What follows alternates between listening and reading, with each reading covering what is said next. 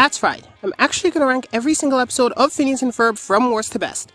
Many people have considered and even come together to do so, and lots of people have even made lists ranking the songs, but no one has ever made a video ranking every Phineas and Ferb episode in detail, so I'll be the first. Many people have been rewatching Phineas and Ferb lately and picking out the best episodes to do so with, so take this as a sort of tip list, so to speak, for people who want to take a rewatch, but remember to not take my list as fact, as everyone has their own opinion. First, I want to make a quick note about the show's upcoming revival. It's difficult to put an incredibly positive spin on it, due to modern animation being treated like garbage recently, and also it's difficult to see how they'll manage to keep consistency, but I guess we'll just have to wait and see. Either or, here are some notes. Phineas and Ferb are making a title sequence! Although this will be in my opinion, mostly, I'll try to not bend facts for the sake of my opinion. After all, this list at least needs to make sense. Speaking of which, do not give me minor stupid nitpicks, like episode A is way better than episode B. This list consists of over 200 episodes. I literally can't compare each episode to every other one, or else we'll be here forever, so shut up. Thirdly, songs will be taken into account, though it will be based off the quality of the song, not whether or not the episode has one. Fourthly, every episode with Stacey gets a boost because she's the bestest, purest, and most wholesome girl, and because I say so. Skip to the timestamp on screen if you want to get to the list and skip all the yapping. Just a heads up, all movies and all specials will be accounted for. I know that Across the Second Dimension and Candace Against the Universe are films, but why leave them out? If you're ranking the VeggieTales episodes, would you leave Jonah out? No, I didn't think so. Also, Phineas and Ferb media is limited enough to rank anything that can be considered an episode, per se, as opposed to My Little Ponies Gen 4, which has an entire spin-off. A little small to play a good game of hide and seek. With this ranking, I'll be pointing at multiple different factors. A. Humor. Humor is a massive driving point of this show. It really wouldn't be nearly as great without all the amazing jokes and running gags. Less humorous episodes can get the edge if they make up for it with good plot development or sweet bonding moments. An episode without any of that would just be boring. However, a boring episode, more often than not, is better than a badly written one, so any episodes that just throw out too many bad jokes or anything that makes me feel secondhand embarrassment will be docked points. We are guys! We don't talk about food! In addition, if an episode decides to play with the formula the show runs on, it better be good. Granted though, it's almost always good. I just thought it was worth mentioning. B. Plot balance. Dan and Swampy's writing skills are exceptional when it comes to this show due to their ability to balance 2 to 4 plots at once. But even these guys can make mistakes when it comes to that regard, so I'll dock points for badly balanced or unfinished plot points. And C. Atmosphere. I find the character atmosphere to be a crucial factor in an episode. If the atmosphere is mean-spirited with no reason or solution, I'll dock points because it often will include bass lessons or sourable mimical. Don't give me a "it's not that deep" skull emoji, no one asked you. Before we begin, I just want to give credit to Dan and Swampy, and the rest of the writing, animating, and directing crew for making this masterpiece. And not to forget the wonderful voice actors for both the characters and the songs in the show. What? You want me to give credit to Disney or something? Okay, let's begin before I get into the zone. Let's begin with the worst of the worst. Since Phineas and Ferb doesn't have a lot of bad episodes, the F tier only consists of 4 episodes. 3 of the 4 can be argued as being good, but there's really only one objectively bad episode. Number 225, Phineas and Ferb Musical Tastic Countdown 2, hosted by Kelly Osbourne. Wow, what a mouthful. Yeah, if you've never heard about this episode, I don't blame you. It's apparently a really rare episode, but nothing worth much if you ask me. It's not even on Disney+. I actually couldn't finish this episode. It's the only episode I refused to rewatch it, even on my first viewing I did a lot of skipping. Clip shows were a common thing at the time, and Phineas and Ferb did 4. One of them being the original Musical Tastic Countdown. To no one's surprise, that was received well, to the extent that people wanted another one. Basically, the point of the countdown was to count down the 10 best songs from the previous season. The first countdown nailed it, but this one, not so much. Look, I won't go deep into it. I have a schedule to keep, and there have been many people who have done this better than I have. Kelly deserved better. She clearly was excited for this, and the animators and the fools who had given me a grade with Summer have butchered it. My main issue with this one is that it's abysmal take on humor. Now, no hate to Kelly, but I feel like she completely shredded a lot of the jokes that I usually find amusing. Basically, when Monogran or Doof say something funny, Kelly draws attention to it and breaks it down to the point where you're ripping your hair out. And they clearly aren't aware of that here, so it just comes across as unfunny. I won't hold it against Kelly, I'll hold it against whatever nutjobs wrote this script. It's like they were hit by a Dylan Born-inator. Okay, before I go on, I'll address the elephant in the room. The animation is awful. Firstly, who thought it was a good idea to throw a 3D guest star into a 2D setting? No, I do not care if you drew attention to it for like 2 seconds, I still hate it. Also, interestingly enough, this is the only Are You a Little Blank joke that I did not find clever. Monogram and Doof look so bad in comparison. Like, why couldn't they just have Kelly drawn in 2D? They did for Kelly Clarkson, Perry Grip, and Kenny, Or at the very least, they could have made the main background 3D with the 2D characters as the standouts. Speaking of which, the animation is substandard at best. The characters look stiff as heck, and it makes it look like the animators put the bare minimum possible to bring this to life. Aside from that, we are fixed in one location. There's no action, and they just stand still for half the thing. The song list in itself was definitely a song listing, but I feel like some of these pairings were just plain dumb. For example, Give Me a Grade being paired with Summer Where Do We Begin was downright evil. The ranking here was very close to 50-50, so Give Me a Grade lost to songs like Aglet and Candace Party, despite being better than both songs. I'm not mad about Everything's Better with Perry beating Summer Belongs to You, but I am mad that they paired the latter with Ariel Area Rock. Like seriously, give these underrated songs a chance. Also, Not Knowing Where You're Going is easily the weakest song of the bunch, despite still being good. But where's the likes of Frenemies, or Dookie Momo's My Friend, or just the two of us? Either way, it's all subjective, and the list was just as good as the first one, even if it seemed kind of rigged. Back to the bad.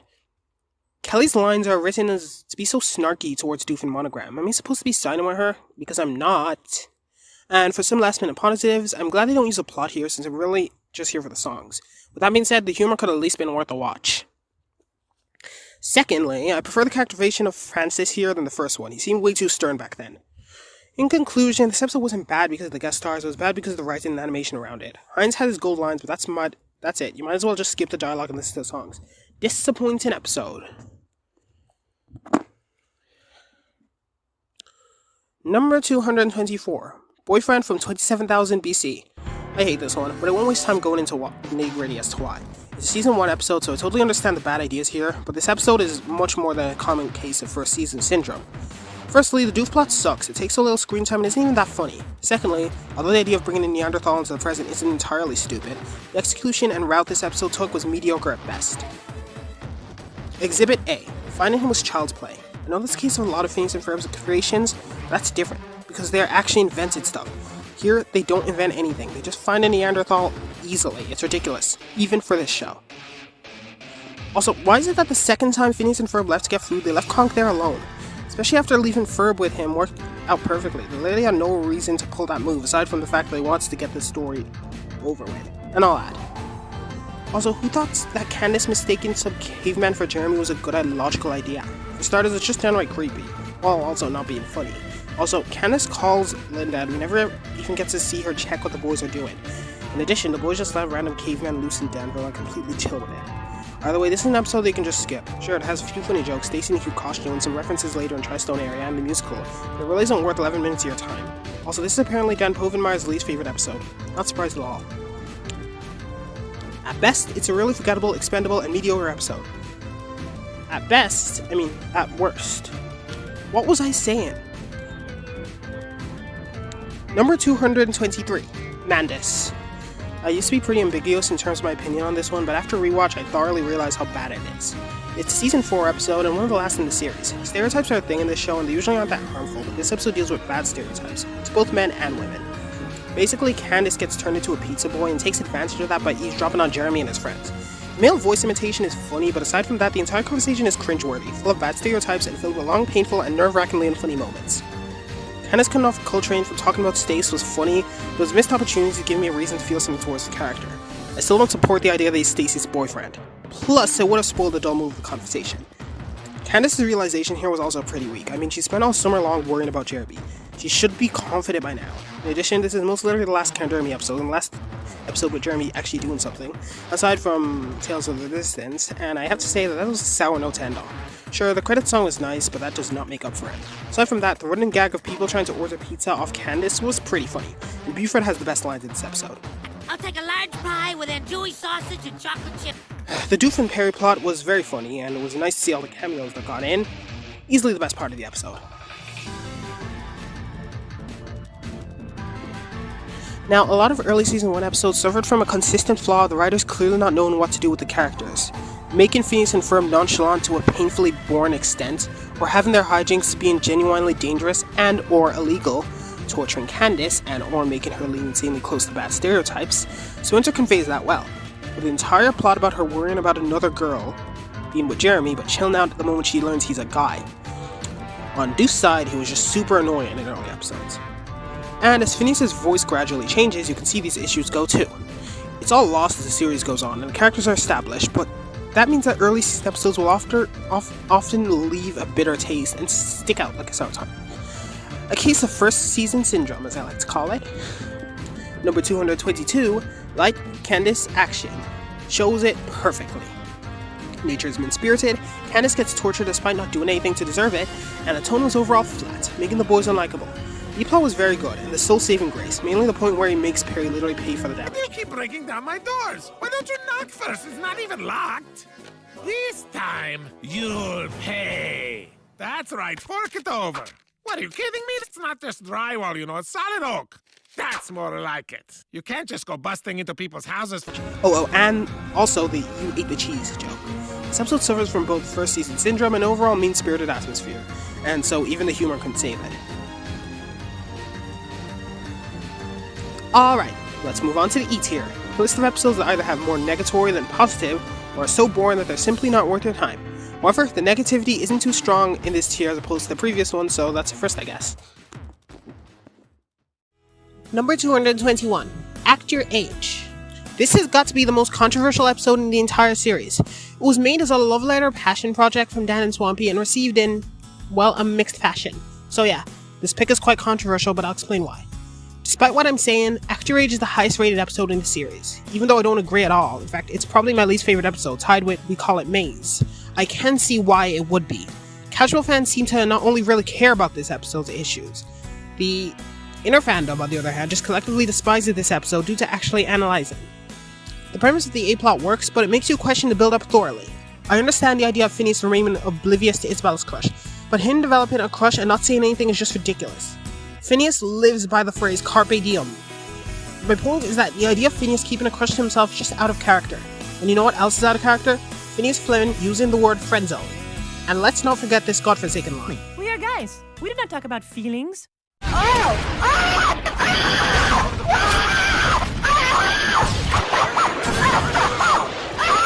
Alrighty, let's just stick toxic masculinity as a Phineas and Ferb for some reason. I just find it hilarious that Baljeet of all characters is the one to say this. Baljeet. Speaking of Baljeet, his relationship with Ginger in this one is somewhat toxic, and although I do not dislike their relationship, I do think the way it was portrayed here was bad. I feel like the only reason they had them get together was to shut down Baljeet shippers and go for the safe heteronormative route, so it doesn't help that the relationship portrayal was bad as well.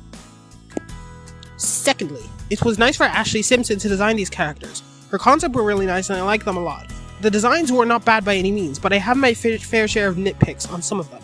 I was not completely dissatisfied by any of them aside from Millie and Vanessa. Phineas and Gretchen looked like their heads were plastered onto a taller version of themselves, and Millie's design is just weird. She has her childlike face, which is nice, but it's sure not to be any of their little sisters. She also lost all of her chub, which is just something I cannot accept. I have nothing against time skip designs. They can be done well, but I don't particularly like the way some of them were done here. Though I am fine with some of them. Ferb in particular looks great. Also, Stacy's concept time skip design was phenomenal. Thirdly, everything that is done by Ferb, Baljeet, Buford, and the girls are superfluous as it just gets destroyed by Deuce's antics, and then clapping after the conversation was just weird. I do not know why, it just was. Also, why are they waiting for the last day before Isabella leaves to put in the effort to get them together? Seems unrealistic. Between Ferb, Baljeet, Buford, the Fireside Girls, and Candace, it makes no sense that none of them put in an effort to get them together. Until now. Speaking of which, why does Candace get like 5 seconds of screen time? She's a central character for goodness sake. This episode feels less like a Phineas and Ferb episode, and more like a Finabella fanfic. Fourthly, I will absolutely never accept the idea that Isabella would just ditch the friend group, simply because she gave up on Phineas alone. Firstly, Isabella has clearly been shown to care about Ferb, Baljeet, and Buford individually as friends, as well as and will stick around even if Phineas isn't there. But more importantly, Isabella loves Phineas as a friend as well, and will accept his company whether or not he loves her. And as someone who lost interest in Finabella by season 3, but began to love the Backyard Gang dynamic as friends, it was disappointing.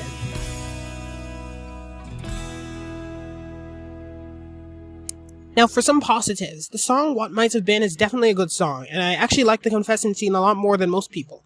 The jokes mostly landed very well, and I really like the joke about Monogram being in a better place. Speaking of which, there's the B-plot. Now, I usually hate the statement, Doof and Perry carry the show. It's used by lots of fake fans, and I hate it, but you know what? I agree with it in terms of this episode, because they truly do carry this episode. This is the only side of that feels like a true Phineas and Ferb episode. The idea of Doof trying to give himself a midlife crisis is funnier the more you know about the show. And the idea that Perry being his buddy but also keeping him on tabs in case his evil instincts kick in is also great, and makes the idea of the winter episodes taking place after last day of summer believable. The accompanying song, Midlife Crisis, is just way more catchy than it should be. I mean, who came up with the idea of a kazoo solo? It has come to my attention that I completely forgot to mention Ferb Nessa. I hate it, by the way. The ship has so many issues. Ferb knew Nessa back when he was a kid, and assuming Ferb is 10, there is at least a 6 years age gap, which is horrific. Ferb is 17 or 18, close to beginning adulthood, and Nessa is a grown freaking woman. Age gap aside, they have no chemistry. It was nice when it was just a cute little one-sided puppy crush, but the fact that they killed Nessa for no reason makes me mad. I know people do not like Monty, but he and Nessa had much more chemistry than she ever will with Ferb. And if they wanted to kill the ship so badly, they should have made her get together with Stacy. Stacy should kiss women. Do it, cowards.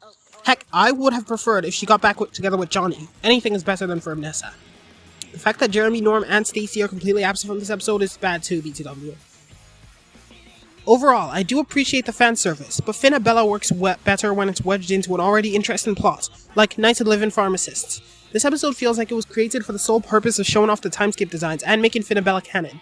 So for now, I'll accept this as a fanfiction written by Irvin like most of the fandom does. And if you want to know more about why this episode is so frowned upon, there are many people who have explained it better than me.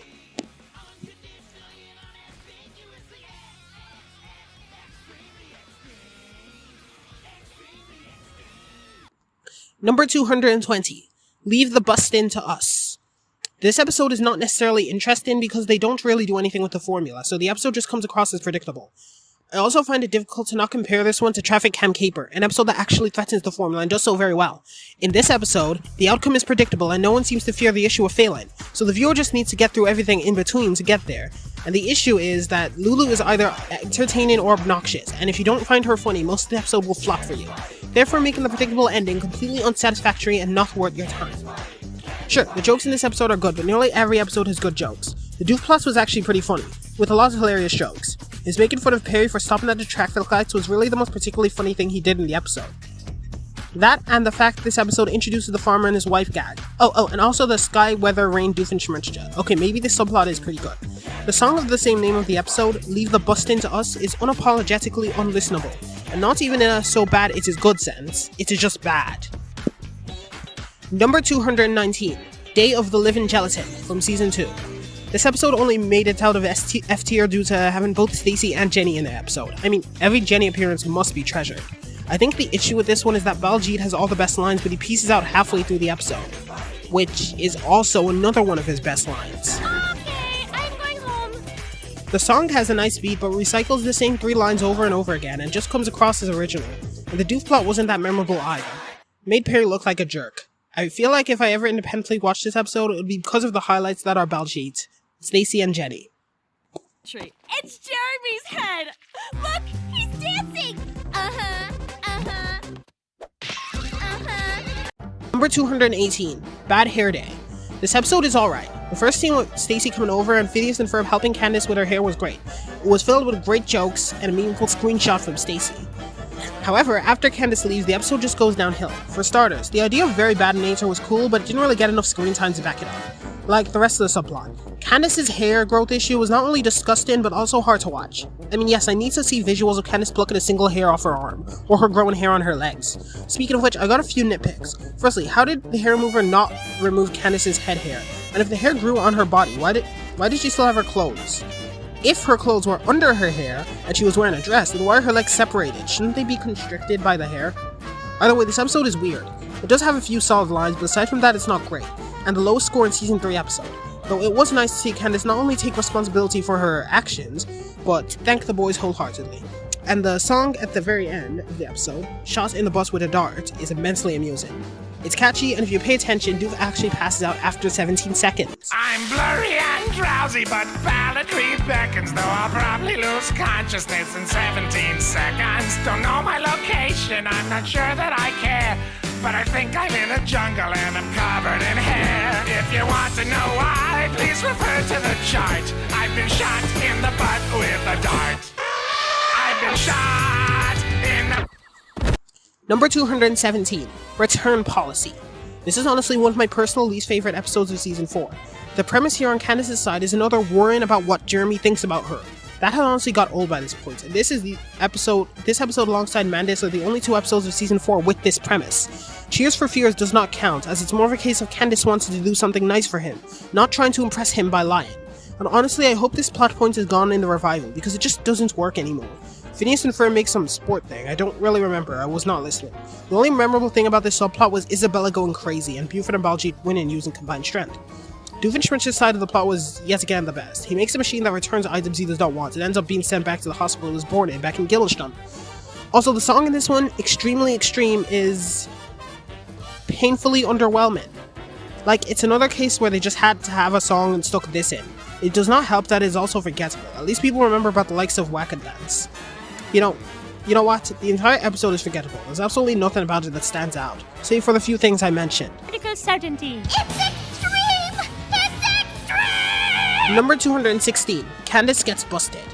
I can't ignore the plain mean-spirited nature of this one, but I actually don't mind this episode for the most part. The song was great, the doof plot was solid, and a lot of the writing was great, but not all aspects were great. Let's dash right into the negatives. For starters, Stacy, Jenny, Phineas and Ferb are awful and unsupportive, which is very out of character, especially Stacy. Secondly, the title spoils the episode. I know there are not really any problems with this, especially since it makes the twist at the end funnier, but when you think about it, it would have been more surprising without it. Candace getting busted was unfair, but the punishment was light and Candace accepted her fate pretty early, so I cannot hold it against the writers that much. This does do the impossible and is the only episode where I dislike Stacy or Jenny in it, so props for that. Either way, you've probably heard it all at this point, so I'll leave it at this. This episode's pretty mean-spirited, being its biggest issue, but you can still enjoy it due to everything else shining pretty well. Number 215, No More Bunny Business.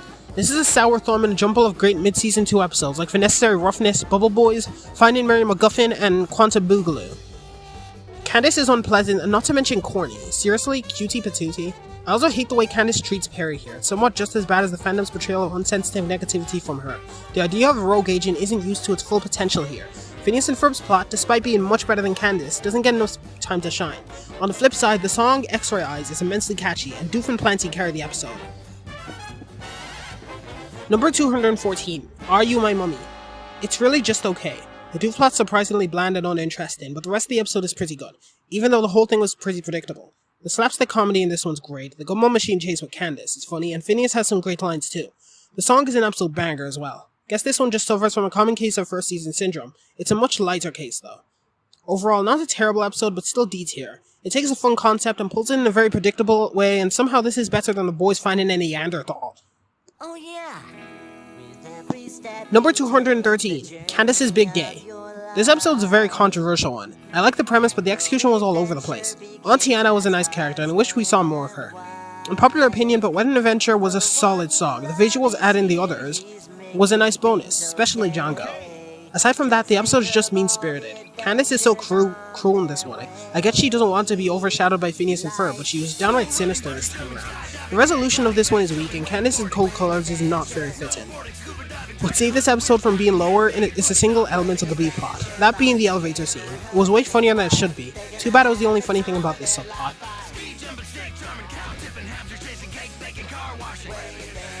Okay, now we are moving on to D tier. This is a group of episodes that don't do much interesting or unique. Some will shine on one plot but fall flat on the others. Some of these are just downright bad and some are just forgettable. I had to re-record this part because I completely forgot to add return policy and sleepwalk surprise to my script. Number 212, The Mom Attractor.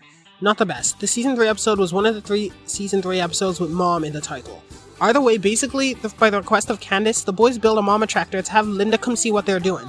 Of course, a creepy giant baby made by Doof ruins everything. His side of the plot here was dumb, and he specifically doesn't do anything really funny. The song of the episode has been called offensive by many people because people are offended by anything, but I liked it. Despite the weird lyrics, it was very catchy. I like the trio's relationship in this one. It's sweet, but overall this episode was weird and the giant robots will forever haunt me. However, I have to say, Phineas was just adorable in this episode. Number 211, The Secret of Success. A late season 2 episode and a pretty okay one at that. I think I could have done without the entire all-terrain vehicle thing because it really only there to drag Candace's plot, which is really just okay. I like the idea of Stacy driving Candace to help her out for a change, but there's some lines that bother me. For example, Stacy bribing Candace by saying there might be cute boys feels out of character for both of them. In Summer Belongs to You, Candace tells Linda that the only boy she could possibly have over is Jeremy, proving her loyalty to their relationship. I know that in A Hard Day's Night she falls in love with some guy, but that was before Canderemy became an item in universe. Did the writers just forget about Jeremy's existence? Also, Stacy completely dishing Candace's orders just to talk to some guy feels immensely out of character for her. The only positive I have to say regarding Stacy is that it's nice that they kept the continuity regarding her academic struggles. The Doofenshmirtz plot carries this episode pretty much. The Give Me Your Money song is one of the best Phineas and Ferb songs ever conceived. Also, Lawrence has what might be the best line in the entire series. This is a brilliant work of satire. It's my new favorite show. This one also holds some incredibly funny lines and moments. Overall, this one's kind of bad. The B plot's nice, but the meh Phineas and Ferb plot do not make up for it. The altering vehicle song is okay though. Okay, if no one calls in the next few seconds, the platypus gets it. Number 210, Mind Share. A lot of people unfairly bash this one for being too dark, and yeah, so, this episode's based off Shawshank Redemption, and is filled with a lot of subtle Shawshank references, and I honestly love that. But all that aside, the A-plot's kind of boring. The boys are put in actual danger when Morgan and his friends swap their minds and send them to jail, so the gang are forced to set up a plan to get their lives back. The stuff regarding the guy who knows how to get stuff is funny, and Buford and Baljeet have some great lines in this one. But aside from that, this entire subplot kind of flops.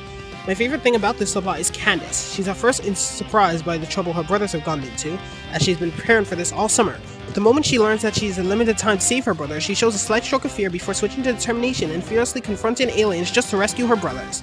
Does this Candace Salter seem like the sort of thing a bad sister would do? I know I'm going overboard, but I really hate Candace Salters. Also, please do not give me "it's not that deep" skull emoji. Nobody asked you.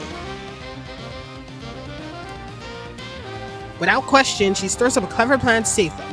The square dance in Hypnotics was pure coincidental, but the song regarding it was a very clever way to sneak a song into the episode, even though the song itself is mid. However, Candace says the words "if you're a reptile," but one of them's a fly and some are amphibians. Deuce's plot was okay. He pretends to know how to square dance and ends up screwing up at the end. I love nearly all the jokes in this one, and Perry's shoes look much nicer than they should. The thing that hurts the episode the most is Morg's voice. It's got to be the most annoying thing ever. Morg in general is pretty detestable, but it's episodes like these that make me support Candace that bit more. If not for her, she would have lost her brothers. I know I'm praising, but let me praise. Number 209, Thaddeus and Thor. I appreciate what they tried to do with this one, but I just didn't like the execution. Candace was just annoying in this, and I just couldn't feel bad for her at all. And Thaddeus and Thor themselves were mediocre, not even fun rivals. Mandy wasn't great either. This episode gets a decent ranking though due to its great jokes and the solid Doofenshmirtz plot. Unfortunately, the Doofenshmirtz plot doesn't get nearly enough screen time to carry the episode. Kick My Way Right Into Her Heart was a really nice self-parody song, and the joke about Doofenshmirtz bragging about having a love handle in his flashback was gold too. But that's just one half of the plot. Phineas and Ferb versus two other kids sounds okay in retrospect, but you just know how it's going to turn out. And although they tried to twist it, it just doesn't catch me off guard. My mother's love was always inexplicably linked to kickball, and my brother was an expert from the start. But I lacked finesse, so when put to the test, I couldn't kick my way right into her heart.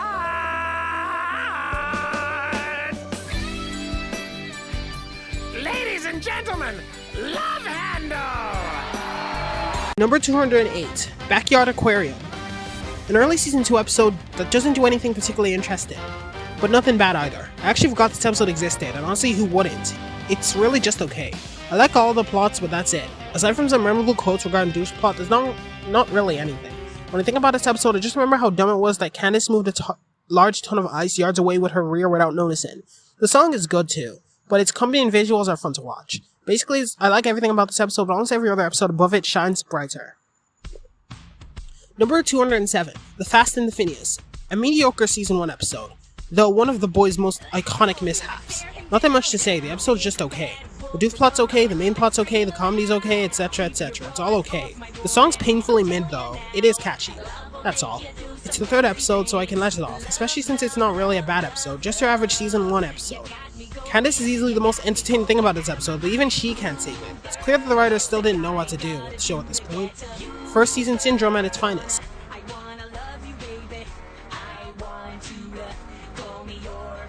Number 206, Giants. Another okay episode. At this point I'm just running out of things to criticize. I'm just moving to the point where most of these episodes really just pale in comparison to one's higher. The Doof plot was forgettable and the song was nice, but this episode feels like a well-written Luna episode at best. And trust me, that's not much of a compliment. The ending with the ants ascending was peak comedy, but Candace attempted a bus was really not necessary. I think my favorite thing about this episode is how we get seen insight into Candace feeling overshadowed by Phineas and Ferb. Also, Phineas has a line that I'm surprised is being stated only. My grandma. Let's go see what the ants think of our new cologne. You know what I like about our friends? We say things like, we're gonna douse you in ant pheromones. And they're just like, okay, whatever. They're so cool. Doof's plot is funny in concept, but doesn't get enough screen time to back it up. Also, this has got to be one of the dumbest evil schemes to date. Number 205, Attack of the 50-Foot Sister. Pretty average episode. The song Flawless Girl is a cheap reskin of She's Candace for one good scare. The premise is super cliche and unoriginal. Everything that happens to Candace here is her own fault and she acts the victim. That aside, the episode has its positives. As for said positives, Doof and Perry were kind of funny and their subplot absolutely carried the episode. Baljeet was iconic as usual, and Candace ditching Flawless Girl products softened this episode merrily. There's also the incredibly well done callback in regard to the fish that are shown earlier in the episode, and later return as agents. And I think the idea that everything in the universe is now 15 feet bigger and no one actually notices is pretty funny. But a few small gags and good jokes can only barely save this otherwise poorly constructed episode. Number 204, Mommy, Can You Hear Me? This has got to be one of the weirdest episodes in the series. I'll start by talking about the Doofenshmirtz plot, which is okay. The idea of him throwing a fit over a supposed fly in his soup is hilarious, but the rest of the subplot was just okay. It doesn't make me feel anything aside from hunger, and I'll say what is. Sometimes I just don't find the idea of a chicken soup-inator that funny, I guess. If you're hungry, then I guess you should watch this episode before eating. It helps. The rest of the plot is all over the place, though. Basically, Candace is stuck in bed because she broke her leg and wants to bust the boys. But there are so many things about this plot that bother me. Firstly, Candace not being interested in any of the cool things that Phineas and Ferb are offering her is just annoying to watch. That's kind of more of a personal thing than anything. Stacy just pieces out halfway through the episode, which is not only out of character, but also just seemed like a lazy writing choice to move the plot forward. Like, what was the point of making her show up anyway? Not that I'm complaining. Every second with her there was a treasure, but if Stacy hadn't left, Candace would have just kept asking her to have Linda see the boy's invention until she actually sees it. I do love how concerned she was for Candace's safety, which is why, considering that Stacy knows Candace incredibly well, her leaving halfway through made no sense at all. Candace cutting off what was supporting her damaged foot and cut to screaming was disturbing. Made me wonder what the writers think that Candace in pain is entertaining. I mean, she just put herself in immense pain just to bust her brothers. Of course she fails again because it's required for the formula. Interestingly enough, the Sergei plot is a subtle reference to the movie Space Odyssey. The issue being that most people have no idea this movie exists, so the final scene in the episode creeped a lot of people out. Okay, we're now moving into the C tier. This will be filled with your plain good episodes. Episodes that are just good, but overshadowed by other episodes. Some of them, forget it. Some have their minor issues, but they're still mostly good. Number 203, A Hard Day's Night. I actually feel bad for putting this one above a bunch of episodes that are so much better than it, but the Perry and Doofenshmirtz plot is just way too good. Firstly, for some reason the writers decided to make Candace fall in love with some guy, who not only is not Jeremy, but looks suspiciously similar to Jeremy, and literally never appears again. This is also the first and only time that Candace falls in love with a guy who is not Jeremy. Got to love the one-track mind. Then they decide to torture Candace again because funny. You see, one thing I appreciate the writers toned down in the series went on is the idea that Candace in pain is funny. The Ballad of Black Knight song was okay. Nothing special. And the story itself isn't as funny as what was probably intended. As mentioned before, the Doof plot is absolutely hilarious for multiple reasons. The main ones being the Dr. Wexler stuff and the Dragon Queen Elizabeth fight scenes being so stupidly written. Overall, this episode's just the perfect case of the A plot being garbage and the B plot being great. Well, yours may have laser eyes, but mine breathes.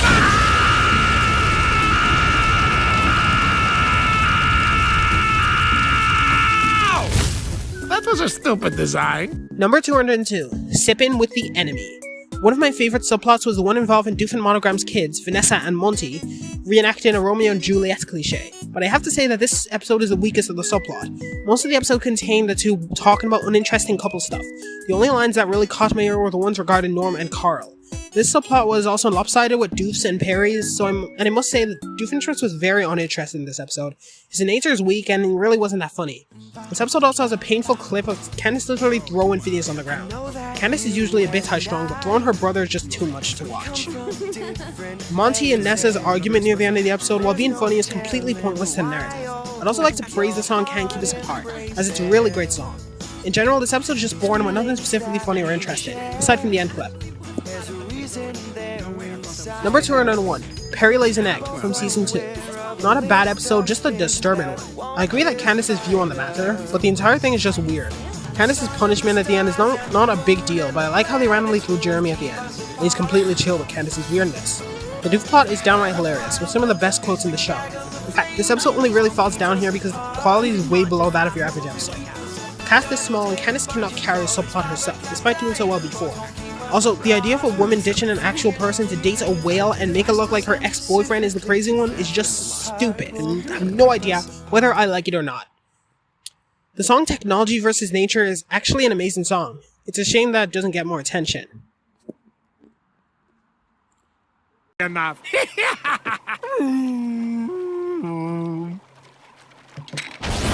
Wait, Perry the Platypus, where are you going? Wait, my evil plan isn't evil enough for you to foil, is that it? Really?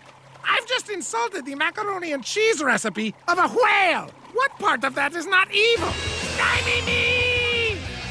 Foil me! Hey, what about the fact that I held a petty grudge against an inferior mammal all these years, huh?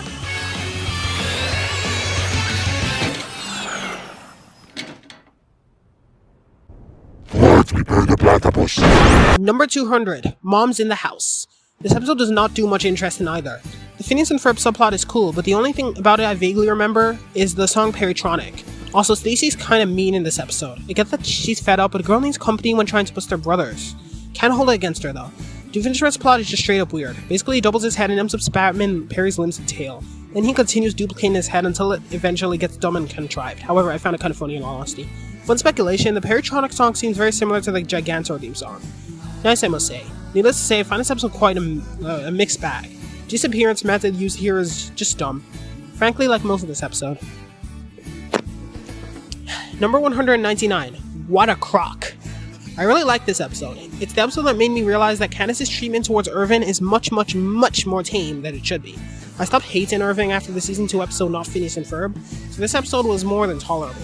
Basically, Phineas, Ferb, Candace, Izzy, and Irving go on a subterranean crocodile apprehension expedition. The Doofenshmirtz plot is fun too.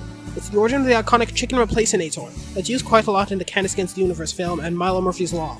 The subplot itself was a mixed bag. I love the part with Linda questioning Candace sitting on the chicken. Hilarious. The song of the episode, Subterranean Crocodile Apprehension Expedition, was really good. Rather insufferable and hard to listen to though, because Candace's constant screaming. Seriously, this role alone makes Ashley a goddess of voice acting. Also, interestingly enough, the Fireside Troupe, Buford and Jeet pop out of absolutely nowhere. Although that's pretty normal for the girls. I question if Gretchen even has a life outside of the Fireside Girl troupe. If you look closely, you'll notice that Holly's replaced by Millie when Irving and Phineas switch rights. Then they switch back, next frame for some reason. You see, when you get to love the Fireside Girls, you'll notice the animation inconsistencies regarding them. Number 198, Just Passing Through. A simple episode with a simple premise. A good joke with an overall nice feeling. The boys build an invention that can temporarily scramble their molecules, rendering every object permeable to them. The accompanying song, Just Passing Through, was an absolute amazing and underrated piece of music. There are a lot of funny lines in this episode as well, like the I have life outside of you parallel line with Doof and Baljeet. The Doofenshmirtz plot is definitely a plot. It's good but very specific in terms of its pacing. The entire idea of Doofenshmirtz destroying his second plan thing for no reason whatsoever was hilarious, not any funnier than his usual shenanigans. The random subplot regarding the steamrollers was completely random, but nothing new for the show. This episode also has one of my favorite message jokes, with Baljeet questioning why it takes them so long to fix a bike tire when they do so much harder stuff in less time. Number 197, Get That Bigfoot Out of My Face. I feel like I'm being way too generous here, as neither of the subplots are really good, and the song is... it's definitely a song. Let's get the Doofenshmirtz plot out of the way, and I just want to say it's awful. Awful, unfunny, unnecessary, and dumb. As for the Bigfoot subplot, it's also okay. A bit cliche, but still okay. However, the joke of Betty Jo having an identical sister is 100% the funniest thing about this episode. Overall, I heavily enjoy the slice of life camping feel, because it isn't used much after season 1. Sure, Ballad of Badbeard is objectively better, but this one deserves the nod anyway. Number 196, Ain't No Kiddie Ride. Fun episode, I honestly wish I'd ranked it higher. It was really wholesome to see Phineas and Ferb check out a kiddie ride to experience the satisfaction of childhood fun. The song itself of the same name was incredibly fun. It's nice to see the gang go on fun expedition to movie kiddie rides. It was fun and wholesome. However, that brings me to the issue at hand. Candace's screaming. Similar to in What a Croc, Candace's screaming is just so annoying to listen to when paired with the song Cleaved on Moss. My point is that it's no surprise that Tisdale's Candace screams are often pre-recorded in the event that she may not want to scream for 4 minutes straight. The Doofenshmirtz plot as a plot is actually one of my personal least favorites. Aside from the fact that the idea of Simpsons not knowing Hyde's surname makes no sense considering that Roger is the mayor and he's a Doofenshmirtz, his plan itself is just so unnecessarily unenvironmentally friendly. And one of the few I'm glad failed. It's not even funny, it's just dumb. The Baljeet gag of not being able to fit the dollar note into the slot was hilarious and heavily relatable. Number 195, Interview with a Platypus. Fun episode, though I'll begin with my biggest nitpick. In this episode, Candace is written to not know the basics of a video game. This is completely out of character for her, as in Treat to Get Ready in season 1, she tells Linda that she and Stacy are obsessed with a wrestling game. And in an episode after this one, Game in the System, Candace completely masters Phineas and Ferb's Jump and Duck game with no experience and minimal support. Hard to go against being debunked before and after the flop, so I think I'm gonna go with Candace and Stacy being gaming queens. If that's okay with you. The episode itself is fun. The second episode of season 2, the boys and Isabella make an animal translate machine, and Doofenshmirtz does not understand that boat is not meant to be read as an acronym. Susie's evil dog not liking Candace makes absolutely... Okay, maybe it makes... Although I hate Candace torture, seeing her get chased by a barrage of animals is actually really hilarious. It's a mixture of the fact that she actually deserved it, and they pull a juxtaposition and have the singers sing a song that's literally called Perfect Day, and then they get trampled at the end. Candace screaming here doesn't bother me either because it's funny, and also, unlike Ain't No Kiddie Ride, the song has an album version. It's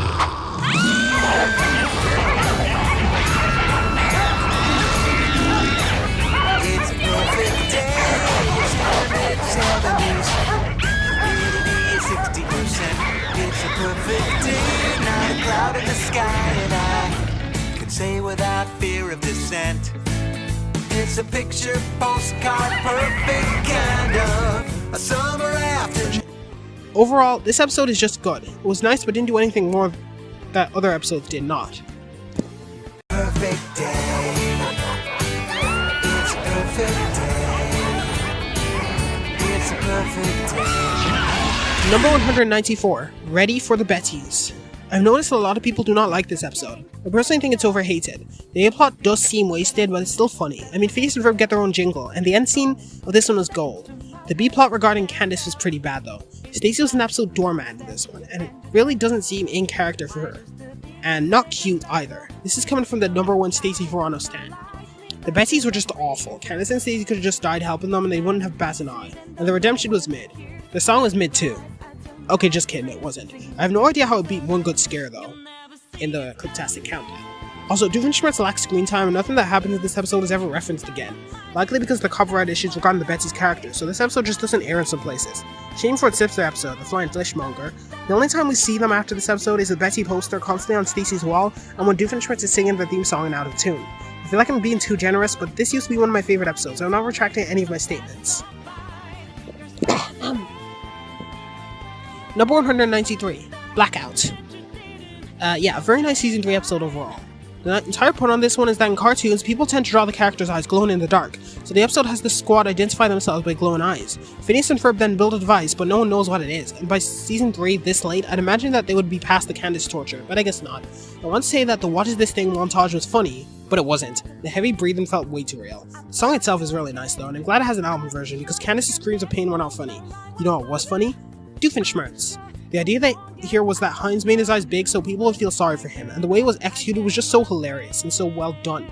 And what was even more funny was Roger's reaction after the lights came back on, and the rando people who delivered the machine to Heinz. The reason this episode isn't higher is because of the Candace torture. Yeah, I hated that sequence that much. It had no right being that real. I'm also sticking with the idea that the animators make this episode because they were out of budget and got tired of animating and decided to make this. Number 192, Got Game. This episode's okay. I'm gonna be honest, I highly despise boys vs girls episodes. This isn't much better. My other issue is that every boy vs girl episode is, in fiction, has the same premise. The girl is objectively better than the boy, but one boy, and it's always one boy who cares. It's always just so happens that every other boy could not care less about the entire thing. And to add salt to the wound, the girl always wins. And I mean always. Like, I don't get it. What's the point of the contest then? The said boy in this scenario is Buford, and he's being unnecessarily misogynistic towards Isabella. This is a piece of continuity only brought back in the episode Brain Drain and dropped afterwards. In fact, I can barely be considered as one of Buford's character traits at this point, which is good. And of course the girls win, big surprise. There was no reason not to make them win. Something about the concept just grinds my gears, and this episode does very little to separate it from the norm. The Doofenshmirtz plot is just okay, the backstory being the best thing about it, but technically Perry had very little reason to ruin his plan. So why is this episode not bottom 10? Well, the F-Game song was nice, though unnecessary. Baljeet was very funny, and Candace was great too. There's that, and there's the fact that this episode overall had great humor, that wasn't connected to the boys vs girls schmuckery.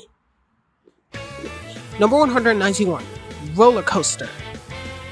Ah yes, the episode that started it all, the first episode in the entire series. Now I know this episode is very basic, Phineas and Ferb build a roller coaster, etc., but this is their most iconic episode to date. It's so iconic they even got an entire musical recreation towards the end of season 2. That's iconic. This is the episode that gave us our formula. Phineas and Ferb build something, Candace tries to bust them, Doofenshmirtz has an evil plan but thwarted by Perry the Platypus. It's gold. I also love comparing the characters in this and in the musical version to see how far they've come. This episode on its own is quite unimpressive, but when you see how much the writers nods back to it, you get to understand how special the episode actually is. No matter what episode you're looking for, make sure it's the first one you watch, because you will not regret it, once you've seen how much it's referenced in the future. This is also one of the 4 episodes without a song at all. Basically, this episode alone is easily one of the worst in the entire show, but it makes up for it here due to how iconic it is. Number 190, Make Play. The cut song of this episode, Princess, was an absolute gold and I hope it's used in the future. Basically, this episode uses the old cliche where a higher class girl and a lower class girl switch lives temporarily. In this case, it's Candace and Princess Baldagoon, who just so happens to look identical. And honestly, I really like the princess. She was way too fun to simply be a one-off character. My main issue with this episode is that we do not get to see enough of it. The premise just doesn't work in an 11-minute formulaic series that's trying to balance 3 subplots. If anything, this should have been a double-end episode, because the subplot just feels cut off halfway through and resolved way too quickly. It would have been fun to see the princess's interaction with more of Candace's loved ones, as the interaction she had with Phineas and gang were fun as is. Number 189, B-Day. I think this is the perfect time to say that by season 4, they seem to stop thinking of original ideas for songs. A lot of the songs feel shoehorned in for the sake of being there. It still had its goal, but the unoriginal was more evident than ever. Picnic Bus, Pyramid Sports, Waggle Dance, Rock Climbing Wall, and the Giant Puppet Marionette song. Don't get me wrong, not all unoriginal songs are bad. I like Rock Climbing Wall a lot, but more often than not they were. So I have to appreciate that they got this B-Day song out of the way in the first 15 seconds, as it seemed like the song in every episode thing was greatly established at this point. Having the song pinned at the start rather than being shoehorned at some random point, like whatever they were trying to do with straight up bust, makes me appreciate the song a lot more. Also, the guy who leads the song has designed this way better than it should be. This episode itself was fine. The idea of Doofenshmirtz spraying himself with pheromones is kind of disgusting. The Mr. Tomato thing was funny, and the link between this and the Fireside plot in B-Story is clever. As for some other glaring positives, Buford was downright hilarious in this episode, and it was nice to see the boys make their weight in the pool. The gag regarding the B flat to F sharp bass was funny, and Candace's subplot was okay, though a little cliche. But it was nice to finally see a different angle in Stacy's room. Number 188. We Call It Maze. Ladies and gentlemen, Candace Flynn at her very worst. Listen, Candace can be bad sometimes, but here she's just awful. Taking Isabella's spotlight is fine, but treating her like chopped liver isn't. Candace doesn't even apologize here. Look, the more they make episodes like this, the more things Candace haters will have to say. Candace always treats Isabella decent at worst, so why change it now? Their sister-like relationship is so wholesome, it's even carried on to the second dimension. This episode also makes one of my favorite episodes, Fireside Girl Jamboree, obsolete. Candace was also dumbed down heavily upon this episode for the sake of making her look bad. I mean, you're telling me that the same Candace that slayed a video game she had no idea how to play, with one life, doesn't know what a grappling hook is. I feel like at least one writer in this episode had the intention of making Candace look awful, because they did a great job. Luckily, I never have to watch this episode again, and they could have done this episode so much differently, having Candace hype herself up without belittling Isabella the way she did. So you can have Candace being in the wrong without being out of character. Then, rather than having her idiotically drop the grappling hook, have her drop it due to slipping on her roller skates. The setup was right there. Then have the conflict be about Candace being carried away with the attention and just wants to seem like a good leader, while Isabella reassures her, telling her she is a good leader. Then both of them, alongside Melissa, work together to escape. Granted, it is quite cliche, but I'll take cliche over toxic and out of character any day of the week. Candace aside, this episode's pretty good. The Doofenshmirtz plot seems like one of those that, even after succeeding, wouldn't necessarily work. But I love how Perry ruins everything with just one simple mishap. It was funny to watch. The dumb echo gag was also hilarious because it literally makes no sense. In addition, the jelly bean scene is the best scene in the entire episode. And the song is really great too, along with the montage. Melissa, who is based off one of Dan's children, was a nice addition. I wish we could have seen more of it. Overall, the out of character Candace rising drags this down, but the rest of the episode is fine. Number 187, Candace loses her head. In this episode, Phineas and Ferb carved Candace's face into Mount Rushmore for her birthday. A very solid, fun, and enjoyable episode. The song again is placed very early in the episode, so no time is wasted. Also, Candace does not actually suffer badly, which is great because it's her birthday. She deserves to be at least a little happy. The plot regarding Doofenshmirtz was okay. It was clear they still had no idea what to do with his character, or the subplot in general. It was not until Lawn Gnome Beach Party of Terror that the entire taking over the Tri-States area thing was established. Overall, a very fun episode with a solid premise.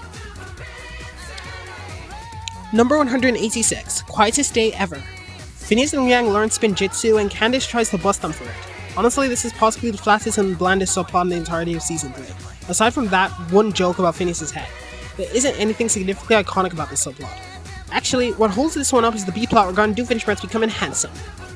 The song is super catchy, and Doofenshmirtz's idea of being against handsome people getting special treatment is more true than it seems. Perry's a jerk in this one though, no way around it. Number 185, Imperfect Storm. If the word unremarkable could be described in one word, it would be described in 7 words. The Phineas and Ferb episode, Imperfect Storm. They attempt to balance 4 subplots into one, and it's hard to judge it. The kite subplot was fun. It was funny to see Irving's hatred towards Isabella and obvious crush on Phineas. And the concept itself is super fun, but it does not get nearly as much screen time as it should. The Doofenshmirtz subplot wasn't funny in the slightest. Trying to justify Gwenilda's bullying towards Hines by saying she had a crush on him is very problematic and leads to some low-level enabling, and also toxic trope. Oh, and please do not give me, it's not that deep, skull emoji, nobody asked you! The resolution of this plot wasn't funny either, and it just felt scummy to say the least. As for Candace's plot, I don't really know whether to consider it a plot or not. The song Straight Up Bust is another example of an unremarkable shoehorn song. Here solely because every episode needs a song. Granted, it was kinda catchy, but it doesn't change the fact that I could've lived without it. The highlight of this episode was the subplot regarding Linda and Du Bois. Every joke with them landed, they carried the episode. Number 184, I Was a Middle-Aged Robot. Very interesting concept that's quickly thrown away by the memory wipe. It was nice to see bonding between Lawrence and Candace. The concept of Yule is also quite interesting the more you think about it. It was fun to see Phineas and Ferb's plot tie directly into Candace, save setting change, and Carl was just so funny in this one. This episode also lacked a song, settling with a bubblegum jingle. The only thing keeping this episode higher is that it somehow feels rushed, despite being in a position where it definitely should not be the case. Number 183, Crack That Whip. Ring of Fun is a moderately catchy song.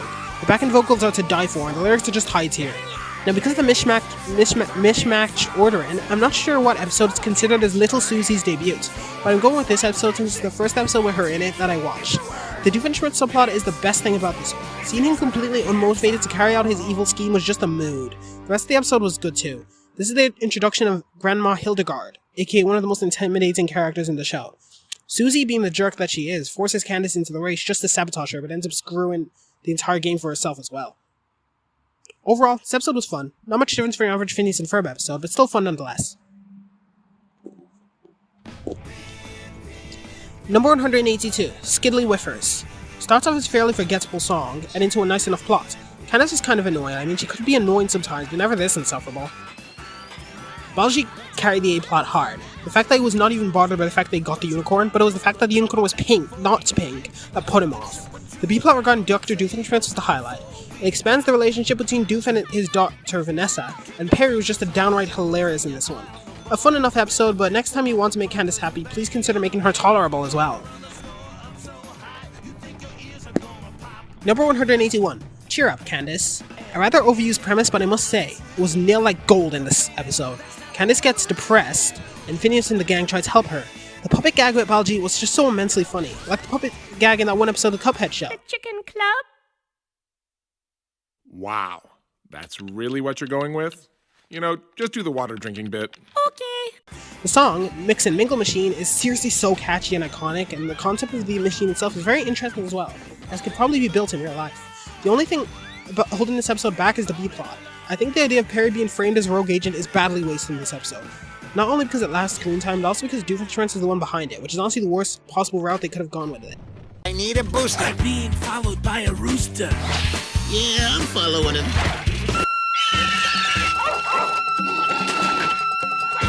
Okay. The Pythagorean theorem. The square of the hypotenuse of a right triangle. I don't know. I'm onto something. Here's a book. Hey, what am I supposed to do? Read book. I am in both acts. Thank. So, how about that airline food?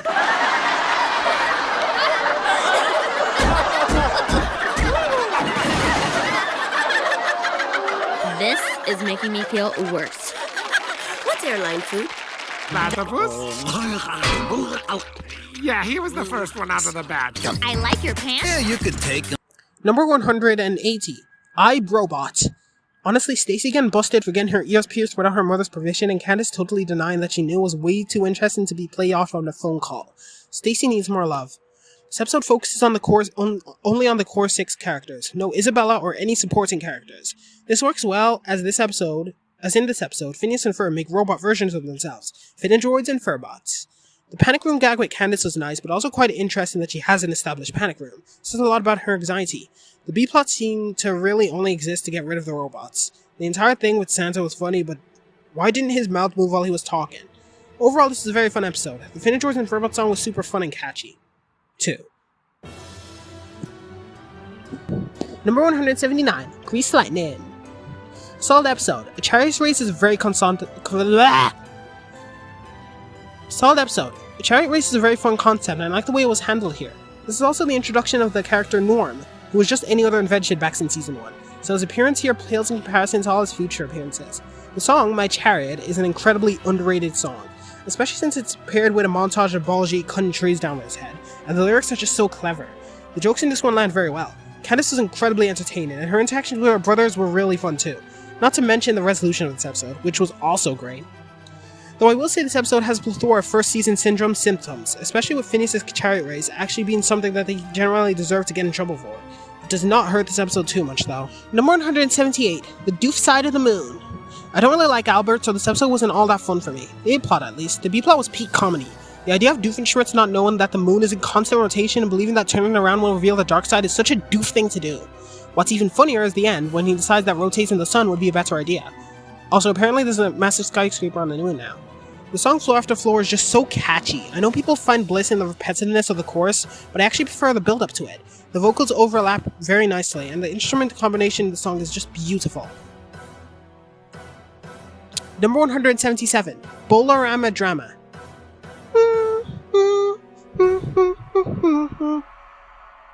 Pinballin' is an absolute banger, and it sounds amazing. It's got to be one of the most underrated songs of the entire series, and people do not talk about it enough.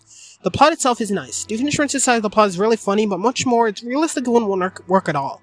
Candace getting tortured here was actually tolerable to watch, because it was paired with a bop that is pinballin', but that's just one side of the plot. Most of what happens was the fault of Candace herself, paired with the fact that the mysterious force just won't let her win. Also, she got her happy ending. She got her ride with Jeremy. I like how Phineas and the gang have a different clothing set for the theme of the episode. The clothes used really do fit with them too, and it's nice when it shows give outfit variations, even if it's for a short amount of time. Overall, this is an incredibly fun episode, but it doesn't make itself higher due to the imbalance of subplots. Number 176, Runaway Runway. I never want to see anybody aside from Ferb and Ferb's clothing ever again. It's unnatural, it is cursed, it is plain uncanny. This episode's good. The premise on Candace's side is a fairly predictable plot, and honestly, that dress looks awful anyway. You wouldn't see me in that thing if I was offered riches and fame. Doofenshmirtz clones himself so he doesn't have to wait in line. And honestly, I can understand where he's coming from. What's even more funny is that he screws up his plan himself, with no help from Perry at all. His saying "dropout bohemian" has got to be one of the best lines of the entire show. Ferb's line at the end of the episode had me rolling His also. coup de crayon. You do realize that that's French for pencil neck. Overall, a very funny episode with no major drawbacks. Number 175, Sleepwalk Surprise. Doof makes an Aethers in his sleep and the kids play Jetpack Volleyball. It was a nice episode. The Doof plot was really fun. For the record, his three-way evil plan was actually somewhat clever. Candace's plot was okay. I'm not a fan of the idea that she'd lay off busting the boys for Jeremy and not Stacy. Feels mean. The song Jetpack Volleyball is actually really catchy. Sure, it's another case of a shoehorn song, but it's actually good, so I'll accept it. Also, I'm definitely not gaslighting myself into thinking that the song is good because I listened to it 67 times in a row at some point. Not at all. Number 174, Tour de Ferb. Imagine you just finished the emotional roller coaster that is across second dimension, and the first thing you watch afterwards is this wholesome episode. It's a nice episode, but definitely one of the weaker Baljeet episodes. This is also one of the episodes where Candace tries to get proof views in video. Mind you that this is not the first time she tried, so this episode was just trying to make her so hard to tell the audience that isn't gonna work. The idea of Baljeet being cursed by a generational tiger attack is more funny than it should be. And Greg LeMond was absolutely hilarious as well. The Doofenshmirtz subplot was nothing less than relatable, honestly, and that is undeniable. For anybody wondering, Greg LeMond voiced himself, and the entire turkey story is 100% true. Kind of a dark joke to make. Either way, Greg was definitely the highlights of this episode. Out of my way, turkey! Why does everybody think I'm a turkey? The song itself with the same name, Tour de Ferb, was just beautiful, but it desperately needs an album version, for two reasons.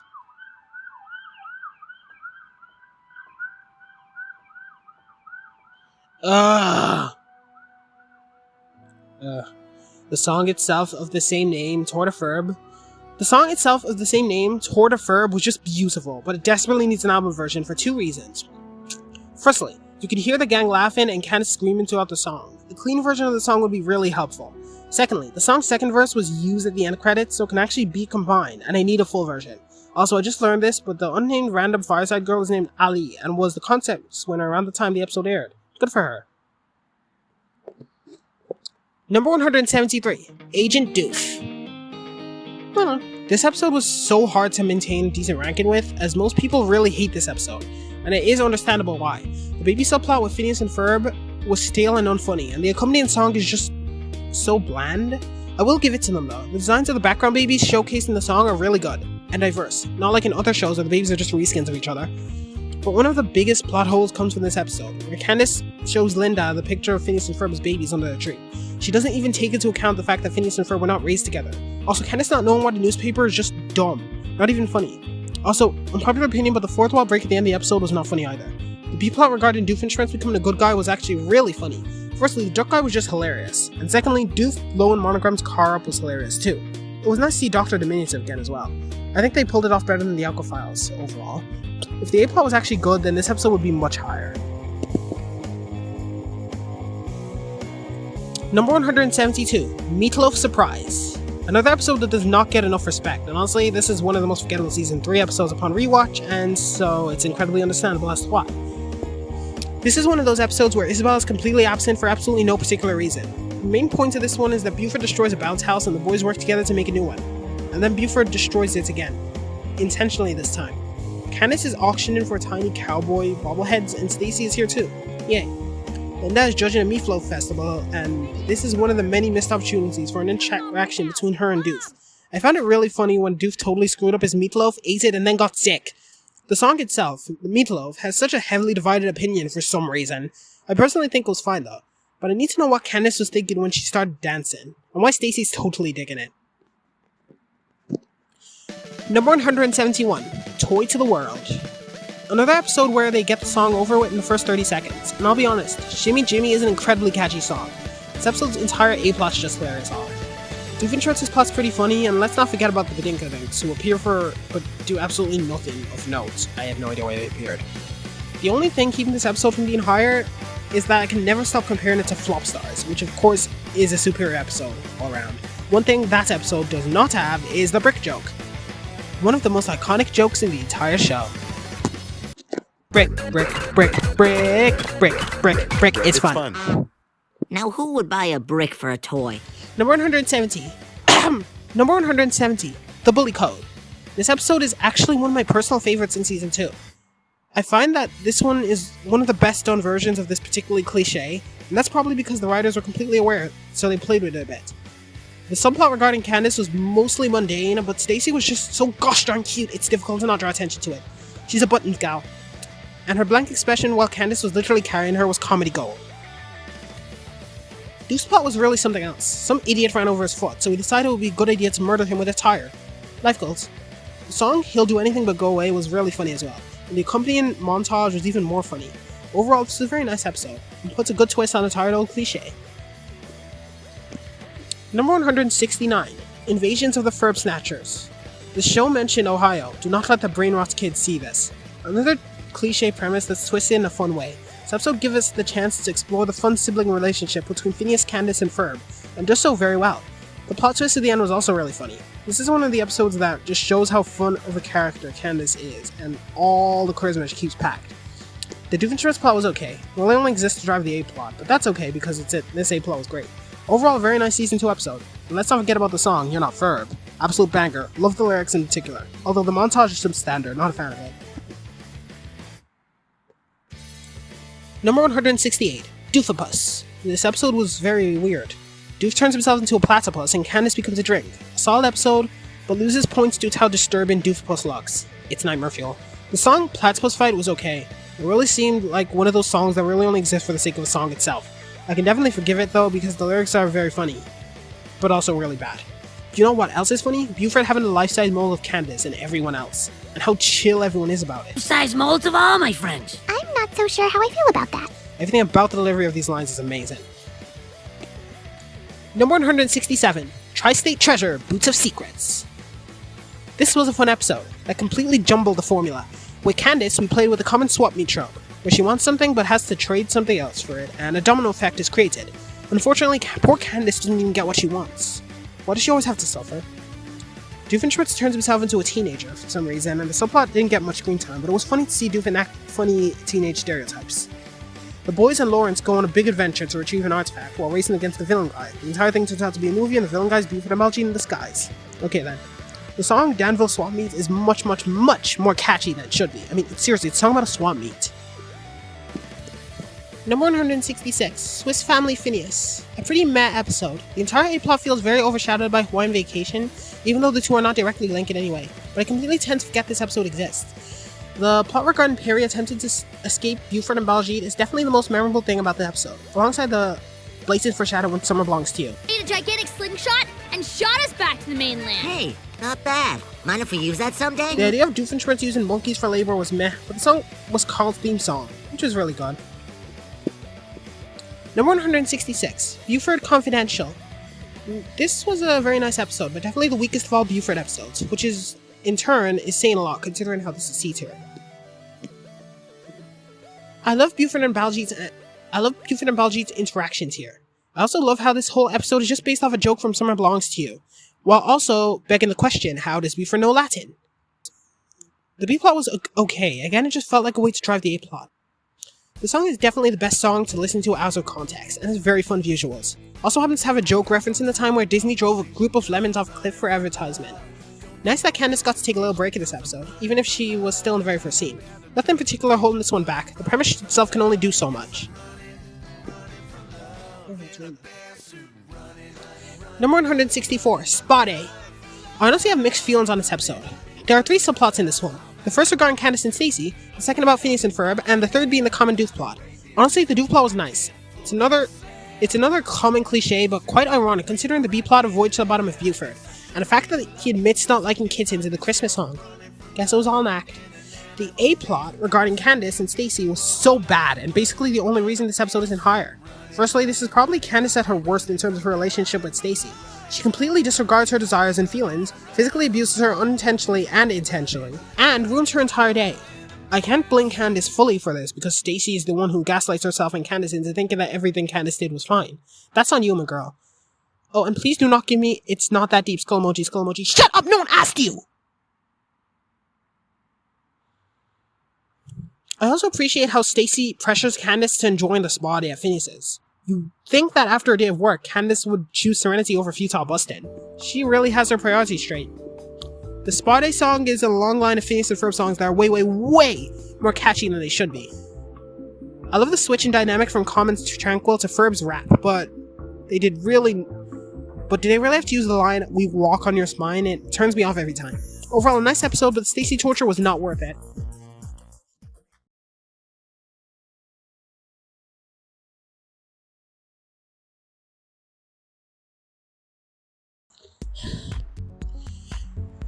Number 163, the best lazy day ever.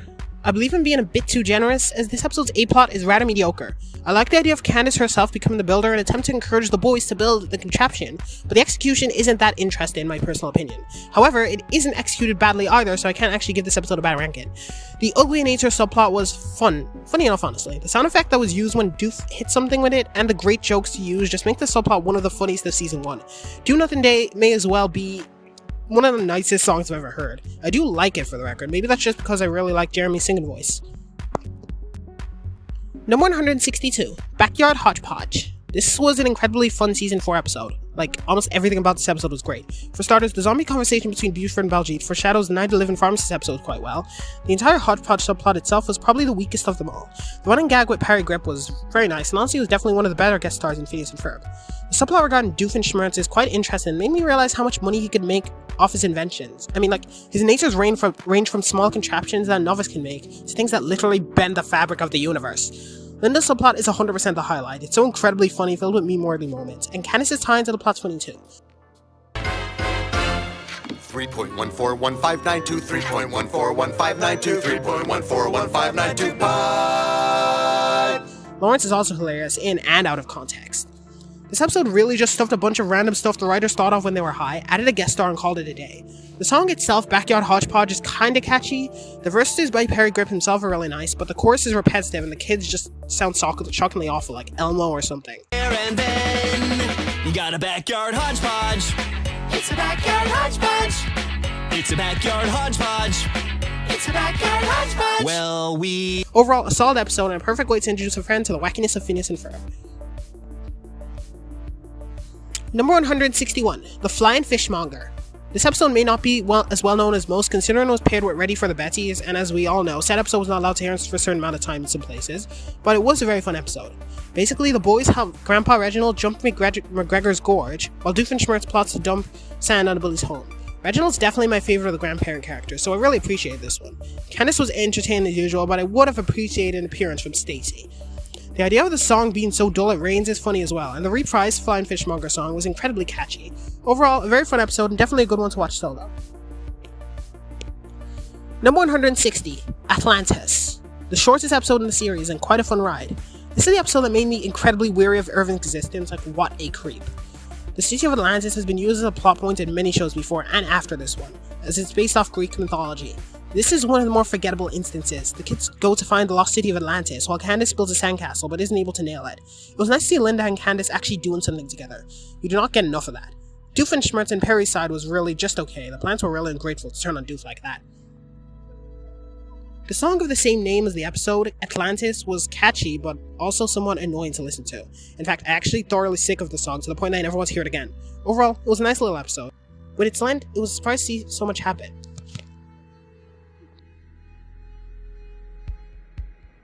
Number 159, Misperceived Monitoring.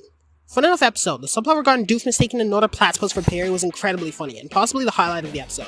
Candace's subplot was kinda sorta okay. I feel like this premise only exists to drive the formula switch regarding Doofenshmirtz. Also, fun fact, I actually had no idea what a monitoring meant for the longest time, so I had no clue what this episode's title meant. This episode borderline confirms that Irving hates Isabella. The Funhouse subplot was nice. It's hard to not think of anything outside the song itself, which is just super funny to listen to with hilarious lyrical choices. Number 158, Voyage to the Bottom of Buford. I really like this episode. This is the episode that gives Buford a solid backstory and shows us why he bullies for a living. This is also the introductory episode for Biff, Buford's pet fish. The gang band together to save him. Candace tries to get the video proof, but the universe belittles her in the most hilarious way possible. Doofenshmirtz hates the idea of being nice, and for some reason Perry decides to thwart him anyway. This episode would be higher if not for one nitpick that really bothers me. Phineas and Ferb themselves. They learn that Buford is upset about losing Biff, and the reason they decide to help him is because his crying is annoying. It's more annoying than when he was bullying us. We gotta do something to get the old Buford back. Maybe we should help him find his fish. It just kind of feels wrong that he's treated like that. Like, anytime he asks for a hug, he is rejected. Like, Phineas particularly feels like he's being insensitive and kinda toxic. His reason for saving Biff being more about him wanting Buford to stop showing emotion and go back to bullying people. And interestingly enough, this sort of behavior is a one-trick thing that never returns. For the better, might I say. The song Fish Out of Water is lovely though. The lyrics are both funny and emotional. Number 157, Ferb Latin.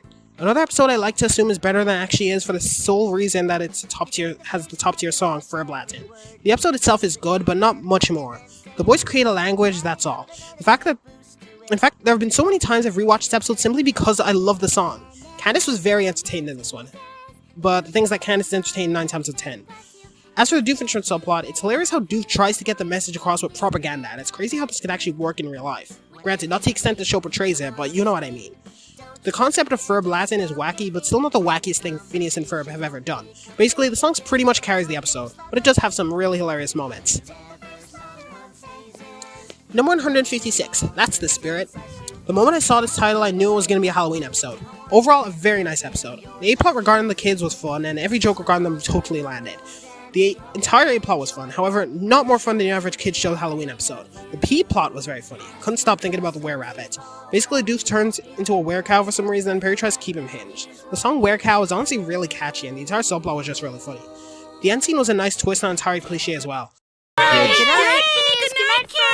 You know, for a minute there, I thought that there really were ghosts. The old house! It's gone! We're just packing it up for the season. Isn't this the moment in one of these things when someone really turns into a ghost?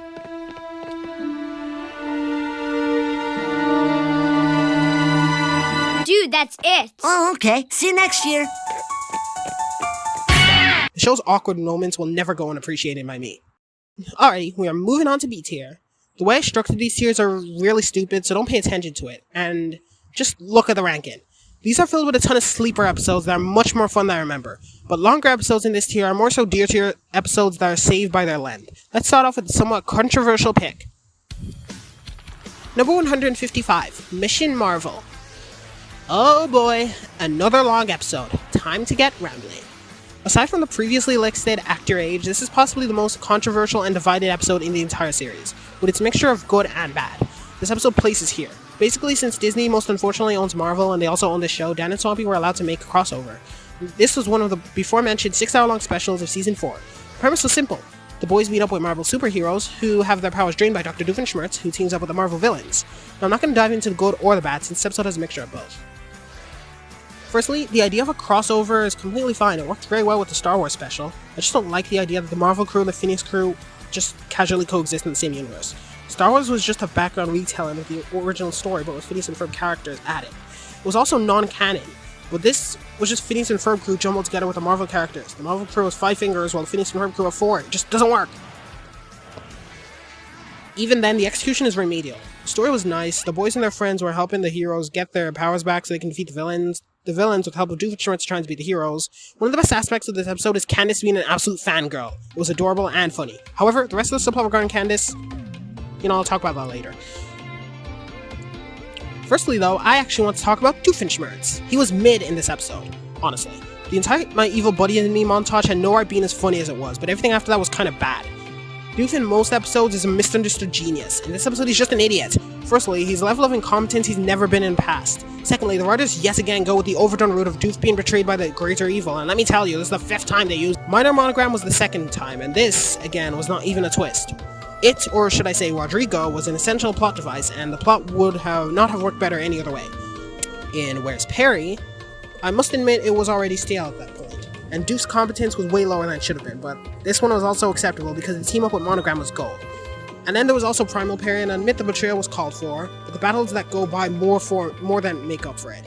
Here, it was just fully stale, and after being betrayed, he doesn't even do anything useful, honestly, aside from shooting waffles. Save Summer honestly had my favorite Doof story.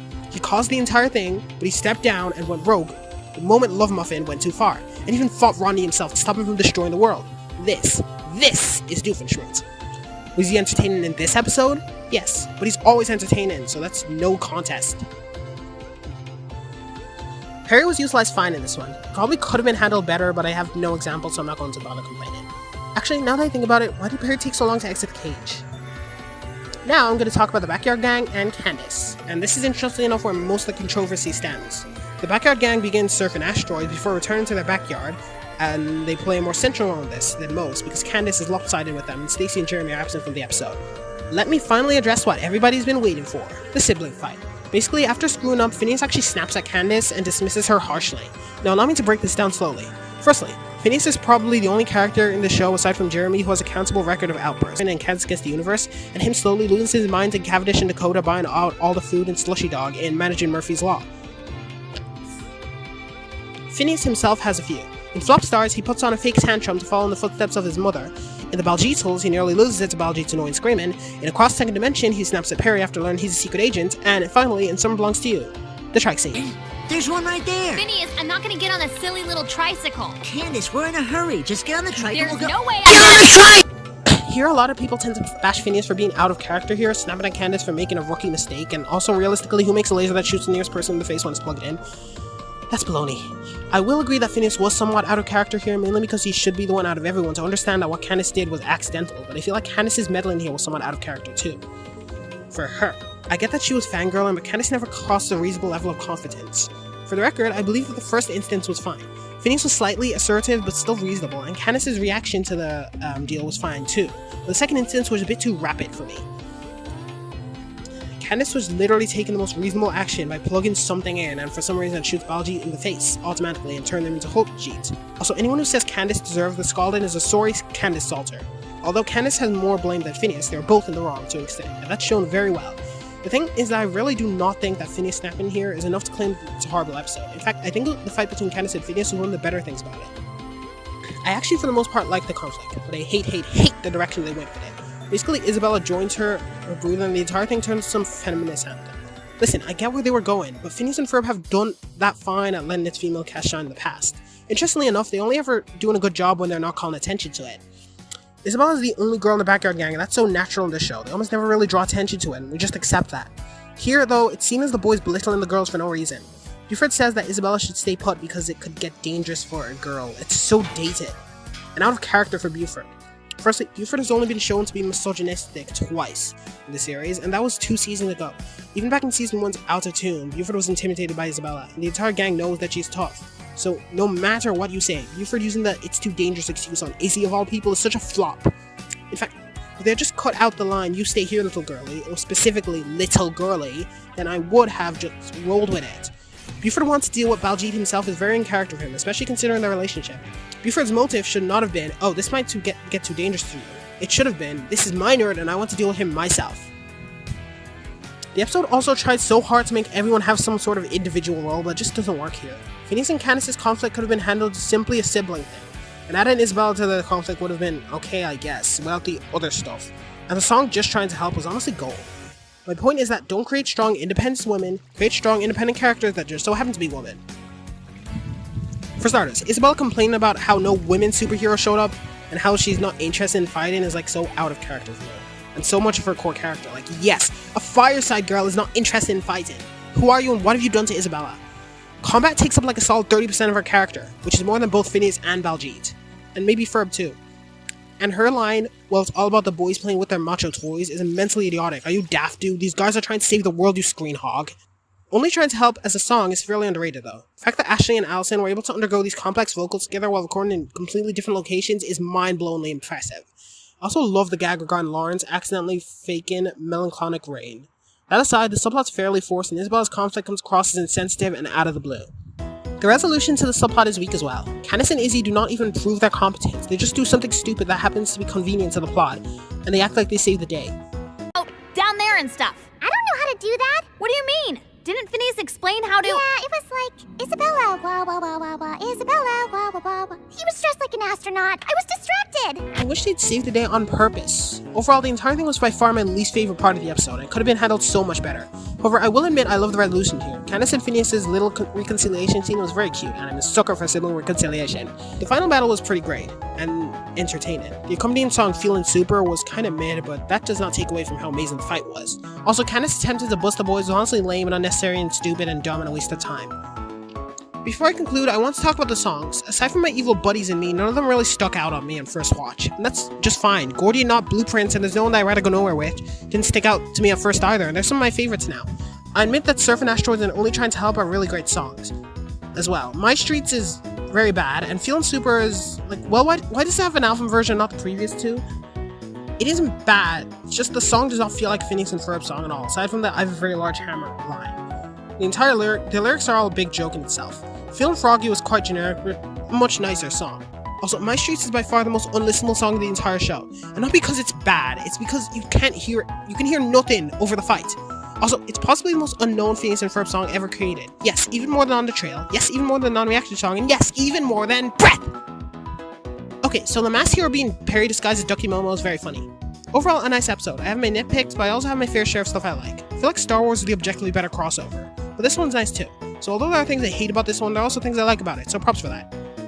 Also, the Stan Lee cameo was really nice. Rest in peace to him. Number 154, Mom's Birthday. This episode started off quite cruel as a torture episode for Candace, who was being overshadowed by her brothers in every aspect, but the song made up for it, as it seems having Linda hear it was enough to fix Candace's mood, and it really goes to show how good of a person she actually is. Doofenshmirtz plot was directly interfering with this one, while still being entertaining itself. Especially love the fact that Candace can only play every instrument that starts with the letter B. That's even nodded at in the episode Great Balls of Water in Season 4. And more importantly, never directly contradicted. Granted, you'll need some very specific writing choices to contradict something as specific as that. Number 153, That Sinking Feeling. I have mixed feelings on this one. On one hand, the premise attempted to subvert stereotypes regarding girls was nice, but the issue here is that they do a terrible job. Think about it, they tried to prove that women care more about just romance, yet they make sure to remind us how major of a trait romance is in every main girl, save for Stacy. Not a good look on them. I'm glad Baljeet learned his lesson by the end of the episode, but Phineas had a painful view on the entire thing. If this has taught me anything, it's that the writers are really bad at these sort of plots. But considering how more recent Dwabbyverse girls are written, I gotta say, they're definitely improving. Melissa's a tomboyish girl who's allowed to be girly. Sarah's in love with Neil, but it's not too major in her character, with Dr. Zone taking up most of it. Gretel gets to just be a kid, and Fred has shown zero signs of romantic attraction towards anyone, and I liked it to stay that way. The rest of the episode was good though. I liked how Mishti is interpreted by fans as trans femme, honestly, and I stand by that headcanon. Phineas is very funny in this episode too, and the song Both of Romance is a nice parody of the theme song of the 90s show The Love Boat, which is parodied again in Mal Murphy's Law. Seriously though, can the show give Doofenshmirtz peace for once, like seriously? Number 152, The Curse of Candace. This one was very funny. Candace thinks that she's become a vampire and goes on a rampage while Dr. D tries to turn Daniel Rustic. The song was kinda awful, and Phineas and Ferb don't do much themselves. This episode's still a fun episode. Love the interaction between Stacy and Jeremy, and Ferb is one moment that gets me on the floor every time. Besides, you know, 3 guys from Kenya. Because I'm a vampire, Phineas. What makes you think you're a vampire? Well, I can lift heavy objects and I can levitate, and I can't see my reflection in the mirror. It sounds like a vampire to me. Candace, that was just some stuff we made for our friends. Also, Candace literally dying at the end for some reason was so uncalled for yet The hilarious. sun has absolutely no effect on you. Ferb, we're gonna need a dustpan and some glue. Number 151, The Belly of the Beast. This is a very fun episode. The Shark of Danville Harbor was a nice song, though the lyrics are somewhat difficult to keep up with. Stacy was again downright adorable in this episode, and Candace was just epic as well. Really? Really? Ah, it's the octopus that ate me pancreas. Thank you. I love her determination, and I love how chill Phineas and Ferb are with everything going on, even after the captain gets eaten by the shark. Doofenshmirtz's subplot was nice, but this has got to be one of the most disgusting evil schemes yet. Also, Perry was a jerk. Number 150, Hip Hip Parade. This episode's got to be one of the most forgettable episodes in the entire series, which is ironic considering that's an episode about Tri-State Area Unification Day. Firstly, the duplicates in Aether feels too similar to the Aether from the Ons of the House. Okay, maybe that's because the second one's a clone of the first. Okay, never mind. The subplot regarding Candace just added insult to her wound, and I found that Pharaoh Curl stroke to be very funny. Buford and Baljeet were the highlights for sure, and also that one kid who kept toggling between random Who's in accents. the parade, and I'm the Vegetable samosa. samosa. Hey! Buford? I thought I was supposed to be the vegetable samosa. Why can we not both be vegetable samosas? Oh, sure. 2 vegetable samosas. Why don't we all just dress like vegetable samosas? In fact, why don't we just all dress like mashed potatoes and take the word exotic right off the side? Buford, wait! No, man. It's over. I'm gonna go find another nerd. But what about the Tri-State Area Unification Day Parade? What? Is that what this parade is for? Does no one know what today is? Well, excuse me, but that adjacent area was founded by my great-uncle Otto H. Adjacent. He didn't want to be no part of no tri-state unification, and neither do I. The blood of Otto H. Adjacent runs through these veins, and blood is thicker than area secession are through. I gotta stop it. What is your next plan? I know it is going to be something clever. That's it. The other accents were amusing, but that one's just offensive. Wait, what about me? I'm firing you as my nerd. Das ist nicht To go do something to balance out the universe. See you on the news. Wait, no, Buford, no, please don't! I was going to eat those jelly donuts. Missed you, Baljeet. Right back at you, buddy. The Tri-State Area Unification Day song was by far the weakest of all Love Handle songs, including Goulash from Milo Murphy's Law. Number 149, Law Gnome Beach Party of Terror. Depending on how you watch the series, this is either the second or the first episode in the series, and the boys' backyard beach is one of the most iconic Phineas and Ferb shenanigans to date. Basically, the boys build a beach in their backyard, and Candace actually gets invested in it due to Jeremy's appearance. This is also the first appearance of both Stacy and Jenny, so this episode must be treasured for that reason alone. This episode has 3 songs by the song Backyard Beaches, by far the most iconic songs of the entire franchise. Sure, it definitely isn't as good as a lot of people claim it is, but definitely certified banger. When watching this episode, remember that Jeremy was originally not meant to actually appear in the series. That would have been lame. This is also Buford and John Go's first appearance in the series. This is also the episode where the writers finally came up with a fixated idea for Doofenshmirtz and his idea of taking over the tri-state area. And it's also the origin of this iconic joke. What? Wait! Who are you? A platypus? Parry the platypus! And it was also the origin of the entire backstory gig that Doof lives on. And the iconic Lawn Gnome backstory. Overall, very good and iconic episode. No Great way to start the series. No yodeling. I don't like this any more than you do. First up in the surf contest is Bobby Nelson. Oh, and Nelson eats it on a 5-footer. And there's Django Brown shooting the curl. And here comes Buford Von Storm. Oh! He pummels Brown with a Philadelphia traffic stop. And now he's got him in a half Nelson, now a full Nelson. Oh, and now he's actually beating him with Bobby Nelson. Here's the scores from our judges, and Buford doesn't like it one bit. Number 148, Ragin' Bully.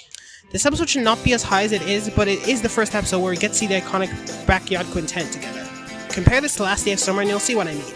This is also Baljeet's first appearance in the show. Basically, Buford and Phineas undergo a brawl at the mall, and Candace tries to bust them for it, while simping over Jeremy. The resolution of this one is funny, and the song He's Just a Bully is very good as well. Though it's a jumble of bully stereotypes that don't even fit Buford for the most part. The B-plot was okay. This is one of Doof's most iconic backstories to date, with the ever-odd parents not showing up for birthday. So that's where most of the carrying lies. Also, I personally don't like the resolution to this one. Doof's birthday gets completely ruined, and it wasn't even funny.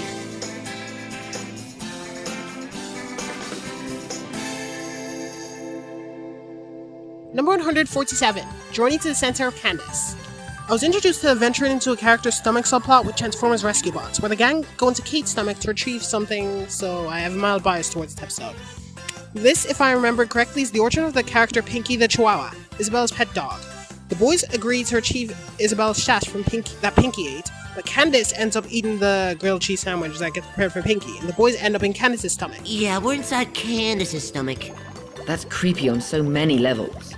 The song of the episode, Hemoglobin Highway, is incredibly smooth with heavily clever lyrical choices, and one of the most underrated songs in Season 1.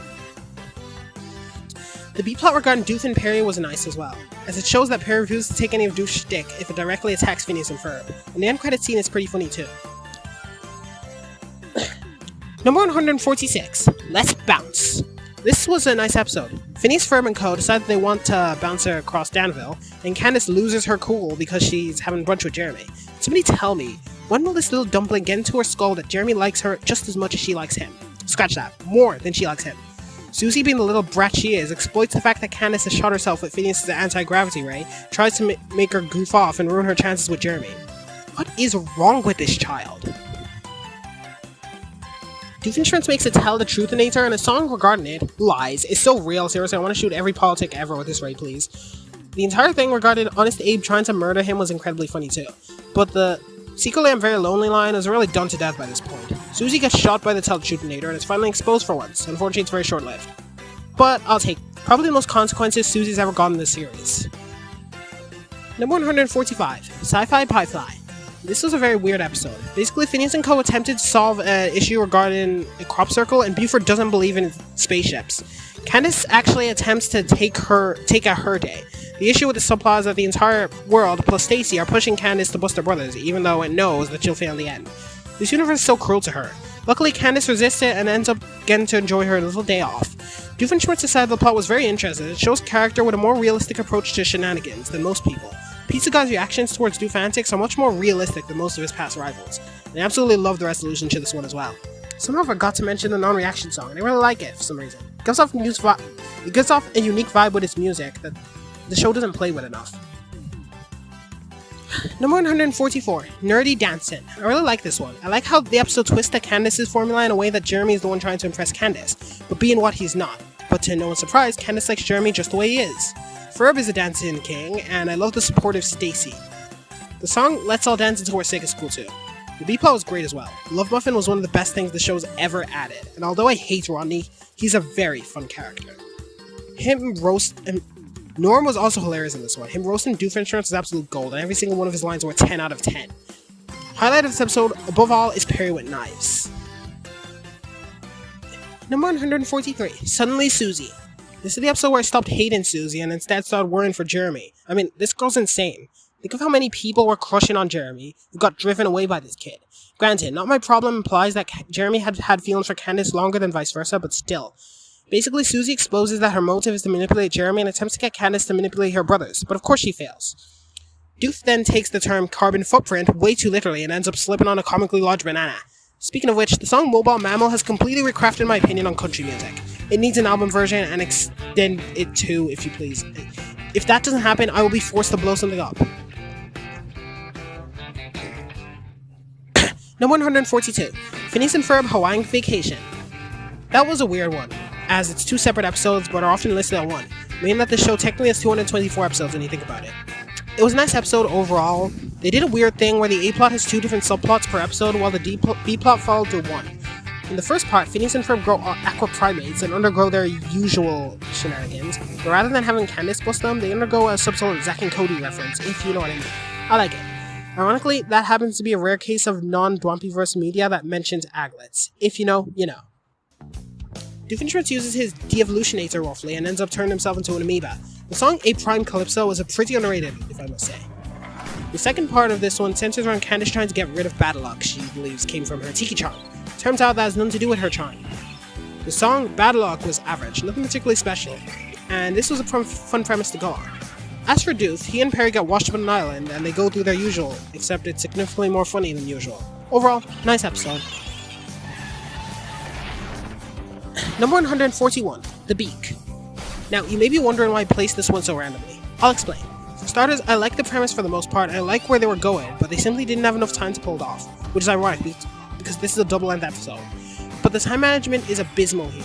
Basically, the boys unwillingly become superheroes and Heinz becomes the mayor. Now, the first 5 minutes of this one was solid. They set up both subplots very well, have a really hilarious scene with Buford and Baljeet, and Heinz's opening scene is really fun as well. Look, it's your favorite calculator and some math problems. Ooh, fractions? Baljeet! I got you! What is that? This is so much worse than hitting the ground! You saved my nerve! This episode also sets up a female conflict, and honestly, I was dying to see how it was done. This episode is a perfect example of great concept, not as great execution. Now, I do not think the episode was bad, but a lot of the writing choices came out of nowhere. Firstly, I did not like Kakapupu at all. The way characters reacted to his antics were funny as heck, but he himself was honestly kind of unfunny. I wish he could have been a threat, even for a short amount of time. Like maybe actually kidnapping Candace. Even then, his teaming with her only lasts like 2 minutes. I get this is a kid's show, but the same kid's show has tackled wacky topics many times before and actually let stories play out in a serious manner. The 3D flying of the beak was also kind of disturbing to watch. Heinz was wasted in this one. For starters, Roger was an absolute scumbag in this episode. He throws his brother under the bus just because things are getting out of hand and they might get in trouble for it. sort of mayor are you? Hines wastes half of the episode being stupid, and Perry doesn't really do anything either now that I think about it. The song Yippee-Ki-Yay might as well be one of the worst songs of the entire show, but the Beak song was actually much better. I absolutely adore how all the lyrics are pretty much just the viewers being dissed and belittled. The conflict between Isabella and Phineas was honestly resolved really badly in this one. Well, at least that's what my script says. I actually think it was handled very well. I especially love the part where Ferb has the solo and Phineas saves Isabella himself. In general, I believe that Finnabella really sold this episode, and that this is one of the best Finnabella episodes.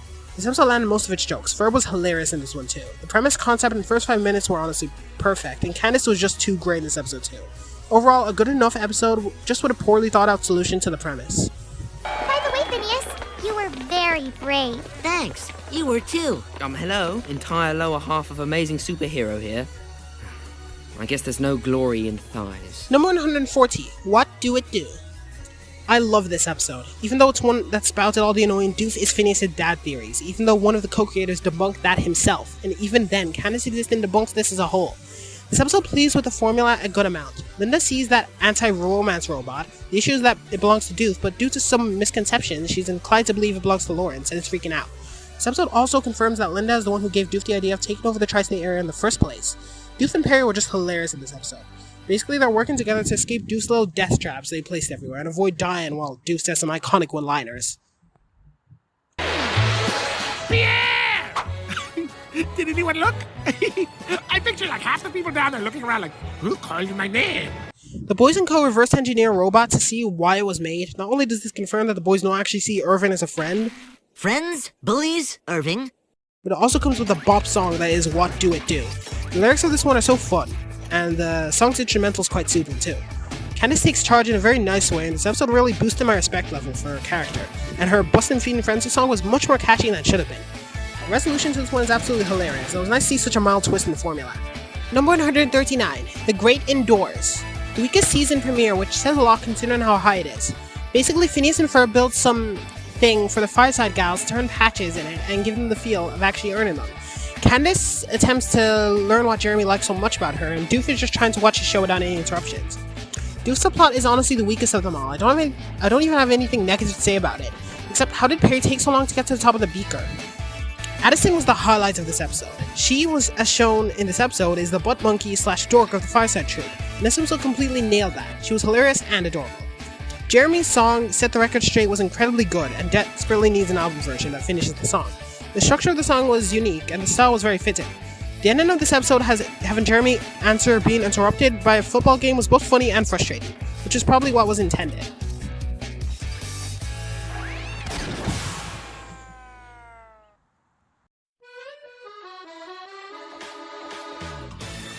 Number 138, Magic Carpet Ride. I like this episode. The song of this one, Ariel Rug, was really nice and a soothing song.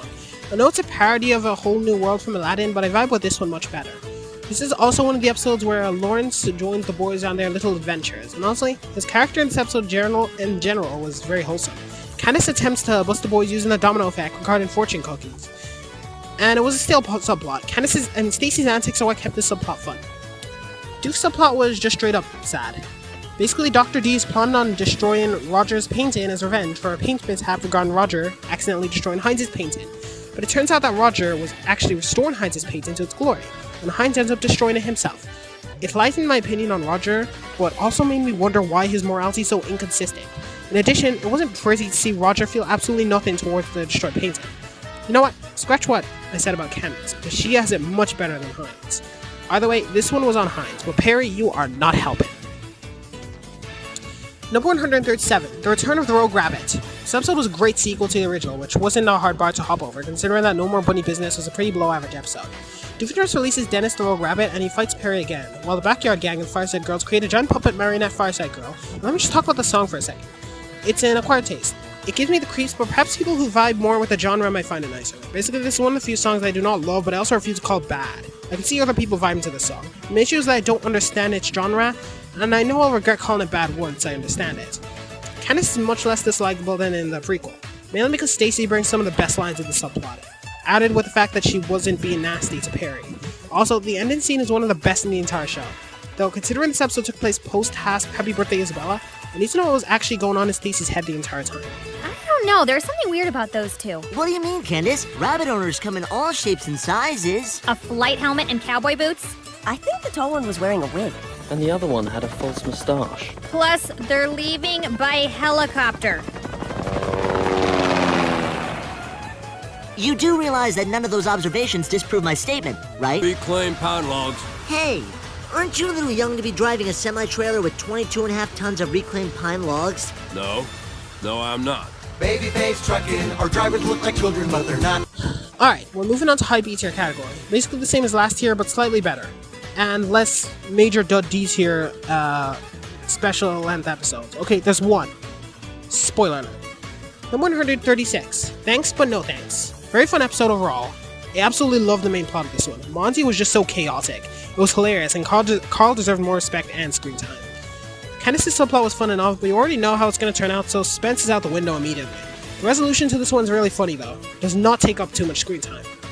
The Phineas and Ferb subplot has so little screen time. I tend to forget it's even there. Also, the song Pyramid Sports has got to be one of the most repetitive songs of the entire show. Like, seriously.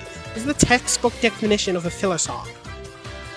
Overall, I think it was a pretty satisfying resolution to cause blackmail and foreshadowed in My Sweet Ride. And aside from the song, the only thing keeping this episode is the fact that Balanced Force subplots didn't work out very well. They very much could have just copped Candace's out, even though her subplot was very funny.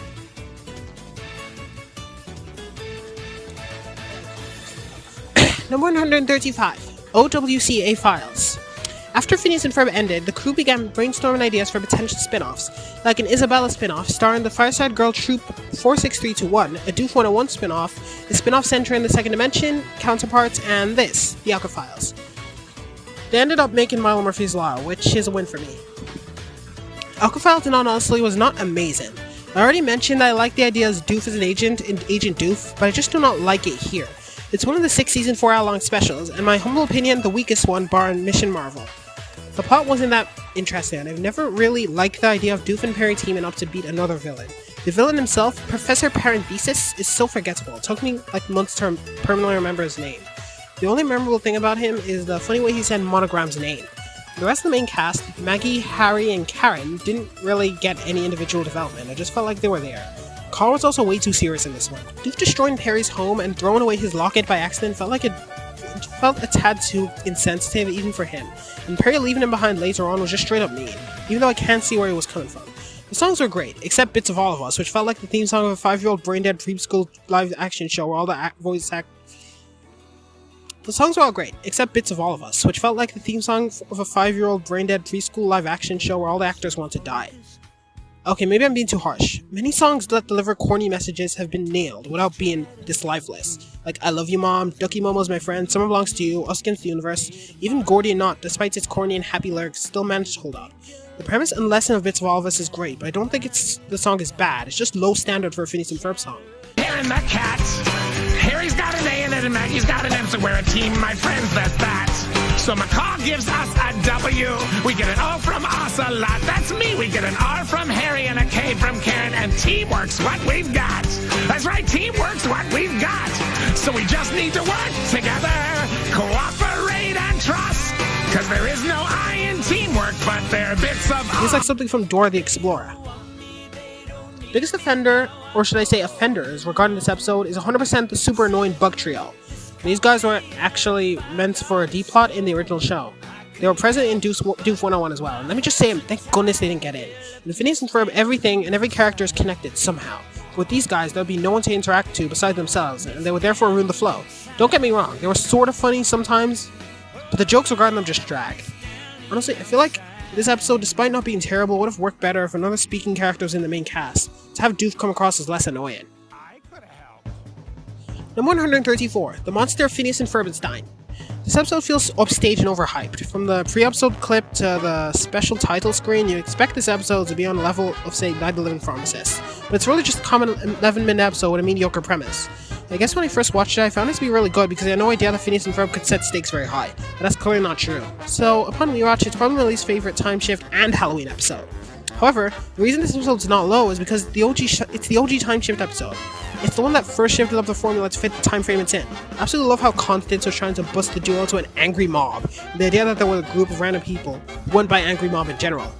He's Eviler is also an immensely catchy song, seriously. Either or, it's a good episode, just fails to do anything interesting. Number 133, Bullseye. This episode's fun enough. Basically, everything that happens inside the Love Muffin plot is mid. Phineas and Ferb shoot darts and Candace gets lost in the bus paradox. The real highlight is Lawrence nearly becoming the supreme leader of Love Muffin due to getting shot by Deuce make everything evil in nature. I'm not calling that an anizer.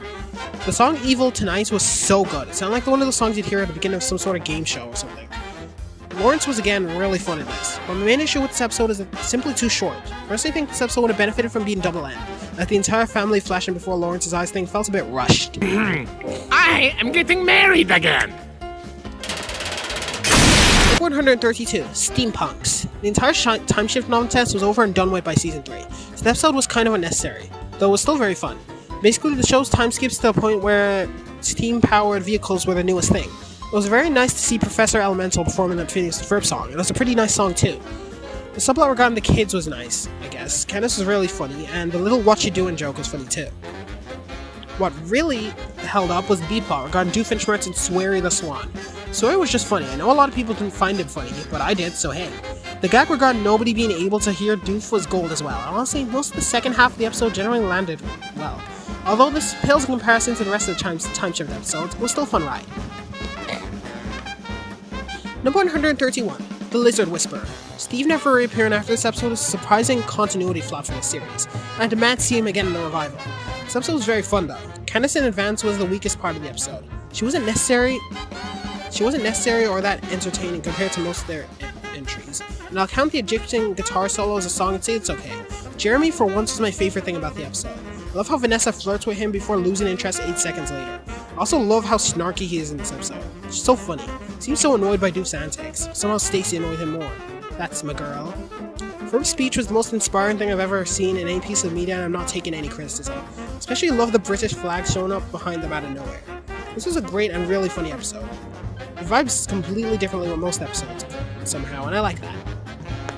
Number 130, Phineas and Ferb Musical Tastic Countdown. Remember 90 entries ago when I talked about that dumpster fire Trastastic trash down? Well, this is that done, but better.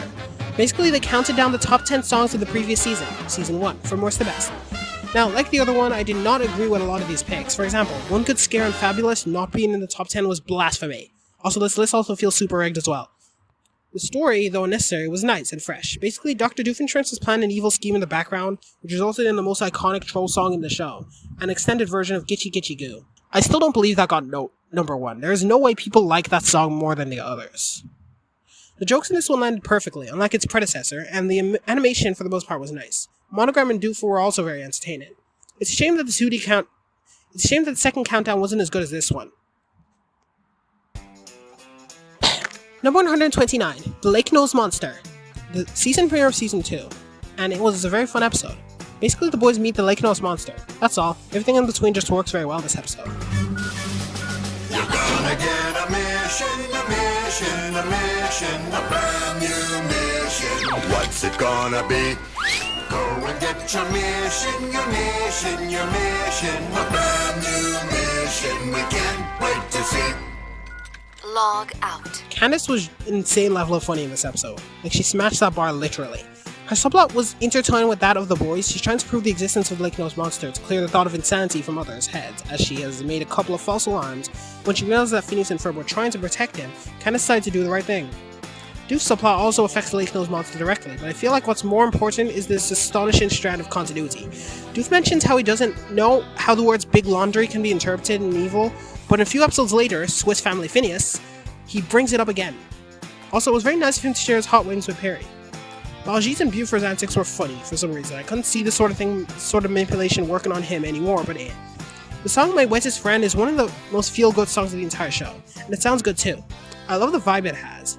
Similar to You've Got a Friend in Me from Toy Story. The lyrics are funny too. Save You, Save Me was a solid song, despite being like 10 seconds long. Love how the lyrics are just complete nonsense. Overall, a great start to the great season, and the second best season premiere. Hello? Phineas, is your refrigerator running? We don't have a refrigerator, Baljeet. Then you better go catch it? I thought you said that would be funny. It was! You look stupid! Number 128, Jerk de Soleil. Wow, Django actually getting to do something. Like he looks like a part of a backyard gang in this one. What might have been. The gang build a circus and do common circus stuff, basically. Candace is the real highlight here. After Jeremy brings her wild parsnips, which she's allergic to, she gains Dan Povenmire's voice and sings a common blues melody. To be fair though, I completely understand why EVILBOIS is so popular. It's much funnier in context of the episode. Candace gets launched out of a tent and the next thing we see her is dragging painfully on the ground. Yikes. Also, this one rival person appears. I'm pretty sure this and Hail Dufania are like her only appearances, and I literally cannot even remember her name. That's first season syndrome for ya. Doofenshmirtz tries to make everyone's voice higher. Let me tell you, Doof, having a high voice is not all that bad. The vocal ranges you can crack are enviable. Well, that of course comes down to whether or not you're a good singer. I like how Perry takes time to return to the tent to perform in Phineas and Ferb's little show. So wholesome. Also, Monogram's definitely a man-child. Equipment and elocution tapes. We don't know why. Where are you going, Agent P? Wait, don't go. I'm not laughing at you. I just heard a funny joke earlier this morning, and please, Agent P, turn around so we can conclude our meeting. Number 127. What did I miss? The writers decide to make a completely random recap episode about a completely obscure day that never happened. The clever part of the writing is having Ferb and Perry be absent from the previous day, so a character from both subplots can be used as a device to run the recap. Candace joining didn't make much sense, though. If Candace wants a confession, she could ask any other day, because the boys are mostly truthful about their shenanigans to Linda. She just believes it's in their imagination. Basically, Buford and Baljeet found lost domesticated squirrels that have all lost the brain cells, and them, alongside Isabel and Phineas, try to help them regain their identities. Doof attempts to carry out his normal evil scheme with a different agent, but turns out mid, so Doof ends up winning a contest.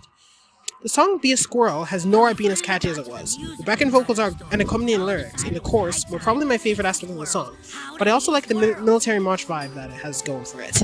Number 126, Fly on the Wall. Third episode of season 4 and they're already running out of ideas. Oh boy, this is gonna be one bad season. I'm not serious. I like the Not to Summer Where Do We Begin song near the beginning of the episode. I also like the idea that Doof running out of ideas for evil schemes and Perry helping him get back on the game. It was a breath of fresh air. Basically, the takeaway of this episode is that Candace gets turned into a fly because of Buford's meddling. The song, Fly on the Wall, is actually really good. Also, if I'm gonna be honest, I love how Candace has become both a metaphor/idiom and a literal fly on the wall in terms of her position in Jeremy's room. I also love how Candace isn't even that mad at the boys. She thanks them and doesn't even attempt to bust them, despite the fact that Phineas himself knows that Candace was turned into a fly due to Buford's meddling and that was somewhat his fault.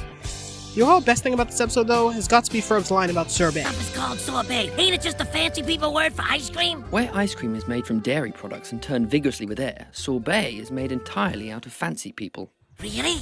No, not really. Number 125, Des Plaines.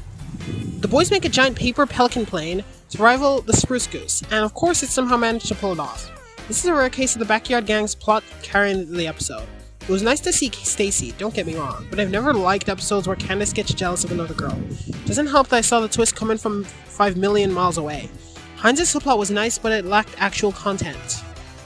The highlight of this episode is the peanut joke regarding Baljeet. It happens to be one of the most popular Phineas and Ferb clips on the interwebs, and for good reason. There are just so many layers to this joke. And then there's also the song Big Ginormous Airplane. It gives off a specific vibe that it cannot really pinpoint, and I like that. Nice song. Number 124, Oil on Candace. The closest we ever get to a Django episode. I'll keep dreaming.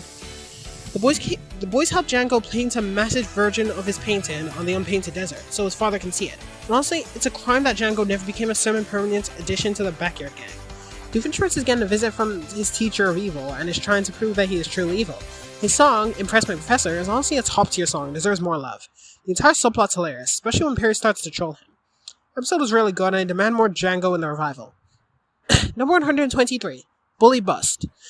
Wah! Just kidding. Doof being high on caffeine is honestly the best thing about this episode. His hyperactive antics were really funny and just made his evil scheme all the more entertaining. Candace recruits Buford's beer busting stooge for the day.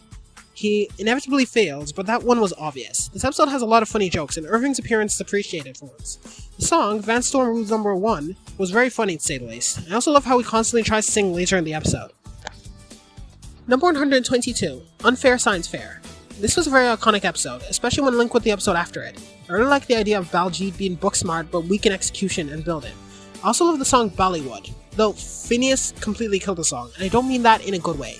The dude was literally roaring. I know what we're going to do today. Ferb and I are on the case. The boys helped Baljeet build a portal to Mars because apparently the latter cannot stand getting less than a perfect grade on anything, and even then, he pieces out after getting his grade. The constant running gag of Doofenshmirtz losing to a baking soda volcano is just way too funny. It's a clever pun on the idea that baking soda volcanoes being very basic and overused in science fairs. I do not like the gag of him being punched by random people. I mean, he absolutely earned it for the first time when he made fun of the lady for having such a low voice, but the second one was just add an insult to injury. Candace competes against Anne Bootchoy for a job at Slushy Dog, and this was by far the weakest subplot. Not bad though. Number 121, The Innator Method. This is a very special episode, as it's the last slice of life episode in the series. It's fun as well. I love how the boys recruited all the kids for the little invention. Django, Jenny, and even the ball pit kid are here. They all have common planet race, and it's nice. It's nice to see Candace and Stacy playing a Ducky Momo game together. It's so wholesome, and she's really grown since the Nerve of Feather episode. Subplot's basic, she tries to multitask and fails miserably. Doof's plot is 100% my favorite, no question whatsoever. The song, The Innator Method, is mostly carried by the super catchy chorus and the backing vocals, but Doof diving straight into the song by roasting people is so perfectly in tune with his character in so many ways. Maybe you're a loser who's been sleeping in his car, or a crazy person saving all their toenails in a jar. Nice. Number 120, Cheers for Fears. This was a great Season 4 episode. For starters, I love the idea that 50% of Stacy's budget is used on bows. This is the best Kenderami episode of Season 4, aside from My Sweet Ride. And the premise is great. Extra points for having Candace working with the boys. Buford has the best lines, and the song, Scrapbook of Memories, is very good. However, the fourth weakest Love Handle song. I don't know why I added that in. The bridge in this one is just somewhat similar to that of Taking Care of Things, from the Across Second Dimension movie. The B-plot of this one's gold. Has a solid Across Second Dimension reference, and I love how the moment Perry saves him, Doof just completely abandons his evil scheme and lets Perry leave early. Season 4 struck gold with wholesome episodes, and this was one of them. Number 119, A Phineas and Ferb Family Christmas. This episode has its negatives. For starters, all three of the songs are just lazily plucked from the albums for use, and Stacy, Jeremy, and even Vanessa are absent from this episode. But this episode's filled with positives too. For starters, the entire thing with Kelly Clarkson was amazing. Her songs are great, so having the takeaway be that she never gets to sing because Phineas is too oblivious to understand sarcasm is funny. I also love how serious Phineas was taking Perry's absence, and how everyone else was just weirded out by the fact that he's taking the fake Christmas so seriously. I also love how Candace ends up loving the entire thing by the end of the episode. The songs themselves are hard to judge as part of the episode because they existed as albums first, but in a nutshell, they're all pretty good. We Wish You a Merry Christmas was definitely my favorite.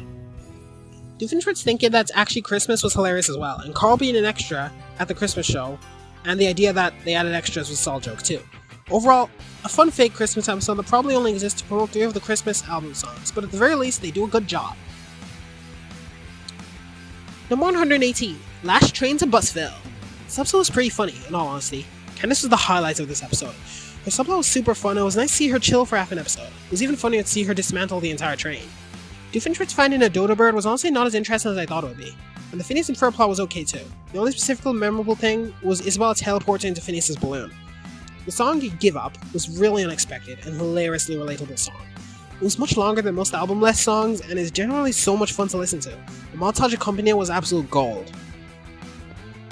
The overall favorite thing about this episode is Candace's interactions with Glenda. Like, first she doesn't listen to a single word in her speech save for give up, then she mistakes an accident for a mentor cliche and uses that as her motivation to continue to bust their brothers. I don't know, something about the way it's handled is just comedy gold. This episode was overall very fun. Just felt like Candace stole the show a bit too much. Number 117, When Worlds Collide. This is a very great episode. I love the song Whale Mingo. I have to give kudos to Buford's voice actor, Bobby Gaylor, because this is possibly his best solo song, and the song would still be great without the backing vocals. Song genre is not one used much in the show, but it's slayed here. While she completely roasted Buford throughout the episode was the best thing about this subplot, and I really like the idea of them fighting like a couple. There's also the iconic Keys line. Doof's subplot was great too. The double Dutch song was much more catchy than it should have been. I love the idea of Doof randomly pulling a plane towards the Earth by accident. Such a Doof thing to do. Candace's subplot was fine enough too, but it shows that her dedication is way too unhealthy. She's also broken like every rule on the Buster Cord at this point. This also confirms that this episode takes place on the same day as the Giants episode. Number 116, Hide and Seek. This is the introduction of the character Irving, and honestly, as creepy as it was, this introduction was funny. I really thought he was a self-insert when he first appeared on screen, I'm not even joking. And I know I'm not the only one. This very first scene of the episode was also super funny. Basically, the kids play hide and seek, and I know it sounds basic, but as always, they managed to make it fun. The song When You're Small is quite generic, with nothing more most other songs don't have. The line When You're Small and Your Dad Combs in jail completely solos. Baljeet and the Flies was the highlight of the episode, simultaneously the funniest and the most disgusting thing ever, especially considering that we see Candace turn into an actual fly in a future episode. Let that sink in.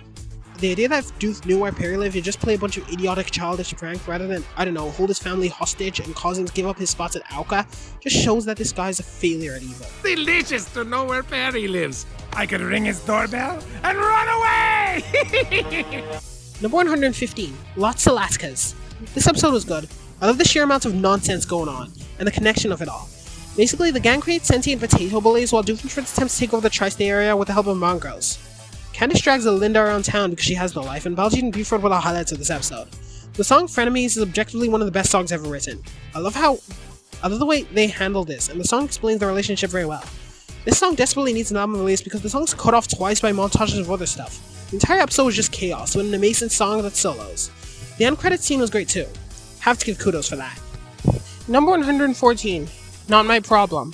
This episode taught me about the Gordian knot because I honestly had no idea this story was a thing before watching it.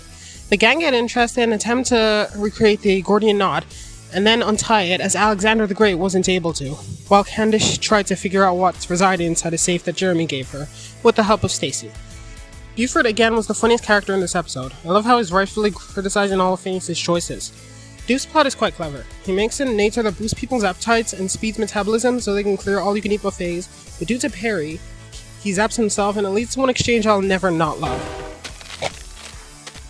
How can you eat like that and stay so thin? Oh, I built an all-you-can-eatinator, and it speeds up your metabolism so you don't gain any weight no matter how much you eat, ever. You should mass-produce that machine. Everyone would buy one. You'd be a millionaire.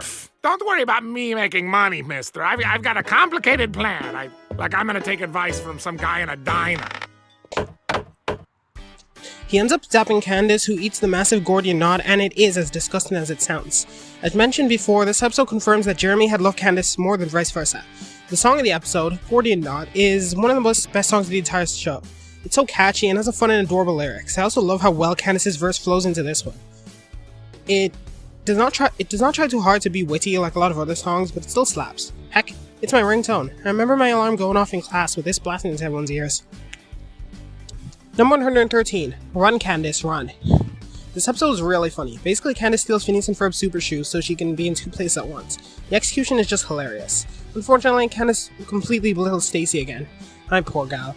Phineas and Ferb themselves are super irrelevant in this episode. Like, they only have like 3 scenes, aside from the first one. Doof is gonna lose his apartment floor and refuses to call Charlene, and this part was honestly really funny too. The song, Run Candace Run, was a really nice song. I love the electric techno vibe, and the verse starts to die for. The chorus is quite repetitive though, unless you really love this genre, and I do not see you vibing with it. In my case, I'm one of those people who heavily vibe with this genre, and this song.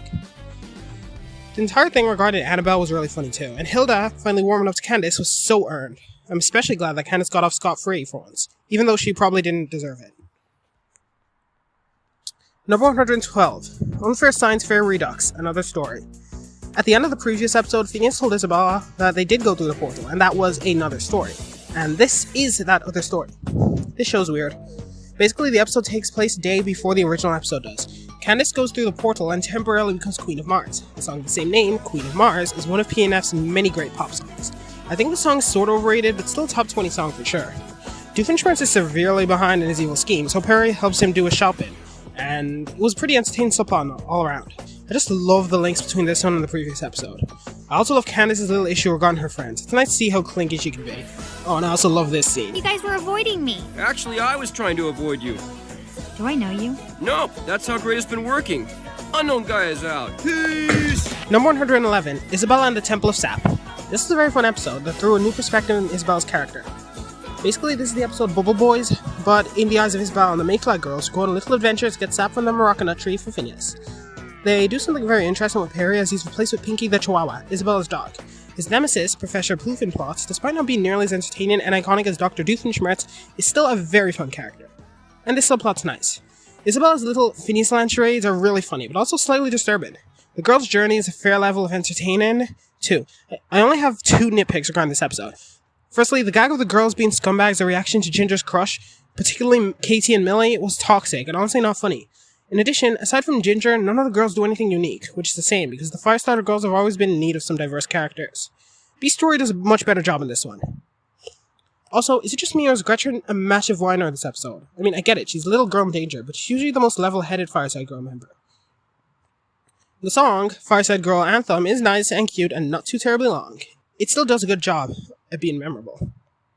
Alright peeps, we're moving into low A tier category, and basically we're reaching the point where of amazing episodes. Basically, the episodes in this tier are all great, solid all around, and even more than that. Episodes here are really not hard because they either have an imbalance of subplots or weak song or something dumb like that, I know.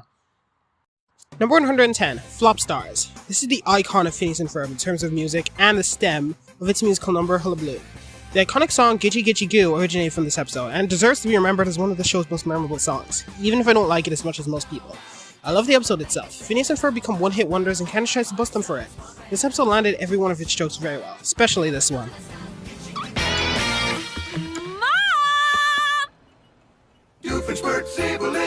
Sorry, Perry the Platypus, but you are too late!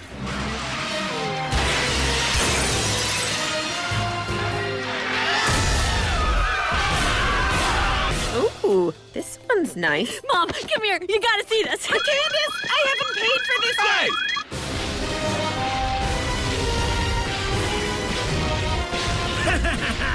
When it comes to havoc, nobody reeks like me! Oh, wait, you're not supposed to touch that! Ain't no fair!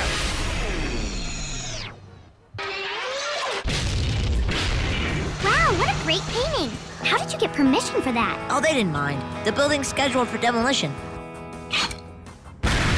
Doofenshmirtz was really funny in this episode as well, and his plot was solid too, especially when it directly interfered with the boys. It also made me realize a first season syndrome symptom I didn't talk about previously. How Doofenshmirtz's relationship with Perry was more cartoonishly violent and less complex, though that's more of a case of character development, I must say. I do love how Lindana-related stuff carries on to other episodes, and I really like what was done with it here too. Gitchy Gitchy Goo is a catchy, senseless pop song, and it was nice to see Candace happy for a split second. Also, this is the debut of Marty, the Rabbit Boy, in his musical blender. Awesome. Overall, this is and always will be one of the most iconic Phineas and Ferb episodes in the entire show. Number 109, B-Story. The connections between this one and B-Day are honestly much better than the connections between Temple of Sap and Bubble Boys. The subplot regarding Professor Poofenplots is much better than the one in Temple of Sap episode 2. The girls individually are much more diverse and entertaining than the original, especially Gretchen and Casey. They're all given fixated personality traits and quirks, aside from Millie. The girls exploit Phineas' sorbet machine in order to round up the bees, and end up directly interfering with Dr. Doofenshmirtz's plot from the previous episode. Ginger's antics were also really nice. Poofenplot's subplot is even more disgusting than Deuce from the previous episode, and in addition, it's even more bogus. Luckily, thanks to Pinky, she fails. I also find it hilarious that Love Muffin refuses to accept her. Seriously, I just see her watching from a window while the others get to control Danville using Doofenator regarding moving the sun. The song Waggle Dance is outright weird. Ginger used the knowledge she learned from Baljeet to teach the girls about bee communication by shaking their behinds. Now, firstly, the idea that none of the other Firestarter girls knew about this beforehand is beneath me. Secondly, I honestly don't think the execution is as awful as everyone says, as a form of a song was just weird, but my bigger issue is that the song itself felt like it came out of absolutely nowhere. It felt unnecessary. Plus the song Ant Society pulled this off so much better. To be honest, I'm probably just salty that the song has an album version even though everyone hates it. The little honey joke at the end of the episode was gold too also. Number 108, Chez Platypus. This episode was really great. It was funny seeing Candace slowly losing it because Buford won't let her and Jeremy into the restaurant. And I also love the fact that Perry most literally got his foot stuck inside the door and Doofenshmirtz pretended it was actually a trap. Aside from that, the episode did not have much content, because all three subplots were taking place in the same location. Oh, and the giant floated baby head appeared too for whatever reason. The Happy Leave a Love song holds up as one of the most iconic cartoon love songs to date. I both love and hate how there's just one line of Doofenshmirtz most literally screaming. The end credits just shows how evil the show is to Doof. You did not have to do him like that.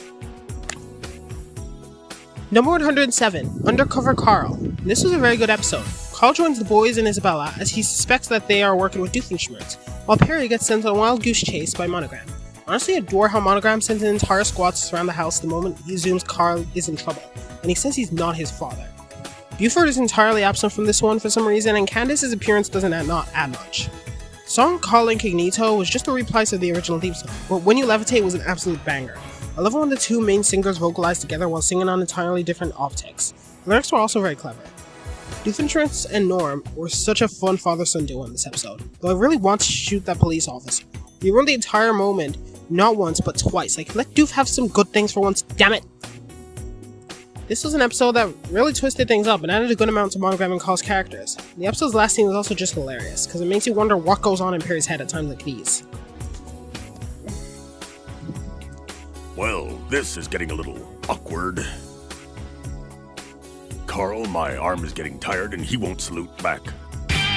Number 106, She's the Mayor. This is one of the most interesting episodes in the entire series. Candace becomes mayor for a day and abuses her power in a way any teenager would, with the help of Stacy, who just looks so darn adorable in that little costume. The song Ordinary Day feels more like a background music for a montage, so I basically cannot hear a single lyric in the song. Candace actually succeeding in busting the boys was so satisfying to watch, but unfortunately, the entire day gets undone due to Doofenshmirtz, who has been using a nature to speed up his and Roger's golf game.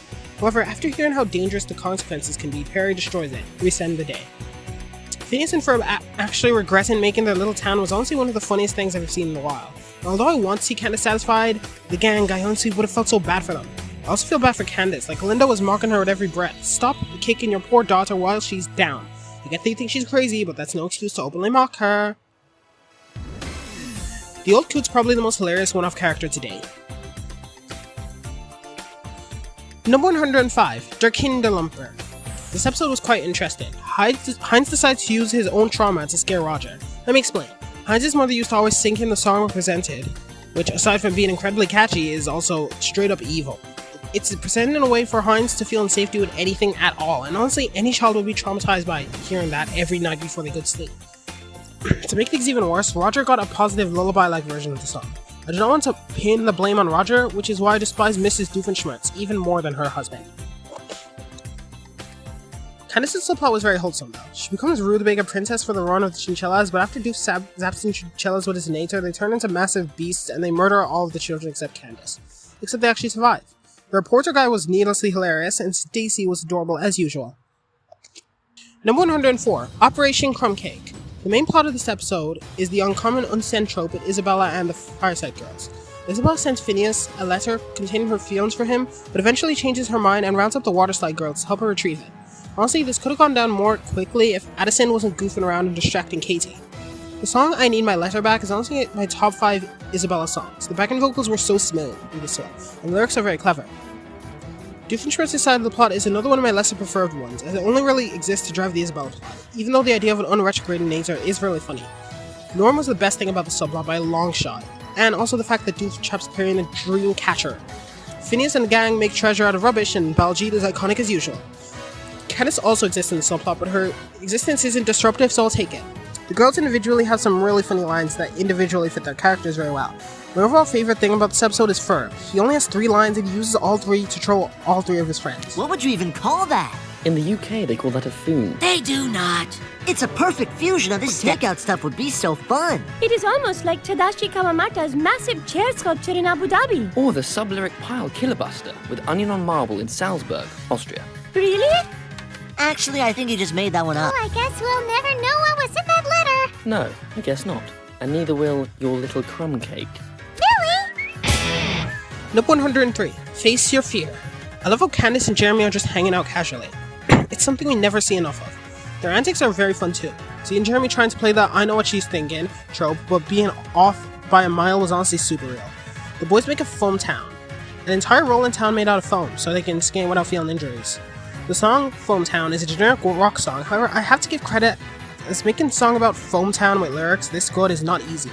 The guitar goes hard in the song, and so does Ferb. Also, the song's bridge, while quite overdone in this show's soundtrack, is pure fire, especially when you actually hear the lyrics. The montage is also really smoothly animated. I like it to an insane extent. Doofenshmirtz's side of the plot was my favorite. I love the little family dynamic and diverse reactions of the individual members to the giant bat. I also love how Vanessa is so chill with her dad getting kidnapped by a massive bat, like the daily occurrence for her or something. The Irish Rover song had me dying because Irish stereotypes always make me laugh. I also love the idea that all the kids being skateboarding legends, bar Buford, who's a rookie. Number 102. Number 102, Candace Disconnected. Missed opportunity to call this one Can Disconnected.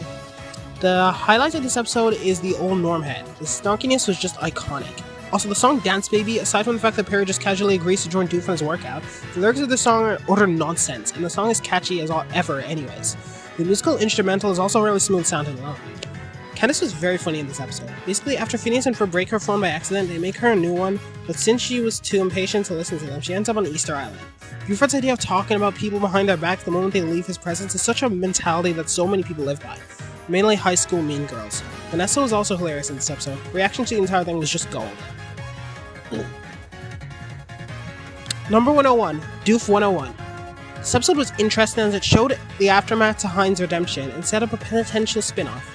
The episode was good enough, but this cast just doesn't hold up. Johnny was kind of annoying, and the other classmates were stale. I completely understand why they did not make this into a spin-off, as it would get boring without the rest of the cast. Phineas and Ferb's little cameo was adorable though, but also terrifying as they were actually at his school. I do like the idea that Principal Lang is just a much less likable version of Candace, and honestly, his entire subplot works very nicely. And if this did become a spin-off, I might have liked it as long as they got the odd cameo from the rest of the main cast or so. Perry's appearance is also very appreciated. Honestly, the book trio is the biggest issue with this one, but unlike the Alka Files, the jokes don't drag on too long, so they were still kind of unfunny now. The Doof 101 song is great, and I honestly love it as a theme song. I just really hope that in the revival we get more of Doof 101. It was fun and could make for some backyard gang school screen time, though that would take a while to get used to. Alright, we're making it into the top 100, which isn't much considering the episode have gotten good like 100 entries ago, but whatever. Number 100, Ask a Foolish Question. This was a very nice episode. The supercomputer kind of gave me the creeps. Like, think about it. It knew it was going to die the moment it was created, and decided to use the hour it was alive to troll Candace. Like, seriously, we live in a universe where everything hates Candace that much. You have 1 hour to live and you decide to troll Candace. The building a supercomputer song was really fun. I love how it was just poking fun at the show as a whole, and the entire thing just vibes with me. We're building a supercomputer in the backyard and singing about it, and gee, we worked up the plan so it can't be that hard to make a trillion terabyte memory. Our song is synchronic, not the least thing ironic. What you hear is exactly what you see. Also, the lyrics are so incredibly clever and well done. Comedic self-mockery will never not be amazing. Doofenshmirtz's side of the subplot was evil, but in terms of the interference, I actually like it. But that's probably just because of the supercomputer. Baljeet has some amazing moments in this episode. I absolutely love his level of sass in this one particularly. The computer will still never not creep me out though. Like, it knows the names of the 6 girls it never met. What else does it know? Thoughts? We see the gang get stolen their thoughts, so how much does this thing know? The more I think about it, the more I think that thing's better off dead. Number 99, Phineas and Ferb get busted. This episode would definitely be a top 10 if not for the lazy a-la Dream Reset buzzing. Worst parts I never saw coming. Basically, the premise here is simple. Phineas and Ferb literally get busted and sent to a reformatory camp by their parents. Love how Linda acts completely unhinged while Lawrence tries to calm her down. The interactions regarding the first act are just gold in general. I also love how they literally call the thing the flying car of the future today. Either way, Phineas and Ferb get busted and Candace is ecstatic. Love the song The Good Life. Also love how it makes them look like a Candice polycule. Polycules are cool. Candace eventually begins missing her goofy little brothers, and that's when the hilariously redundant song Little Brothers comes in. Cannot count as a Stacy song unfortunately because their singing is played solely as a gag. Despite the redundancy of the song, the montage is actually really sweet and heartwarming. Candace and Jeremy team up and form a squad team to rescue Phineas and Ferb from the Smileway Reformatorium. Love how Baljeet legitimately saves his head in preparation for this. Also love this funky rhythm in the backroom gig. It is very catchy. The song Chains on Me is painfully dark and sorrowful, just like the rest of this episode. The guy eventually manages to permanently break the brothers and ruin their spirits, which hurts Candace's attempt to bust the boys out. I love the Morty Williams gag. It was positively hysterical. I know this episode is not canon, but the idea of Candace having a somewhat jealous side in regards to her brothers is quite insightful, and makes Linda's condescending attitude furthermore burdensome and highly dismaying, especially since Candace against the universe proves this to be accurate. After Phineas and Ferb get their spirits back, and the mean guy falls to his death, Doof and Perry show up out of nowhere, the entire thing's revealed to be a dream, but that dream was actually a dream dreamt by Perry. I can lie down now. Number 98, The Magnificent Few. The cattle drive is another one of the most iconic Phineas and Ferb shenanigans, and this one was just so fun. For starters, I love how chill Phineas is with everything going on, and I love his bell in this episode too. The song On the Trail was a generic country song. However, the reprise in the mall is objectively better because afterwards there's a scene where the cows cannibalize it. Now let me say there is no way this was not intentional, because on the billboard that is shown once they leave, it's shown that the special is beef, meaning that the cannibalism gag was indeed intentional. Candace was okay in this episode, she was just not necessarily interested. She was just there. The episode was Vanessa's debut episode, and honestly, the moment she was confirmed to be Heinz's daughter, the first thing I said was, she and Candace have to meet. Luckily, they did in the episode directly afterwards. Doofenshmirtz uses the termites to carry out a rather stupid evil scheme, which ends up directly affecting the boys. Hooray. Oh, and let's not forget about the dude who just outright lies to Candace about the cow whistle. Like, no explanation there, he just casually lies. Number 97. This is your backstory. This was basically a clip show compilation consisting of the most of Doof's backstories, and honestly, it was a nice episode. I like how Doof thought to weaponize his trauma, as that is by far one of his best ideas. I also love the little cameos from all the people in his life, and Norm was very entertaining as well. Doof saying that his Ocelot mother greeting him with a jump scare is more nourishing than his human mother is saying a lot about how awful she is, and I'm all for that. Also love how Vanessa murders Gnome just by existing. The best joke in this entire episode is how Doofenshmirtz indirectly threw shade at America. I'm an African living in Europe, but this joke still gets me every time. The episode itself was not much, as it was just a clip show, and didn't really have much plot to it. But I must say, the background plot regarding Phineas, Candace, and Ferb was funny when it was on. Doofenshmirtz's relationship with Perry flattening the Gnome was nice, but quite expected. This is the episode to watch for people who take most of their investment on Doofenshmirtz. Number 96, Tree to Get Ready. I'm a sucker for Happy Candace and Stacy, so seeing them wholesomely engage in treehouse fight was really nice. Unfortunately, I could not enjoy this episode when I first watched it, as I was expecting Candace to snap at one point, but she did not, and I love that. This episode also confirms that Stacy and Candace are gaming queens, and nothing that Interview with a Platypus says will change my mind. The focus is on Doof for this one, and this episode introduces his hatred for his brother Roger, and honestly, he's more than justified in his hatred. Even though I do not think Roger deserves it, I'm not wrong to say that using him as an outlet for anger is very much justified. I like Uncle Roger. Thank you, Vanessa, but I don't believe I was talking to you. Is your name Perry the Platypus? No, I don't think so. I also love how he snarkily dismisses Vanessa, and the song My Goody Two-Shoes Brother. It holds up as one of the best Doofenshmirtz musical numbers, and is his first musical number in the entire series. A lot of Doof's songs follow the Broadway show tune route, but this one is definitely one of my favorites, and he made a cover of it. I'm not a big fan of the resolution of the subplot because honestly it wasn't funny, but the A-plot really makes up for it. Number 95, One Good Turn. Stacy episode, everyone hold your breath. I love Stacy and I love this episode. It shows how much Candace has improved as a friend. She's willing to put a hole in her busting antics to let Stacy win the trophy. And keep in mind that she had literally be hypnotized to spend alone time with Jeremy without being distracted by busting. So the fact that she would put a hold for Stacy even though she won't tell her the origin of this obsession is mad respected. Speaking of which, it's interesting that Stacy actually keeps this from Candace, and honestly, they really need to explore Stacy's feelings, like the lesser daughter thing, the revival. I also love to see her open up to Candace too, because she'd be able to relate deeply. I love how Ginger is completely oblivious to Stacy's little rivalry regarding her. It's super cute. I also love Balji and Buford in this episode. They are hilarious and have some amazing interactions. The main plot is about Heinz trying to humiliate Roger in front of the mayor of Stumblegimp. The humiliating Stumblegimpian dance contrition is honestly one of the most hilarious songs of the entire show. I love how Aaron Jacob pulls that accent off, and the lyrics on this one are just utter chaos. The reprise was solid too. I had no idea Roger could bust moves like that.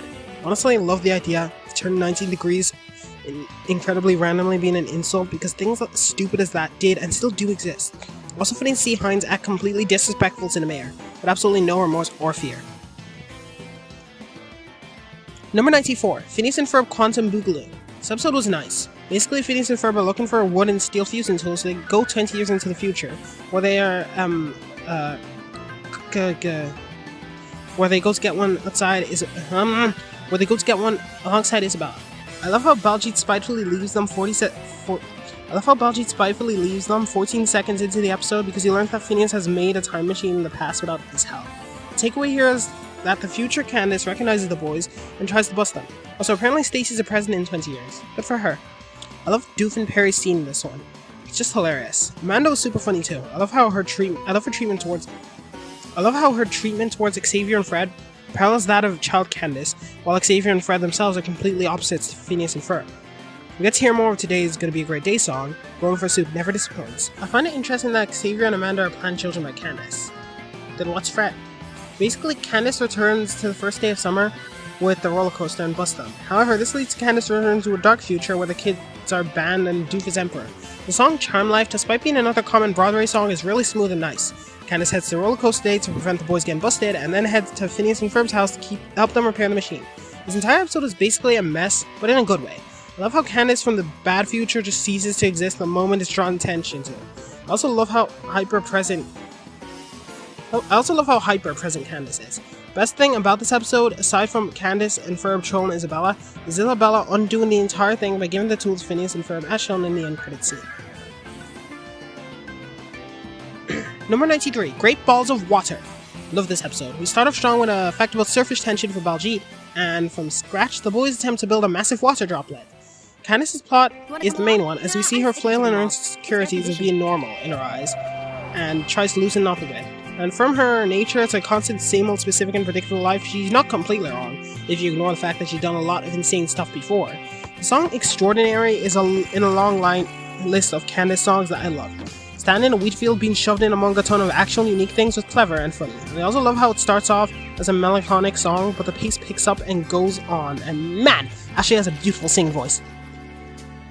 Doofenshmirtz attempts to solve a simple problem with a very convoluted plan to get Minty with eggnog, and honestly, if Ozpero just let him, it's completely chill.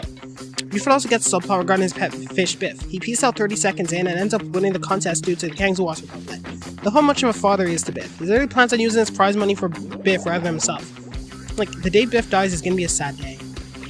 Number 92, Moon Farm. Houston, we've got a situation, better stay by the phone. The main plot of this one is that the boys go to the moon and make the best tasting ice cream ever.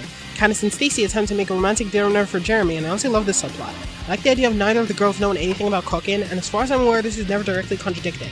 It's also very in character for Stacy, considering how lazy she is. Candace treating Irving like someone's dog, not even allowing him to enter the house, was absolutely priceless, because he honestly deserves it. Stacy, as usual, was just so adorable in this episode. Doofenshmirtz's side of the plot was by far my favorite. Despite getting all the moisture sucked out of him, Perry was still somehow able to turn the machine around. Isabella actually has no lines in this episode, at all if you pay attention. The song Lunar Taste Sensation was honestly great. Aside from being catchy on its own, it has the iconic joke on Baljeet randomly arguing with the soundtrack. We left the marshmallows at home. I blame Baljeet. Hey, what do you mean you blame Baljeet? Well, it was clearly your responsibility. Where are you getting your information from, disembodied reggae space voice? Hey, I have a name, you know. Oh yeah, what is it? Well, it's disembodied reggae space voice, but that's just a coincidence. You didn't know that. Oh, look who's sensitive. Besides, Buford could have brought the marshmallows. Hey, leave me out of this. Guys, we have a limited time here. Baljeet, could you please stop arguing with the soundtrack? He started it. Song's also sung by Dan Povenmire and Olivia Olsen. That meaning it's technically Heinz and Vanessa. Candace, you're allergic to dairy. You're gonna die. Candace! Number 91, Swinter. Another one of the boys' most iconic mishaps to date. Swinter, or Wummer, is winter in July, and the boys make it with the help of the Fireside Girls. Buford and Baljeet both separately have non-speaking appearances in the episode, and this is the first episode where Candace and Vanessa interact, which is funny because Vanessa was introduced an episode ago. I'm not a big fan of the subplot regarding Candace trying to stop Dee Dee from talking to Jeremy, but I appreciate that her fear of heights actually stemmed in this episode, and not Bolorama drama. Also love the meta joke about Candace falling down a cliff 2 episodes in a row. You know if you watch The Magnificent Few. Doofenshmirtz makes chocolate as fish in it for some reason, which is gross, and of course Perry thwarts his plan. The song with the same name of the episode, Swinter, was nice. The lyrics are clever, and the little scat vocalizer near the end was really smooth. This episode is also paired with Phineas and Ferb Family Christmas from Season 3 for some reason. This is why I do not like production code. Number 90, Cranius Maximus. Baljeet learns everything, and in turn he just decides to murder every living being on the planet because why not? The subplot was funny because Baljeet's being corrupted by the brain booster leads to an insane morality questioning. Like seriously, this kid should not be messed with. The idea that the gang dedicated to randomly making models of themselves is honestly quite amusing as well. Personally wish this episode was double N, because that would solidify it as a top 20. Because this premise is gold. I really like the B-plot in this one as well. Dufon steal the key to the city, and in order to open every door in Tanfell, as he couldn't just make an open every door I wantinator. This ends up cluttering the other sides of the subplot. Candace's subplot made me realize how lonely Stacy must be when Candace cancels their plan for busting or never shows up to their hangouts. Candace, you do not understand how much Stacy loves being around you. The song of the episode, Big Brain, is very unique in its styling. The lyrics are mostly basic, but the lines, "You looking like you're dragging your cerebral feet, I know that you're all mental midgets, but I'm gonna repeat, I'm using willow words to make it plain," are exceptional. Although Dan Povenmire's voice is great and all, it would be nice to hear the song sung by Baljeet himself. The resolution and the scene with Buford were honestly great, so although this was a solid episode, it'd be even more sensational if it was double length.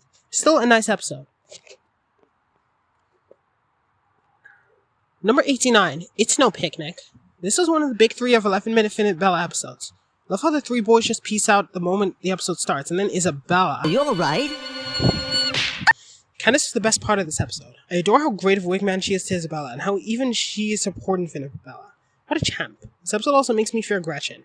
Also, I love how people love throwing shade on Candace for calling Phineas ugly, as if it isn't a sibling joke. Candace Salters amaze me. Right, girl. Totally get the crush thing. You know, I don't quite get the Phineas thing. I mean, you do realize his head is a triangle. Yeah, it's so cute. Whatever.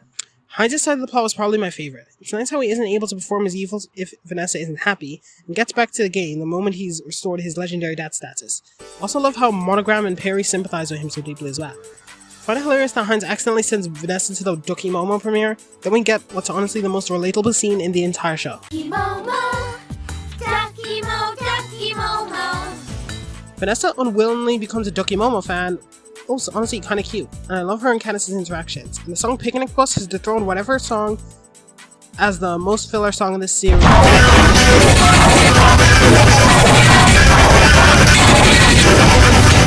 Never mind. Okay, I'll admit, the chorus is catchy and the lyrics are not that bad, but why on earth does this song exist? It feels like a filler song, but the end credit scene already has a song, so this entire song just felt like a waste of time. Candace hasn't sang about how confident she feels about a bust ever since Busted, and that was season 1. I love how Buford and Baljeet completely murdered the "maybe if we mix them together" trope. What's even better is how it implies that Baljeet murders Ghost. Hope it was the one from Ghost of Molly McGee. Sorry, not sorry.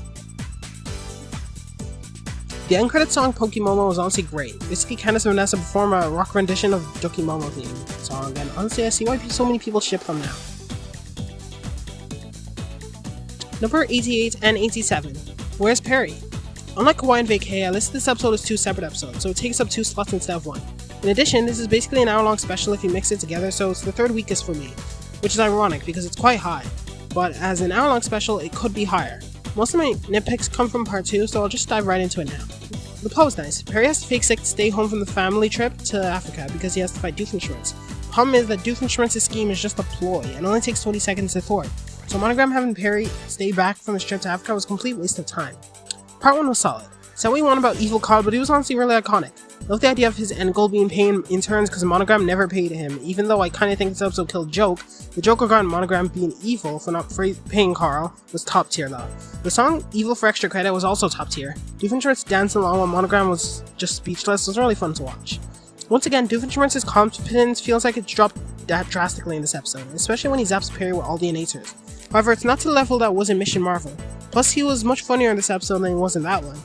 The Flame Fetchers and the gang go to Africa, and Candace is obsessed with getting her little message to Jeremy. The song On the Savannah was a really suited song. It completely nailed the African feel of the song. Previously mentioned that the cultural references in the show are not the best, but the non-American styles of music done in the show are more often than not very solid. The accompanying montage was also filled with some nice and funny moments. This episode created a cluster of mini subplots regarding the main cast, and I'll come back to that later. The boys then build a highly unconventional vehicle, and the song of the same name is quite catchy. Love the sheer amount of unnecessarily long and or complicated words used in the song. This episode ends on a bunch of cliffhangers at once, and I also love the way this was handled. Now I can talk about part 2, which was inferior. I like how Linda and Lawrence not having a reservation was considered a cliffhanger, but then immediately handled. Basically, Phineas and the gang get stuck hanging from a cliff, and for starters, the joke about the premiere gap was not funny at all. Also, don't understand why everyone's asking Phineas for help. You are all capable. The Bronze vs. Brain subplot is not resolved well here. Buford is dumbed down to way too much in this episode, for the sake of it. The entire Perry and Africa thing was also dragged out way too much. Like, there were literally 3 scenes of them saying the exact same thing. I feel like they were dragging the episode for as long as possible. Carl not making a Stacy robot is unforgivable, especially since he made a nerfing one. This one right there. Everything regarding Candace in this episode was just the only supply I think that was resolved smoothly. It really shows how Jeremy is one of the few people holding her sanity together, and having him break up with her with no Stacy around to keep her composure intact would completely make her question everything before breaking and going primitive. The song Living with Monkeys was a very good song as well. The resolution to Evil Carl was nice, and I really found Doof and Monogram's team up to be great too. The general evolution was fine as well, though I am disappointed by the resolution of the Grub Agent patch plot. You get it. They set it up as something big, yet Isabelle doesn't even have to face anything big to overcome it. Overall, this was a great episode, but felt like part 2 fell off really hard. Part 1 said great things, part 2 failed to deliver. Part 1 had 3 songs, and part 2 only had 1. Textbook definition of a mixed bag. Number 86. La Candice Cabra. It's funny how the boys know that Isabelle is in New Mexico and actually go there, but they do not even stop to say hi. I really like the subplot though. Love how Buford was cosplaying as Isabella to mimic her in her absence, and how he volunteered to be the bait for the Chupacabra. Candace completely dishes Stacy once again. Not surprised. Really like how Carl punishes Monogram for belittling animals, despite them literally being the hearts of the agency, and honestly kind of deserves it. Doofenshmirtz's side of the plot was good, but man, that plane scene was wild and utter idiocy all around. The Chupacabra host song was really nice, western song, legendary visuals, especially love the chorus and Baljeet's line. Candace is probably this episode's weak link. She isn't all that funny compared to most episodes, aside from the somebody's judging me joke. Number 85, Road Trip. As the last episode before Cross Tank Dimension, this was a really nice change of pace. It really just focuses on Film Fletcher members and Doofenshmirtz. Due to Candace's unintentional suggestion, the boys end up making a no-stop truck stop on top of their truck. I really like the writing in this episode. The jokes are really well ended and the characters are really entertaining. Candace is adorable in this episode, and was probably the highlight. Especially love when she goes to the truck stop diner but gets invested and begins to enjoy herself. Just imagine how much fun she'd have with her brothers if she wasn't so bound to busting. She also has the best lines in the episode. The song Home of the Road was really nice and refreshing, and again made me question my disdain for country music. Also just has such a nice relaxing feel, and the lyrics are really fun too. Doofenshmirtz and Perry were also hilarious in this episode, and had some very funny interactions. However, doubtlessly, Lawrence was probably the best character in this episode. Overall, he has some of the best lines. Number 84, Delivery of Destiny. This was by far the most unique 11-minute episode in the entire series. The premise is a shift on tone, and instead of focusing on the Formula 5, spotlights on Paul the delivery guy, who's questioned whether his job is a job for him or not. He's joined by Love Handle eventually, who kind of gets on his nerves, and we get various camera rolls from the Backyard Gang, minus Buford. Now, there are many reasons why this episode is great, but the main one is that it still feels like a Phineas and Ferb episode, despite the mild shift in formula. Paul meets up with Doofenshmirtz, who explains how he's trying to juice the tri-state area, and has Perry in a cage. Paul is glad for him, and he envies his ability to know what he wants with his life, as Paul's still conflicted. I really think what made this episode great was Love Handle. They're incredibly funny, and every song that was dished out in this episode was top tier. This episode's writing surrounding them was in general really amazing. After meeting up with Monogram and Carl, Paul learns that Perry's truly trapped with no escape and decides to put his job to good use and rescues Perry, who then thwarts Doofenshmirtz. This episode was a ride, and everything about it struck gold. We even get to see a bit of Candace in a few scenes, but yeah, Paul's a nice character. Would have been cool to see more of him. Number 83, Doof Dynasty. One of the 4 Season 3 timeskip episodes. This is the weakest. It was set in ancient China, and I honestly really loved the premise of this one. The way the characters were placed was really interesting, and therefore made a fun episode. I love the idea of Isabelle being princess under the care of Monogram. I also love the idea of Perry being a retired warrior. Speaking of which, his little flashback gag is absolutely hilarious as well. The song The Way of the Platypus is really funny to listen. The lyrics are so dumb and ridiculous, it's impossible to not love it. Baljeet was again really iconic in this episode, but particularly this song's montage. Doofus Khan was good in this one too. He has some great lines, and his interactions with both Monogram and Isabella are really good. Candace was entertaining enough, but she pales in comparison to the rest of the time shifts, including Steampunks. I really think the one thing this episode could use to improve it is a length boost. I feel like it felt a bit crammed, an issue that What You Doing did not suffer from. Number 82, Terrifying Tri-State Trilogy of Terror. This episode was super weird. Basically, this macabre guy tells 3 Halloween-themed stories related to Phineas and Ferb. The first story centers Candace being haunted by Ducky Momo. The story's really funny. I love how her interactions with Stacy sound like actual interactions you'll hear between 2 friends, and I like the effort they put in them. The song No Momo is also a very fitting song. I love how a distorted rendition of the song plays in the chorus. I also love the revelation that Ducky Momo was actually good the entire time, and that Mr. Miggins was actually the haunted one. The second story was about Dr. Doofenshmirtz attempted to rule the tri-state area using the 3-wish rule of the inexplicable giant floating baby head. Yeah, that thing apparently grants 3 wishes, I guess. The first wish is a test used by Doof, and Perry wastes the second wish, intentionally. The entire cheese and cracker thing was honestly pretty funny. The crew find new and exciting ways to write Perry and Doofenshmirtz fights. Doof ends up wording things badly and becomes a floating head. Doof could have just said, "I want to have complete control over the tri-state area." Missed opportunity. The third story was my favorite. Basically, the gang have to try and survive evil, rabid, grape platypi, and Perry is the only character to appear in 2 stories. Isabella's suggestion to literally nuke the site is so funny and I do not know why. But Buford doing the exact opposite of what is suggested is very in character for him, and Phineas' reaction is really funny too. Rusty's song starting off super morbid was really hilarious, and then him getting murdered 16 seconds later. I also love how the kids all just die in the end, and it's revealed that none of this actually happened, and that the kids are telling the story themselves. Then it's revealed that the entire thing was just a scenario if the macabre guy had a truck in the first place. In conclusion, this episode is a wacky one, and I love it. Number 81, Fireside Girl Jamboree. This, as mentioned before, is one of my favorite episodes in the entire series. I love Candace's sheer amount of undivided determination, and how far she goes just to get this ticket. The concept here is great, and also is executed great. Doofenshmirtz's side of the plot interferes directly with the main cast in a great way. It really challenges Candace. I love how the teleporter completely screws Perry over to Doof's advantage. It's kind of hilarious. The song Go Go Candace is honestly the only bad thing about this episode. It's really just a reskin of Go Go Phineas, which is already a lazy song on its own. The end credits scene is the best thing about this episode. Number 80, The Lemonade Stand. Solid episode, an episode that really tests the friendship of Candace. I do not really like how Candace is so quick to break her lifelong friendship with Stacy, but that's what the premise is working on mending, so I cannot bash it off too hard. This episode has Candace realize that Stacy is irreplaceable, and that breaking her friendship with her is a big mistake. She also learns that she has been taking Stacy for granted this entire time. In post-episode, we really get to see Stacy stand her ground in this relationship a lot more, and we see Candace give her a lot more leeway in terms of priorities, which is great. I also love how this episode implies that Phineas and Ferb have no idea how to be normal. That is suggests that they make a lemonade stand, they make a massive lemonade company, accompanied by a giant lemonade making robot. The jokes regarding this subplot are incredibly funny and I love them. The song of the episode, You Are My Better Best Friend, is alright. If not next to Stacy, I'd probably not really care about it.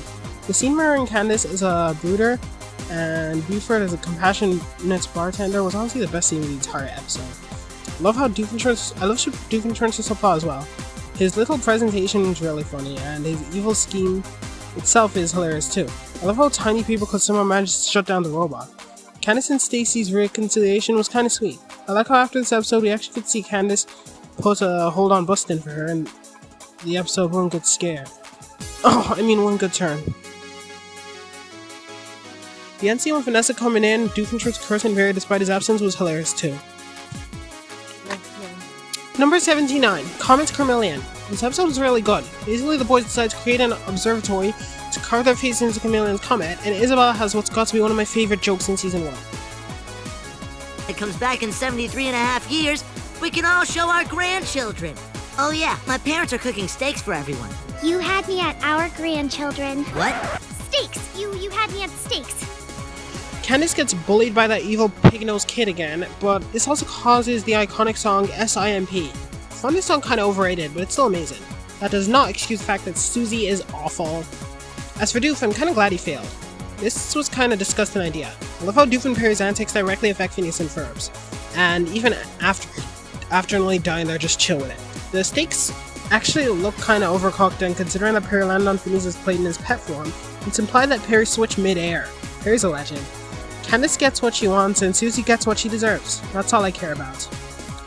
Number 78, Lost in Danville. A subtle parody of Lost, and a very interesting premise. The boys find a capsule thing that lands in their backyard and try to open it and find out what's inside.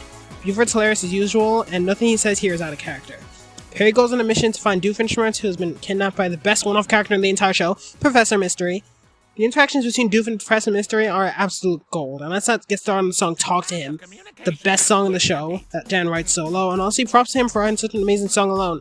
The lyrics are just so funny, honestly. Especially I love how the girls could have just rescued Doof themselves, and the fact that they just showed up in the first place. Professor Mystery having serious communication issues is both funny and relatable.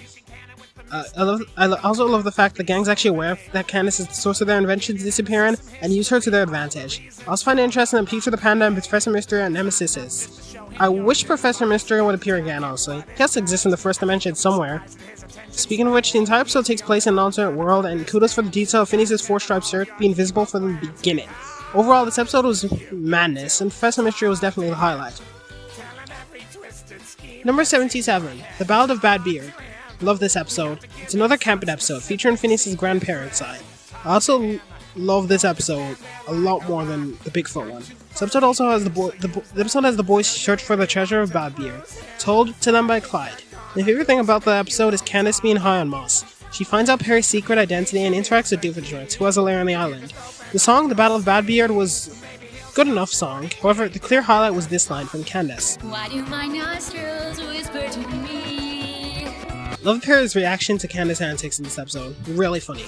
Also, getting grabbed by an eagle's talons like that should hurt incredibly badly.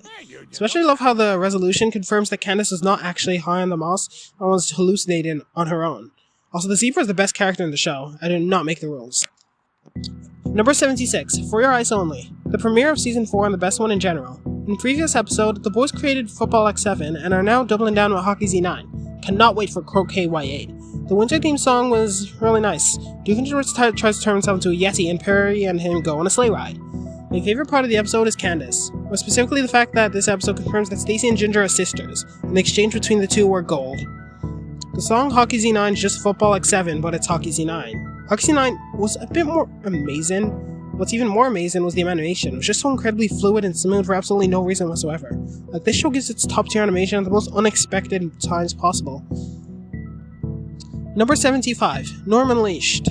This was a really nice episode. The main plot of this one is that Doofenshmirtz gets stuck in jury duty, and Norm has to take over for him to capture Perry.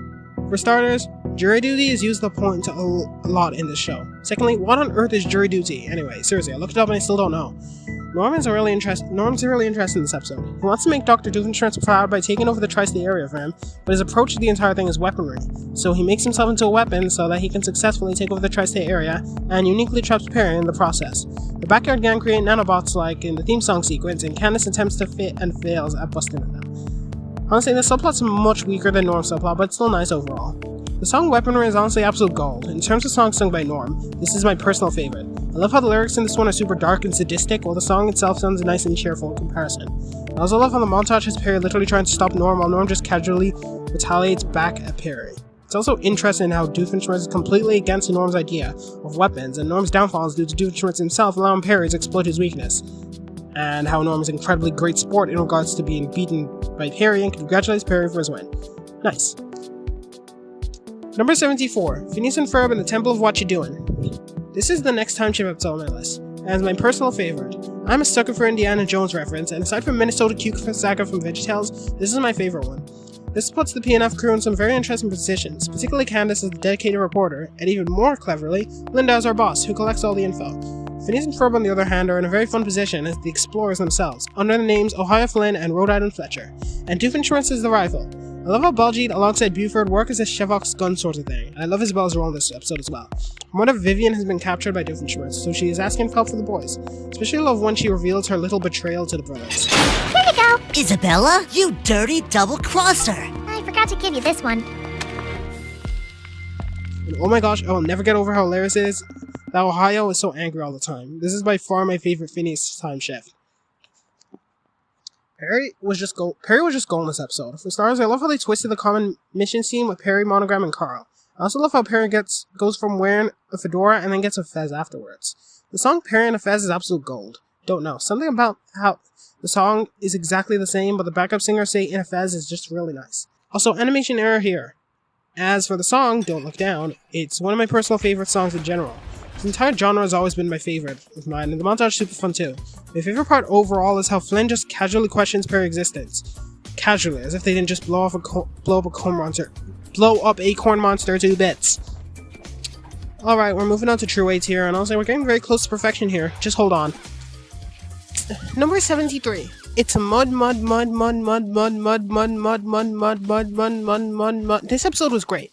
Basically, Candace learns to parallel park with the help of Phineas, Ferb, and Lawrence. I also love how Lawrence also knows about Phineas and Ferb's antics and also tries to tell Linda, but she does not believe him either. Buck Buckerson was really funny and has one of the most iconic lines ever. And the song Truck Driving Girl was really fun. I'm usually not a big fan of country music, but this one is gold. I also love how Ferb just quotes the entire thing at the end of the episode. Perry and Doofenshmirtz's side of the plot was really fun as well. Him and some other guys worked together this time, and their exchanges are super fun. This is a great episode. No, wait! Perry the Platypus! No, please! Don't turn that dial to the Doofenshmirtzmobile and evil investors away, Nathor! I have to rethink my dials. Hey, look, guys! My swelling went down! Oh, shut up. Number 72, Live and Let's Drive. This is one of the best episodes of the entire series. The James Bond reference and references in general were absolutely amazing. For starters, I love the setup here. Perry and Doofenshmirtz are the main focus here. The plot in Montevillabad is being watched by Linda, Lawrence, and Candace. Backyard gang are shown in the background carrying the usual shenanigans, but Candace doesn't interact because she's too invested in the race. Nigel, Ian, and Adrian are all very entertaining. It was nice to see an appearance of Agent 000, who honestly is a great character. I would have loved to see more of him. I also love how Doofenshmirtz gets called out for having a pet, but then starts talking regarding Agent P, but it turns out he actually had a cat. The song of the episode was really nice as well. I like the vibe it gave, though it isn't one of my favorites. Norm was really funny in this episode as well. Basically, Doof makes an I don't care-nator, yes, it's as funny as it sounds, and zaps Paolo Vanderbeek with it in order to make him drop out. Perry takes Paolo's place and they start the race. The commentary in this one is really fun, and so is the accompanying race. Carl's little persuasions to Paolo was really funny as well. I love how this episode ends off. I just don't know why, I just do. Number 71, Robots Rodeo. Let's go! Stacy-related episode. Oh yeah, and other stuff happens in the episode too, I guess. Phineas and Ferb help Isabella and the Russian spy girls earn their clown rodeo patches alongside Buford and Baljeet. So they make a robot rodeo and robot cows. I love Candace and Stacy's part of this plot the most. As usual, Dr. Farrell is obsessed with having Stacy stay serious and suspects that Candace is a bad influence. And honestly, Stacy's home life needs to be explored. It's so interesting but with so little screen time. And now that she knows Agent P, I'd love to see how she balances her life. In order to go to the Tiny Cowboys concert, Candace needs to prove that she isn't flighty and unfocused and wears glasses. Doof's side of the plot's interesting. He is at a nature making contest and actually successfully captures Perry, but in order to buy himself some time and win the contest, he actually frees Perry and the rest of the Alka agents. One of the funniest moments in the episode is how that one entitled kid reacts to Phineas asking him to release his balloon. I mean, yeah, a few cents matters that much when some kid's life's on the line. The song Robot Rodeo has some smooth lyrics and was great. I love the funny cow metaphors in this one, and it's been stuck in my head for like a week. I also love the episode's ended scene. It's in a trilogy of legendary random as hell ended scenes in season 2. Basically, Isabella's hair gets all frizzy due to Doofenshmirtz's fog from earlier. Instead of fixing it, she just straight up breaks into dance for no reason. I'm not joking. It actually happened. The song itself is beautiful, and they even use the word kinkification.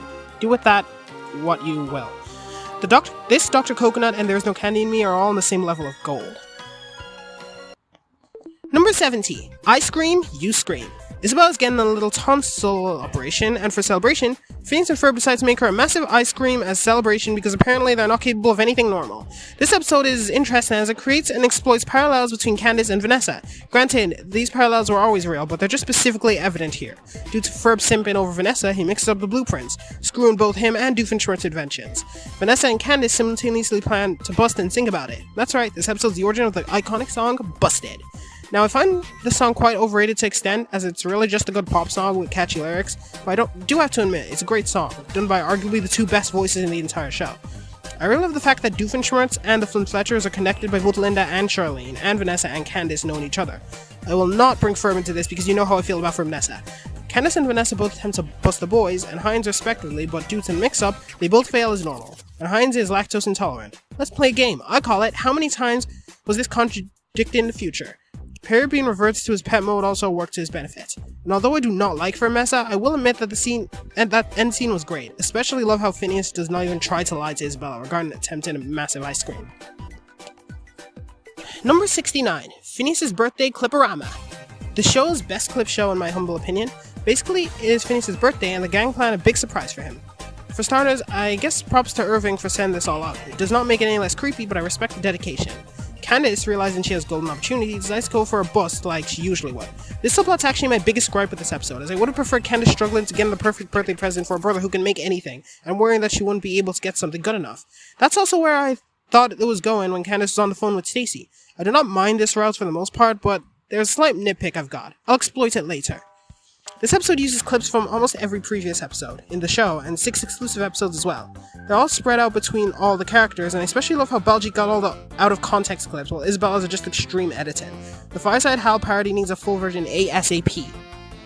After hearing Irving's little plan, Candace goes to each kid's house to see if they have any juicy clips. With Izzy, she only had her weird love edits, and Baljeet has out-of-context clip. With Buford, however, she has clean clips that she then steals. What the heck was that? That is what I said! Sure, give the weird stuff to Baljeet. Who cares if it does not work out of context? Doofenshmirtz laments over his many losses with Perry through clip show form, and well, he ends up losing again. I love how Doof's beam directly dodges Candace and she still gets caught in the mishaps and survives. Now, here's where my complaint comes in. Why is Candace the one who has to prove how good she is? You know what else I hate? The writer's throwing shade on Candace. It's awful. The entire haha, this is the first nice thing Candace has ever done. It's not funny. I'm usually not critical on the show's humor, but this isn't funny in the slightest. This girl, Tabitha Comstock, had her little cameo in this episode. Good for her.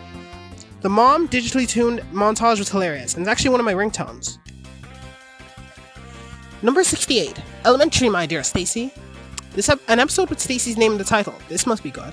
Now, most shows, particularly sitcoms, have their fair share of Sherlock Holmes or noir detective parodies, unless they're a detective show in general, like Scooby-Doo or whatnot. My Little Pony, The Ghost of Molly McGee, Johnny Test, VeggieTales, Ninjago, Amphibia, heck, Avatar The Last Airbender had a detective episode, and boy was funny. She-Ra had one too, Mermista, my beloved. This show has both of which being very good season 2 episodes. Elementary, My Dear Stacy, and Finding Mary MacGuffin. The former is what I'm here to talk about. Stacy and Candace binge-read Sherlock Holmes in a night, and use deduction to bust the boys. My favorite thing about this subplot is Stacy attempting to slack off and go shopping, take advantage of the fact they're in London, and Candace not letting her. Also, watch this episode in German to boost Stacy's adorability factor. Candace, Ferb und ich treffen euch beide hier später wieder, okay? Bis dann! Macht's gut! Hey, gehen wir shoppen? Hast du das gehört? The B-plot of this one has Agent 000 help Perry on his mission, and honestly, he was an incredibly fun character. I love how annoyed he got at Perry and how concerned he was by Doofenshmirtz's stupid plan. The song Elementary is really nice, and if I knew the lyrics well enough, I'd sing it often. Danny Jacobs' voice is really great, but he sings in most of the show's song. I would have loved to hear this one as a Candace duet. It would make up for the fact that Stacy never gets to sing. Really fun season 2 episode all around. Number 67, Monster from the Id. The word id is directed to the part of the human psyche that is committed to impulse and a certain instinct. With that aside, this is a very clever premise to work on in terms of Candace, who as we know is obsessive. She loses something she assumes his present Jeremy made for her, and so she asks Phineas to help her. Baljeet, interestingly enough, has almost never used contractions in the show, except when he's singing. In fact, the only time he does not use contraction in song is the song Ballywood from season 1. By the Baljeet's episode, he just says screw it and breaks his rule in every other song he sings, and almost never outside of that. I cannot tell whether or not that was intentional. Either way, Phineas, Ferb, Baljeet, and Candace go into Candace's mind to retrieve the memory of Jeremy's object. Doofenshmirtz, on the other hand, makes a nature that puts people in their underwear. Yes, that's literally just it. Perry beats him as usual. Eating cereal looks like this. Aside from the clip I just showed you, this is probably one of the most forgettable Doofenshmirtz and Perry plots in the entire show. I really like the premise here though. It gives us an interesting way of exploring Candace's mind and learning more about her character. I especially love the song Deep Into Your Mind. It has a killer rock tune, and the second chorus goes hard. I also love the lyrics, but my least favorite thing about Candace's mind is we got no mention of Stacy at all, showing how much of an afterthought she is in Candace's life. I'm joking. Speaking of Stacy, her voice actor Kelly Hu actually gets credited here, which is weird because Stacy didn't make an appearance in this episode or the sister episode Giants. My favorite thing about this episode is the fact that everybody who wasn't invited was invading Candace's mind except the king of invasion himself, Irving. She has a rich internal life. Yeah, she's really messed up. Buford? What's he doing? He just showed up and jacked in. You can't come in here. It's a free country. No, it's not. It's my head. Where Irving W. And Buford shamelessly showing up and then literally becoming a tour guide for Isabel and the Fireside Girls was way funnier than it should have been. Speaking of which, I noticed 5 of the girls kept rotating. Addison was the only one who made no appearances. Fireside Girl Fanatic Pack? Check. Baljeet was definitely the highlight of this episode. He's a fair mix of informative and funny in this one. Number 66, Just Our Luck. I've never been a fan of luck-based episodes in TV shows. The only one I've ever actually liked was that one from Sonic Boom where Knuckles tries to neutralize the luck bounce of the universe. This one, however, is actually good. For me, the highlight of this one was the really nice song, Dancing in the Sunshine, and the montage accompanying it. Candace Minaj giggling is actually wholesome. Also, the idea that Dr. Heinz Doofenshmirtz, a self-proclaimed evil scientist, loves a song with the happiest lyrics and music ever will never not be funny. What I didn't like was the predictable premise. Candace and Heinz' luck returned into normal was expected, and while Heinz got it pretty easy, the ground swallowing up the invention just so Linda couldn't see it literally made no sense. However, it was hilarious, even for this show's standards. I mean, why build up happy Candace just have her day ruined again? And not that big of a jab though, the rest of the episode's pretty good.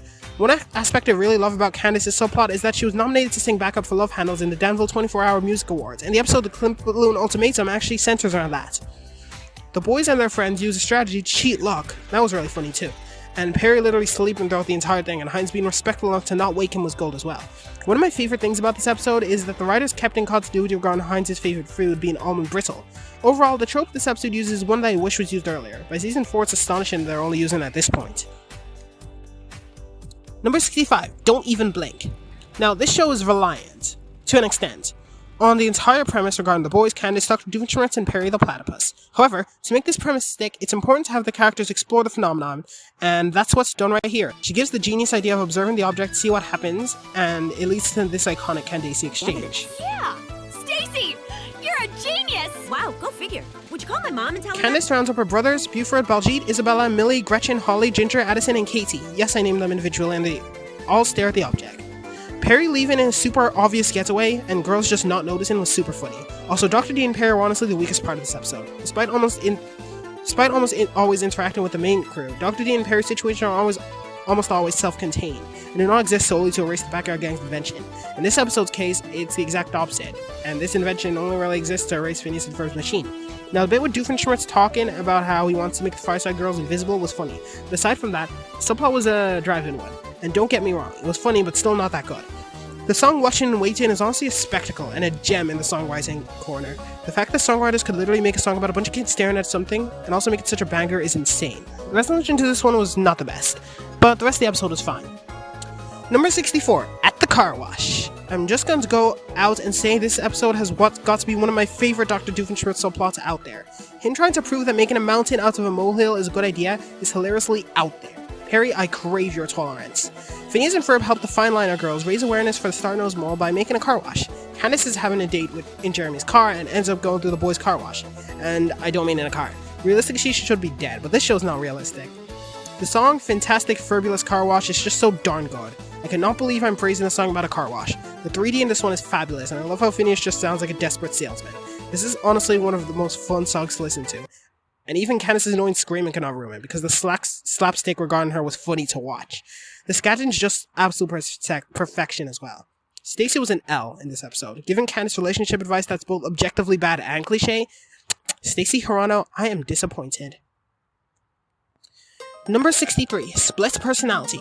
This episode's very interesting as it explores the two main points in Candace's personality, her Boston obsession and her Jeremy obsession, and frankly, it's pulled off in a very hilarious way here. The switching formula is taken in a very interesting way, and although Candace is to blame for using the rain, the two boys end up being in charge of babysitting the Candace tunes. Of course, the two of them go their separate ways to find Linda and Jeremy respectively, and the song regarding it is legendary. Me, Myself, and I is 100% the best song named Me, Myself, and I. Who knew that a duet with Ashley Tisdale and Ashley Tisdale would be so amazing? Hot take, but this song is better than Busted and deserves an album version. That, my friend, is a top 10 song. My favorite thing about this episode was Phineas and Ferb themselves, aside from actually being traumatized by this demonic Candace scream. They, for once, are actively trying to reverse what they did. Destroy it afterwards and hide it from Linda. This actually caused trouble, and the boys know it, so they're actively trying to hide it. If the molecular splitter doesn't just disappear when this is over, we should really consider destroying it. Agreed.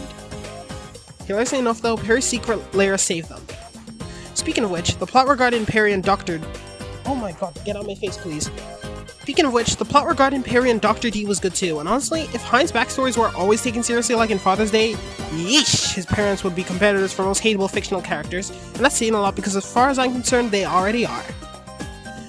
That one kid rubbing salt into one was not funny. Poor guy forgot he's a side character in a kid's show tormenting a fan favorite. Not nice knowing you, kid. The beauty of all this is that Perry does absolutely none of this himself. Great episode in general, not more to say. Number 62, Bubble Boys. This episode was solid as well. It was the sister episode of Isabella and the Temple of Sap. It was honestly a really great episode. Basically, the boys make a massive bubble, get into it, and float around.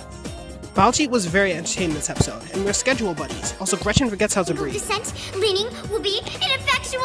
Dr. Doofenshmirtz attempts to hypnotize the tri-state area by mixing country and western music, and honestly, although I'm not a fan of either genres individually, I loved this song. Yodel Odel Odel Obey Me deserves an extended album version because it was way too short. Perry had to come along and ruin everything as usual though. Curse you, Perry the Platypus. Candace is attempting in driving, and I love the continuity from that season 1 episode. Of course she gets strapped in and the driving gets a little bit chaotic. Just a little bit though. This is honestly a very feel-good episode and one I'll always be free to rewatch.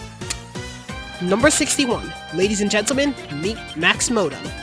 This is another one of the show's many feel-good Flynn Fletcher family episodes. It's kinda like Father's Day but different.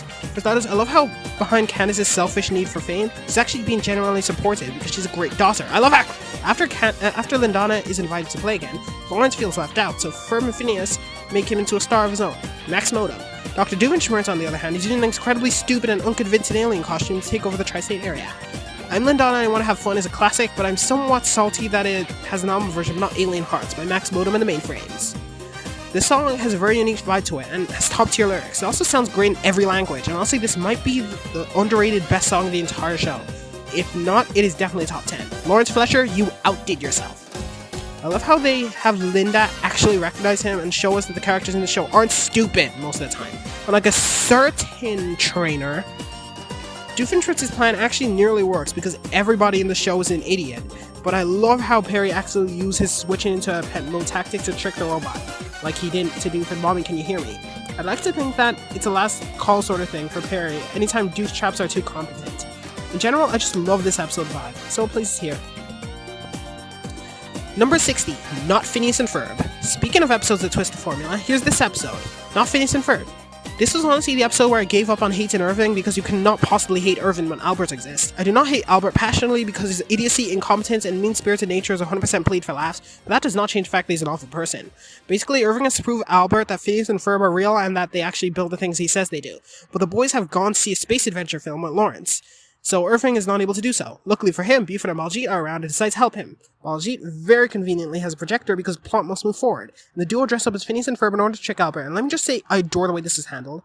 Baljeet and Buford were iconic as always and had some incredible lines in this episode. Love Irving's frustration towards Albert not learning that they were just frauds. Candace was also entertained in this episode. I love how she's just craving satisfaction to her bust urge more. I know I've praised the main plot up until now, but Dr. D's side of the plot is also hilarious. Full steam ahead! Chugga chugga chugga chugga woo-hoo! Oh, hey there, is that the Doofenshmirtz choo-choo? No, it's not! You will all be late for your jobs and be fired! Basically, Dr. D wants to shrink and steal famous landscapes for a scale model. Yeah, that's it. I love his dumb jokes and Perry's constant annoyance towards them. Of course, Doof and Perry cleverly tie in, and the mysterious force not only does the usual to Candace, but also doubles down on Irving, whose urge to prove his idiot brother wrong becomes his downfall. Candace, near the end, was just sadly desperate. I also love how we get appearance of Buford's mother. I love Isabella, Buford, and Baljeet's little miss interactions in this one. I love them as a trio. They are adorable. I love them. I also love the resolution to the Perry and Doofenshmirtz plot, and Perry finally delivering a shut up blow to him. Number 59, Phineas and Ferb Christmas Vacation. 7 seasons, 2 episodes in a row. That's one good season. Phineas and Ferb's first and best Christmas episode.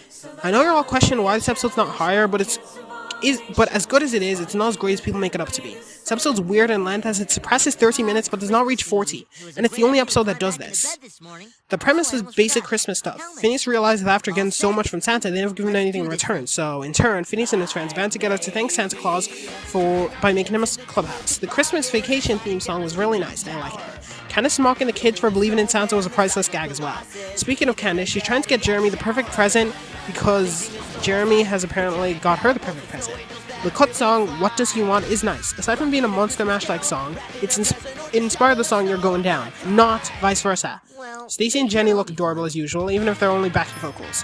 And I like how critical Candace is here, of course. She decides to manipulate Jeremy and find out what he really wants because she heavily lacks faith in herself.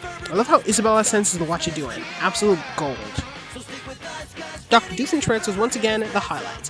His side of the plot was super good. Basically, he, like every villain ever, hates Christmas, except he actually does not and is looking for a reason to. Perry watching the snowman getting murdered and then Monogram rubbing salt in the wound was absolute gold, and the song I Really Don't Hate Christmas is really nice. It's not a massive standout, but it's still a good song. It's the one that made me realize that kick lines in Doof's songs are kinda done to death. Do not hate it though. Of course, a bunch of peeps singing "We Wish You a Merry Christmas" got on Doof's nerves because they refused to leave until they got figgy put in, so Doof fires the nature somehow, turning Danville naughty. The song, Let's Make That Christmas Feeling Grow, is beautiful. Aside from the adorable lyrics and Olivia Olsen's stunning voice, it's just a great song to listen to, disconnected from the episode and Phineas and Ferb in general. After everyone in Danville is stamped naughty, and Candace guilt trips Phineas, and let me say, this was a very mean, rare Candace L. Oh no! I mean, how could... Well, I guess I am good. This moment was very funny though. Phineas trying to force himself into an all-a-dream scenario was cute, and definitely the best moment in the entire episode. Where Did We Go Wrong is an okay song. It kind of feels a bit generic. Where Did We Go Wrong is an okay song. It kind of feels a bit generic for the show, but definitely not bad. Also, Baljeet's line is the best. I also love Buford's idea of last-minute redemption. He has the mentality of miraculous writers and Disney movie creators. I also love how, despite not celebrating Christmas, Isabelle decides to help out anyway. She's a good friend. Immediately after, Phineas gets back up and we get another musical number. Danville for Niceness was okay. It didn't waste too much time, and I'm in no position to complain. Two elves then show up and confirm that Candace is a good girl. Get wrecked, Salters, and Santa decides. After learning that he actually has figgy put in, Doof gives it to the carolers and sends them on their way, while the kids attempt to save Christmas in Danville by delivering the presents themselves. Christmas is Starting Now is honestly my favourite song in the episode. It catches on so nicely and the lyrics totally rock. This also reveals that Candace had Jeremy's present correct from the beginning, and so her dumb plan was not needed after all. Buford redeems himself, Baljeet gets a kiss, and Ferb gets to play a harmonica. I love the Subflower Gun monogram accusing Carl of giving Perry the album, but then when he realized it was not him, he accuses Carl of lying. Carl cannot catch a break, can he? Of course, this was all a ruse from Santa to destroy Doof's Nazi-nator, and his defeat from Perry was the motivation he needed to hate Christmas, so everyone's happy. The Candyland scene was so incredibly precious, these two deserve the world. After a visit from Winifred and Reginald, the episode ends with "Thank You, Santa," a montage of all of our protagonists enjoying Christmas Day. Irving and Meat are here too, but no Stacy. Poor Stacy. Perry gets a vase from Doof, which was mentioned a while back in the episode Gimme the System. Now, this episode was good, but it feels somewhat generic for PnF standards. That, of course, does not change the fact that it was a really entertaining and enjoyable episode.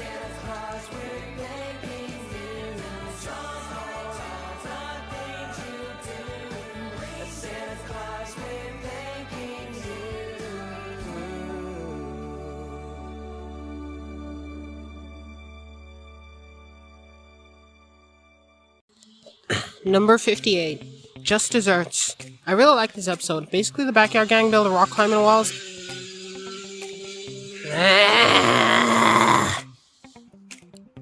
Number 58. Just Desserts. I really like this episode. Basically, the backyard gang build a rock climbing wall, but since Isabelle has to work on an audiobook for the Fireside Girls, being the great people they are, the boys want to help her and shut down the project. But since Linda's coming out at a specific time, and I said coming out, Candace refuses to let them shut down and instead decides to help Isabella by doing the whole thing herself.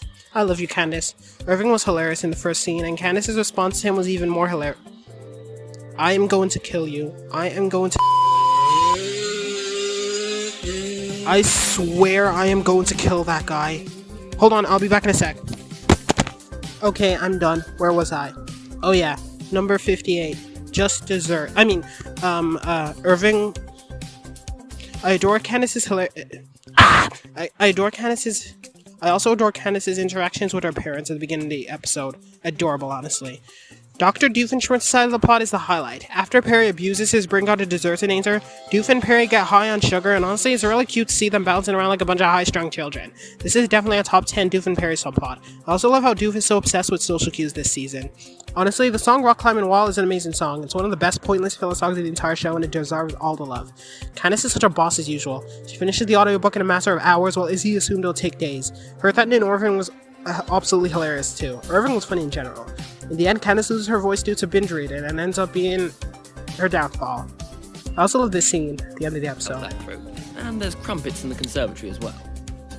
He's so British.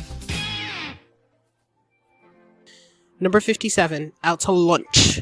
Phineas and Ferb do the impossible once again and go to space to see their star. One of final episodes of Season 1, and a very fun Season 1 episode. Candace, however, is attempting to move her relationship with Jeremy forward. Let me just say that Stacey's honestly the best friend. She's supportive and almost always gives Candace the perfect advice. Let's not talk about at the car wash, but calls her out anytime she goes too far. She's a selfless and loyal person who can stand her ground in this relationship, and she's just a very fun person to have around. Everything's better with Stacey. Candace's teen struggles were nice to see. I love the entire worst case scenario thingy. It's really funny. Candace ends up getting stuck with the boys, and 3 of them alongside Perry are sent into space. Firstly, I adore how obsessed Lawrence is with personal stars in this episode. Like, seriously, it's truly hilarious. Secondly, Isabel is also trying to make a move and ask Phineas out to the Night of Fallen Stars, Girls' Choice Dance. It's a sweet subplot. I love the song Let's Take a Rocket Ship to Space. It's so chill and the lyrics are funny. I also love that the montage consists of actual rockets failing to take off. It's a true gem. The best part of the first half of this episode is Gretchen having a super deep voice for absolutely no reason whatsoever. I also love how Perry accidentally impressed his monogram by being in space by coincidence. I also love how Doof's backstory in this episode. He lost a girl to a guy with bigger hands. Yeah, okay, use that word, and don't think I don't know what you're doing. Doof is attempted to beat Huge Hands Hans as a revenge with Giant Puppet Show. The gag regarding Linda's car parking in space was a god-tier joke in my opinion. I also love the interactions between the 3 siblings here. It really helps expand their relationship. The boys find their star while Candace and Isabella bond over their relationship issues. Unfortunately for the latter, Candace leaves her hand again. The Shooting Star Milkshake Bar song was actually really nice. The highlight is a little joke near the end. Don't tell me that's not intentional. Dan and Swampy are way too smart to not have thought of that on purpose. Candace helps a two-faced alien with a relationship boogaloo that parallels hers, but she then throws that painfully obvious light lesson out the window and simultaneously makes him to Prince Phineas. That's a lot of words. Due to Candace's carelessness, the siblings become stranded in space, leading to one of the best jokes in Season 1. Out of this situation? Candace, we are just kids. Perry's still trapped, lol. Doof mistakes Candace for Huge Hand's hand and attempts to murder her. Aside from the weird 3D CGI animation of the giant robot, I really love this chase scene. Due to Phineas and Ferb's decisiveness, they lose Doof in the asteroid field, and Perry escapes as well. Then, same thing about this episode is how it actually gives IRL useful advice on how to jumpstart a car. Positive to ground, I can't remember. The Flint Fletcher trio get home safely. Candace attempts to bust, but obviously fails. But due to the compliment from Ferb about her bravery, Candace gains the courage to not let fear rule her and ask Jeremy out. Unfortunately for Isabella, things do not work out for her, as this oblivious and aromantic boy completely butchers her offer and she's way too polite to correct him. Oh, and also status quo. It's something that Candace doesn't have holding her down. Too bad, Isabella. Maybe next time. Maybe in 10 years. This is a very great episode. Seeing the siblings interact was really fun, and Doof and Shirts was entertaining. Great episode, as if I hadn't just said that. My god, this is such a redundant script. Number 56, Drusselsteinoween. This episode was absolute goldmine and the best Halloween episode barring one good scare if you count that as a Halloween episode. It's also an episode that I completely see taking place after the summer. Doof is no longer evil, though Perry is skeptical. Candace lets her brothers off very lightly. The stuff regarding Vanessa and Monty's relationships in action, alongside Perry and Stacy's secret. Oh, and also Stacy and Vanessa are friends, as the former is known about Vanessa's secret relationship. Does that mean she knows Carl? I want to see Carl and Stacy interact. If that doesn't happen in the revival, I'm going to bomb something. This episode has a tonal shift that I never knew I needed, and the premise was so fun. All 5 of the main characters in the 3 main subplots are mushed together. Basically, Dr. Doofenshmirtz has inherited a Halloween castle from his great-aunt Henrietta, who apparently was the only one of Heinz's relatives who liked him, and even more she preferred him over Roger, which is a blessing, she's so based. In fact, she hated Roger, which is a win for me. She even left him in treasure hunt. She attempts to crack with the help of Perry. I love this interaction with Carl and Monogram. Vanessa is allowed by her father to throw a Halloween party in the castle, so she invites all of her friends and also Ferb and Phineas to help her plan the party because they're awesome. She invites Monty because the 2 of them are in disguise, so they will not have to worry about being seen together. Monty decides to dress as a Scarlet Pimpernel, which, as Monty explains, are not very well known. The highlight, though, is Vanessa dressing up as a vampire queen. Vanessa is the voice actor Olivia Olson, who also voice acted Marceline the Vampire Queen from Adventure Time. That being said, Olivia has a beautiful singing voice, and yes, I know I've said that like 4 times already.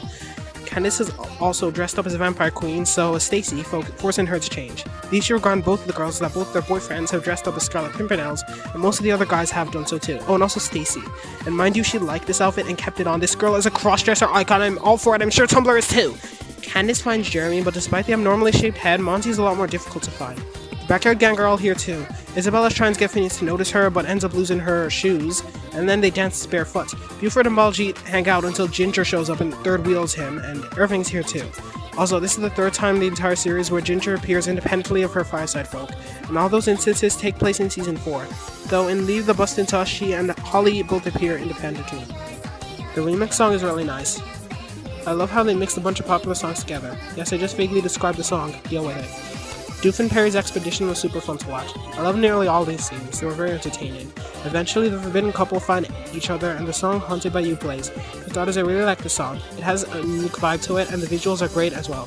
Props to Ferb for being so supportive when seeing his crush with Monty. This fictional kid is more mature than a lot of real life adults. I know what you're going to say and do not say it. Biology hitting them high notes. The chorus of the song especially is amazing. The pace pickup as Monty picks up his girlfriend is so well done. I honestly wish this song was longer. Monogram actually notices Monty and Vanessa and goes over to confront them. Turns out it's just Stacy. She's in on their little secret and used her gross-dress inconvenience to Monty's favor. I also love how she referred to Monogram as Danville Water and Power Guy, as that is the excuse he used when visited their house after Doofenshmirtz trashed it. Either way, Stacy's awesome and deserves all the love and happiness and bows in the world. Monty then dishes the party in order to protect his secret and actually jumps into the moat. Monty is so iconic. But the absolute best thing about this is that in Monogram's eyes, Vanessa and Stacy are dating. Make it canon, make it canon, make it canon, make it canon. I headcanon that Doof still has money after all, paying that garbage because I say so. This scene is BS. Oh, and also, the scene at the end with Linda and Lawrence trolling the kids was actually so hilarious and really underrated. Number 55. Minor Monogram. The next time somebody tells you that Phineas and Ferb is fully episodic and self-contained and continuity is non-existent, show them this episode. I thought this episode would be lame in a sense that Major Monogram turns into a child, but I was blown away. This episode was an absolute ride. Like, this is a massive contender for Best Season 3 11 minutes episode. It's just this good. This episode absolutely sends me. It's also the longest 11-minute episode in the series. It's 13 minutes, and that's fair considering the episode's premise. The episode starts with one of the best shots of the entire show, the Backyard Gang and Perry. The gang decide that after enjoying winter together happily, they want to mix fall, which is a combo of fall and summer. This is a contender for one of the most wholesome subplots in the entire show. We are then introduced to Monty Monogram, Francis' son. He uses his pride in him to brutally blistle Carl, but Major Monogram then learns that Monty is looking towards fighting evil rather than being an acrobat like he has always dreamed of. It's revealed that he was forced into the organization, honestly considering how much he seems to hate his job, I am not surprised. This leads to a very awkward family moment that Perry clearly did not want to be a part of. Carl then took advantage of that and decided he would be an acrobat just so Major Monogram would accept him as a son. But firstly, this poor boy is setting himself up for death. Secondly, do Carl and Carla have parents, or are they orphans, or do parents just suck? Harry's sent to stop Doofenshmirtz as usual, but here he has a protege named Rodrigo, and honestly, I cannot even hear that name without thinking of Othello. In a nutshell, Rodrigo does not approve of Doofenshmirtz's cartoonily stupid ways of scheming, so he allows him to trap a nemesis and requests him to make a trap that Perry actually cannot escape. Rodrigo is also flirting with Vanessa, who has told Rodrigo that Hines that she had broken up with Johnny. Sorry kid, but good riddance, no one likes you. Vanessa also totally digs the left boot trap designed for Perry and wants a right boot trap, as if it does not already look like the boot she's currently wearing. What a loser. Candace has completely lost the ability to mind her own business and assumes that the Backyard Gang have hidden their projects inside the pile of leaves. However, as we know, the project is leaves. Buford is the highlight here. He has an obsession with gourds and uses gourd helmets to capture the indie essence of his friends. Isabella seems offended, but Buford is sincere and is not trying to mock them. He even makes one for Candace. Seriously, I love Buford. The BFFs dive into the pile and the song did I really say that? I meant Fall plays, and honestly, this is a beautiful song. Literally only 6 lines long, but also makes me so happy to listen to. I also love watching the kids in this scene. Buford and Balji playing together, Izzy and Phineas dancing, and Ferb changing direction midair. Nice. You know what's non-wholesome? Rodrigo. He betrays Hines and uses the Empire Strikes Back cliché on Vanessa, who brutally rejects him, and even Perry rolls him. Although Rodrigo is awful and I hate him, he's a solid villain.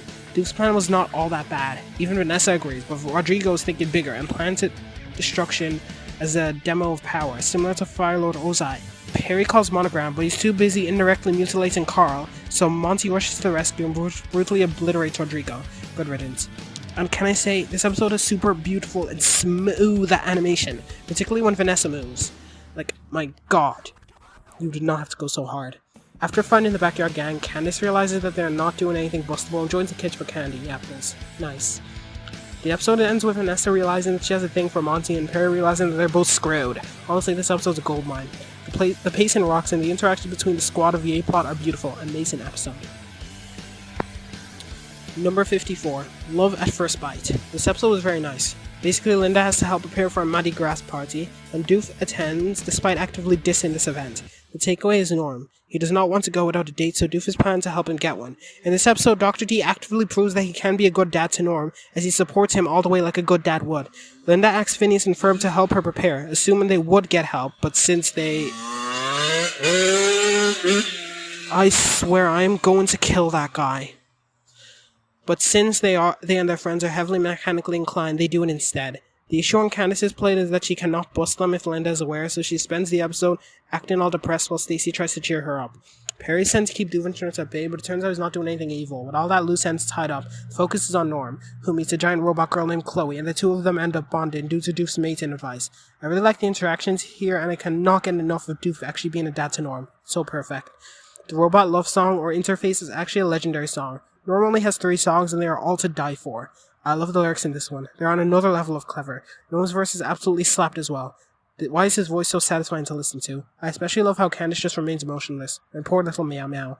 Unfortunately for Norm, Chloe is Rodney's robot, so they cannot be together. For starters, what reason does this freak have to create a giant robot woman? Norm was built because the enemy of the platypus is man. What's your excuse? And even still, Doof remains supportive towards Norm. Particularly, I need to see more of Doof like this. Candace loses it because Linda finally busts the boys for scattered towels.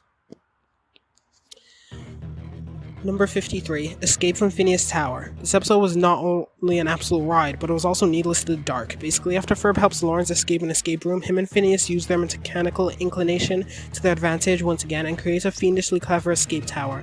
This episode twists the formula drastically, ended up creating one of the most clever episodes in the series. This episode all relies on Candace being asleep for the entire act, and I will delve more into that later.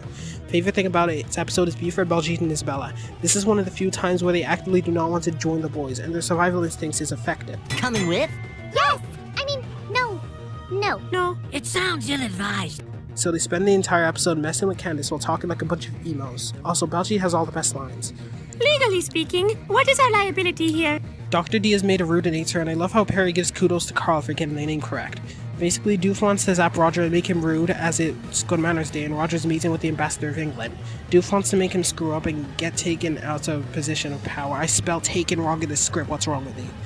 As Roger begins to act jerk-like and get booed, Doof is happy to be triumphant. It's too bad Perry pieces out and tries to stop what's already started. Meanwhile, Phineas' escape tower gains more self-awareness and realizes that it's better than its creators in its eyes and starts actively trying to kill Phineas and Ferb.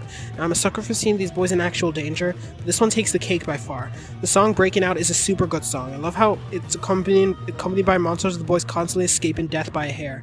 Meanwhile, the trio of friends continue to mess with Candace in her sleeping state while Buford prepares to smash the machine. Please, please do not take what I just said out of context. Thank you. Doof eventually learns that Roger's rudeness was all staged and wonders what happened to his actual beam. Turns out it hit Phineas and Ferb's escape tower, and that's why it was acting so entitled. The boys still manage to escape and their friends praise them, but the tower's out for blood and therefore traps the brothers' plan to suffocate them to death.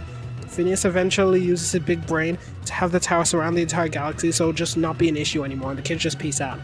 Now for starters, as I mentioned before, this relies on Candace being asleep, because we all know that if Candace woke up while the tower was trying to murder her brothers, she would tear that thing apart with her bare hands, trying to bust them for nearly getting themselves killed and fail. Number 52. Let's take... Okay, that's it!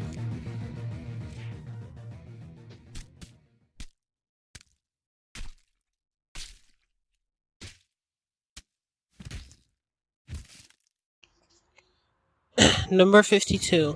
Let's take a quiz. The premise was simple. Phineas, Ferb, and the Xylophone Girls created a game show with Candace and Buford as the hosts, as Candace has just learned that Jeremy is in the commercial. We get an iconic line from Stacy and a funny moment from Candace.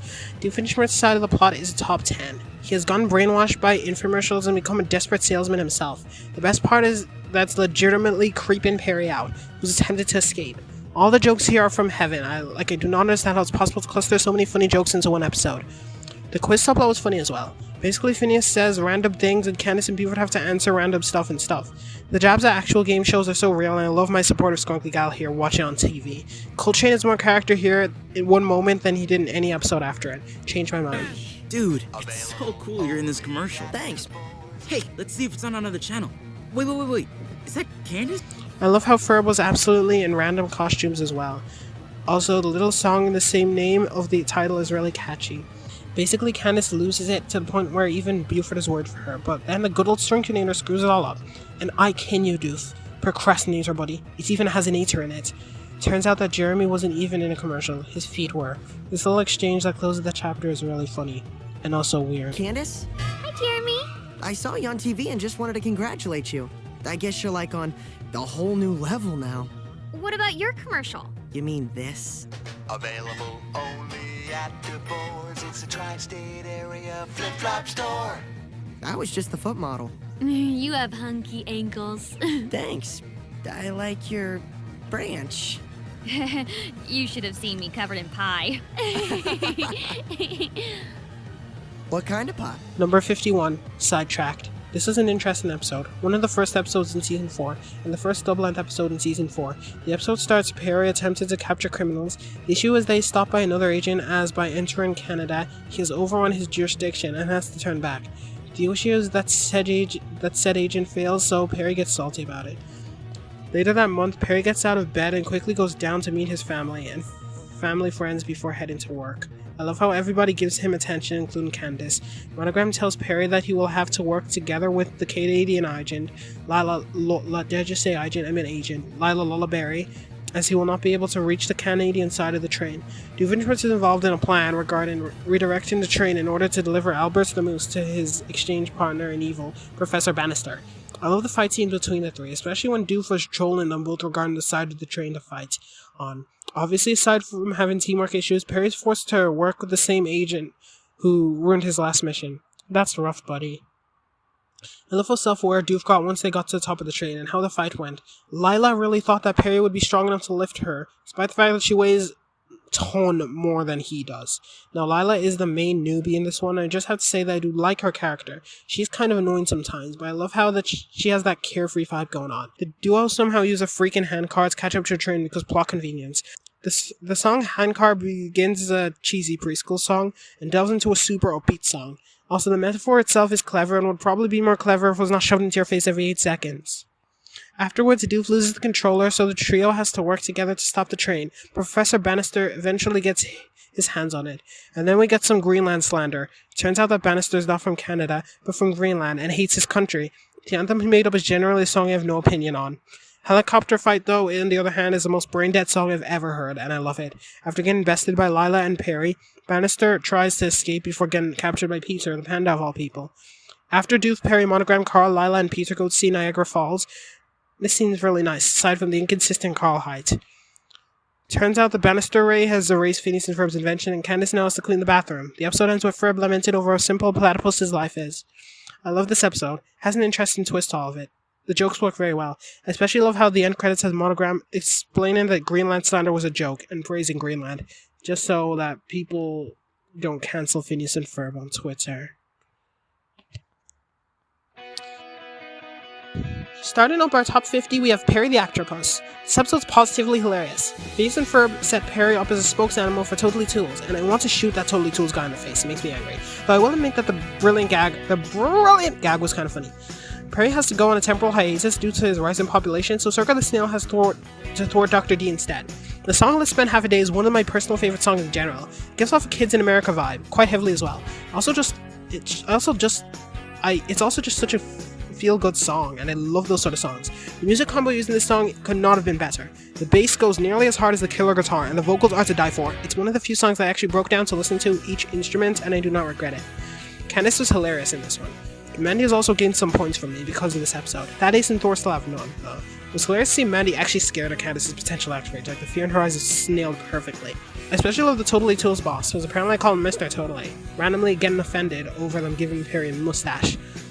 Of all the ridiculous ways the boy schemes could have been depleted, this is one of the funniest. Number 49, Phineas and Ferb Busters. This episode was fun. Basically, after another failed attempt, Isabella teaches Candace that success goes hand in hand with teamwork. Phineas allows Baljeet to choose the activity for the day, and the Spinning Tops of Doom game turns out to be quite mediocre, but Phineas decides to kick it up a notch. I love how Buford is completely chained to his opinion on the game and never attempts to change his mind. Respect for that. Candace rounds Stacy and Jenny, gives them nice outfits and put them in a boot camp. The accompanying song Buster Brothers is an average and run-of-the-mill song. It's not great. Doofenshmirtz is belittling Norm because he has built a new robot that he prays will be more successful in defeating Perry. But after Buford causes a power surge, the robot goes rogue and straight... Did I say rogue? I meant rogue. And straight up attempts to kill Doofenshmirtz, and Monogram has the audacity to tell Perry to ditch him. Thanks to Buford, Tops get out of hand, nearly killing Stacy and Jenny in the process. Due to losing their communication device, Candace's trust becomes her downfall. Doof is eventually rescued by Norm, and Perry destroys the device, and everyone goes in for pie. This is an episode this episode is good due to the unconventional formula shift. Also because of Jenny. Number 48. Finding Mary MacGuffin. I love how they named the doll a MacGuffin doll, even though Necessary Roughness was more of a MacGuffin chase than this episode. This episode was more of a noir parody. Phineas and Ferb decides to help Candace find her MacGuffin doll using the tools they learned from a noir detective film. This doll was sold by Lawrence to Doofenshmirtz, who gave it to Vanessa as a gift. Now, I love how this episode shows that Doof is not a great dad, but is trying his best to. Vanessa did not cherish the doll because it was a perfect gift. She cherished it because it helped her learn how much her father does for her. The song Not So Bad a Dad reflects that. She starts the song with, you were some standard dad, but you're the only one I had, and proceeds to list things her father does that bother her, alongside a few nice memories regarding him as well. And how having the doll will always remind her how much he tries to please her and be a good father. Olivia Olsen also has a beautiful voice, by the way. I envy her. I want her voice. Oh my god, I got hit by a leaf. Unfortunately for Vanessa,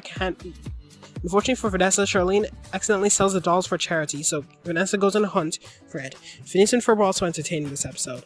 I love how serious they took the entire thing, especially love Candace's interrogation. I love the plot regarding Doof and Perry. It was comedy gold.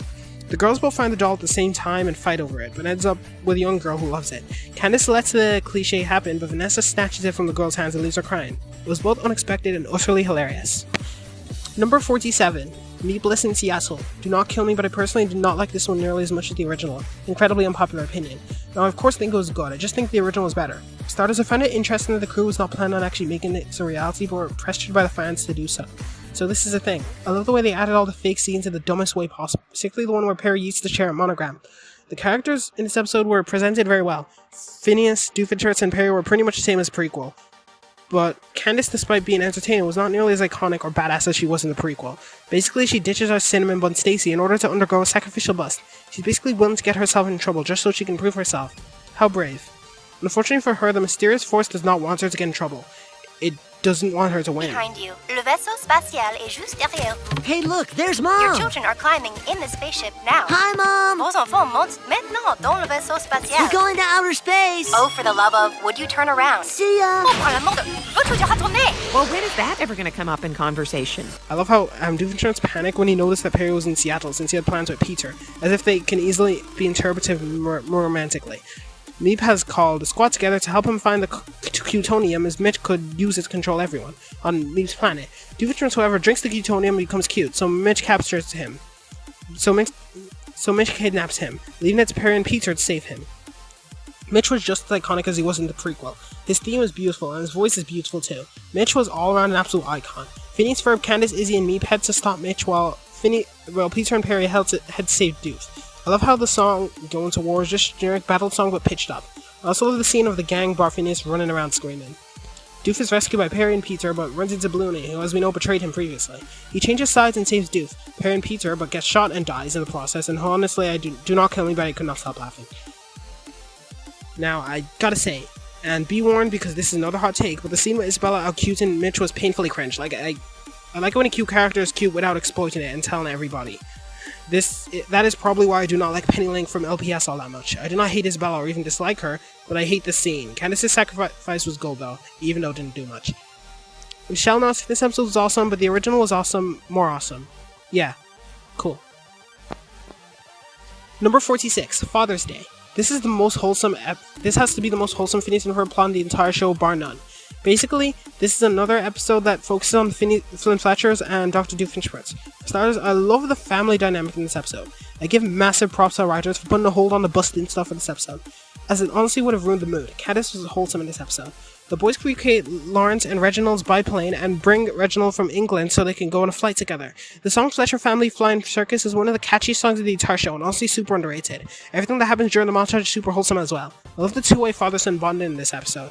Doofenshmirtz's plot is honestly my preferred plot. All the conflict lands here because there's none in the other subplot. The other thing I love about this episode is that it takes Doofenshmirtz's backstory seriously, which is something that the show rarely ever does. His dad's harsh dismissal towards him is actually kind of heartbreaking, especially considering that he spent his entire life thinking he could regain his father's respect.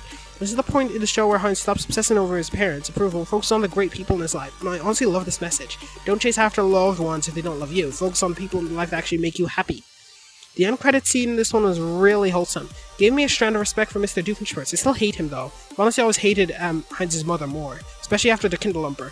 And Vanessa gifting Heinz self-destruct button was just so sweet. Oh, that boy, I'm gonna get him. Oh. Number 45. One good scare ought to do it. The true first Halloween episode of Phineas and Ferb, and the best might I add. The premise here is that Phineas decides to help Isabella cure her hiccups by building the haunted house to help her Ferb, Baljeet, Buford, and the Fireside Troop. The premise is honestly the most simple in terms of double-length episodes. Candace has some absolutely iconic interactions with Phineas early in the episode, and I love it. Perry's theme song actually plays in this episode for some reason. It's all appreciated though. The plot regarding him and Doofenshmirtz was quite odd. He's trying to destroy the base but fails at that, but Doof does not actually get defeated here, which is interesting. I love the interaction between these two regardless. Candace gets invited to Jeremy's house, but Susie and her evil dog ruin everything, and make things worse, she returns home, her anger fuels. The song She's Candace is nice, better than Flawless Girl, but song-wise, we all know the icon of this one is One Good Scare.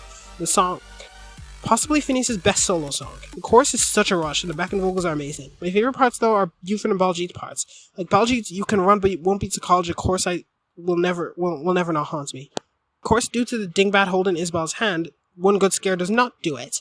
Also, this is the beauty of the inexplicable giant floating baby head.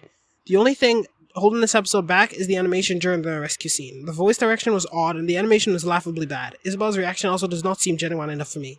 That's pretty much the only thing holding this episode back from being higher. See? Absolute terror! These little creeps have destroyed our backyard, leaving this ugly mess in its place. The movie was great. Phineas and Ferb had been off the clock for years before this film was announced.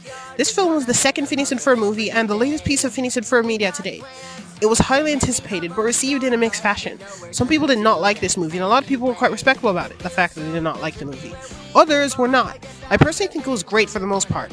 It gets better close to the second act, but I think that nearly makes up for it. The premise is also almost identical to Unfair Science Fair redone. Now, the humor is not all around awful. There are a handful of jokes I found amusing, like the one with Candace not listening to anything Vanessa says, but too many of them drag on for 20 or 30 seconds, and it makes me wonder, why did they waste time on this rather than Stacy or Vanessa scenes? The film begins with the song Such a Beautiful. Across Second Dimension dives into a noise to Candace. Her own Candace's life has always been very different to Stacy. By the way, for you saying that she's a better friend than Stacy, you're wrong. The Universe is Against Me is a top 30 song, for sure. Such a mood as well. I love how even Vanessa was confused. And Ferb goes straight to Baljeet to build a portal, as it parallels the Unfair Science Fair episode from Season 1. The space adventure theme song slaps also. I really wish the song Step Into the Great Unknown was not cut.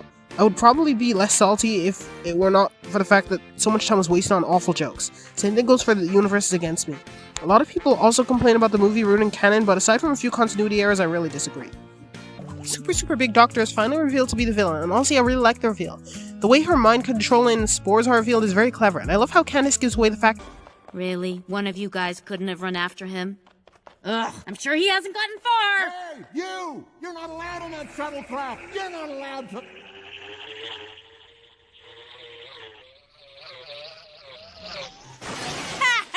Our shuttles are notoriously hard to fly. Bad design, really.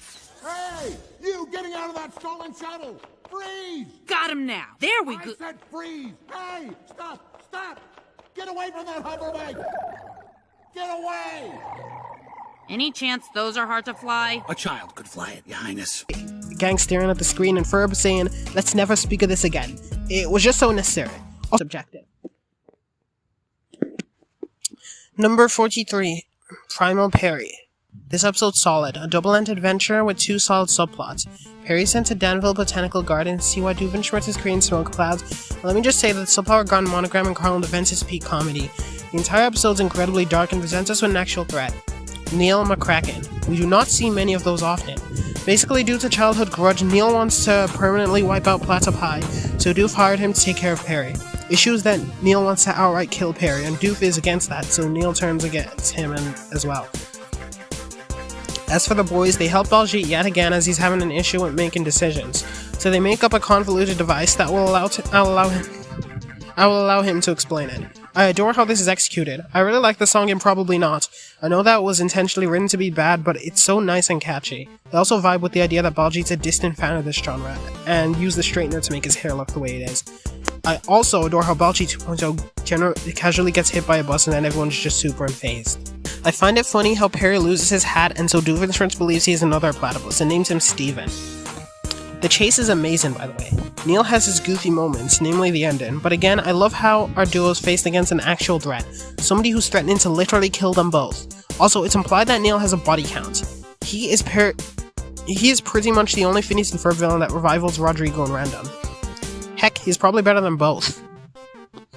The subplot regarding the Baljeet army ganging up on Buford was funny.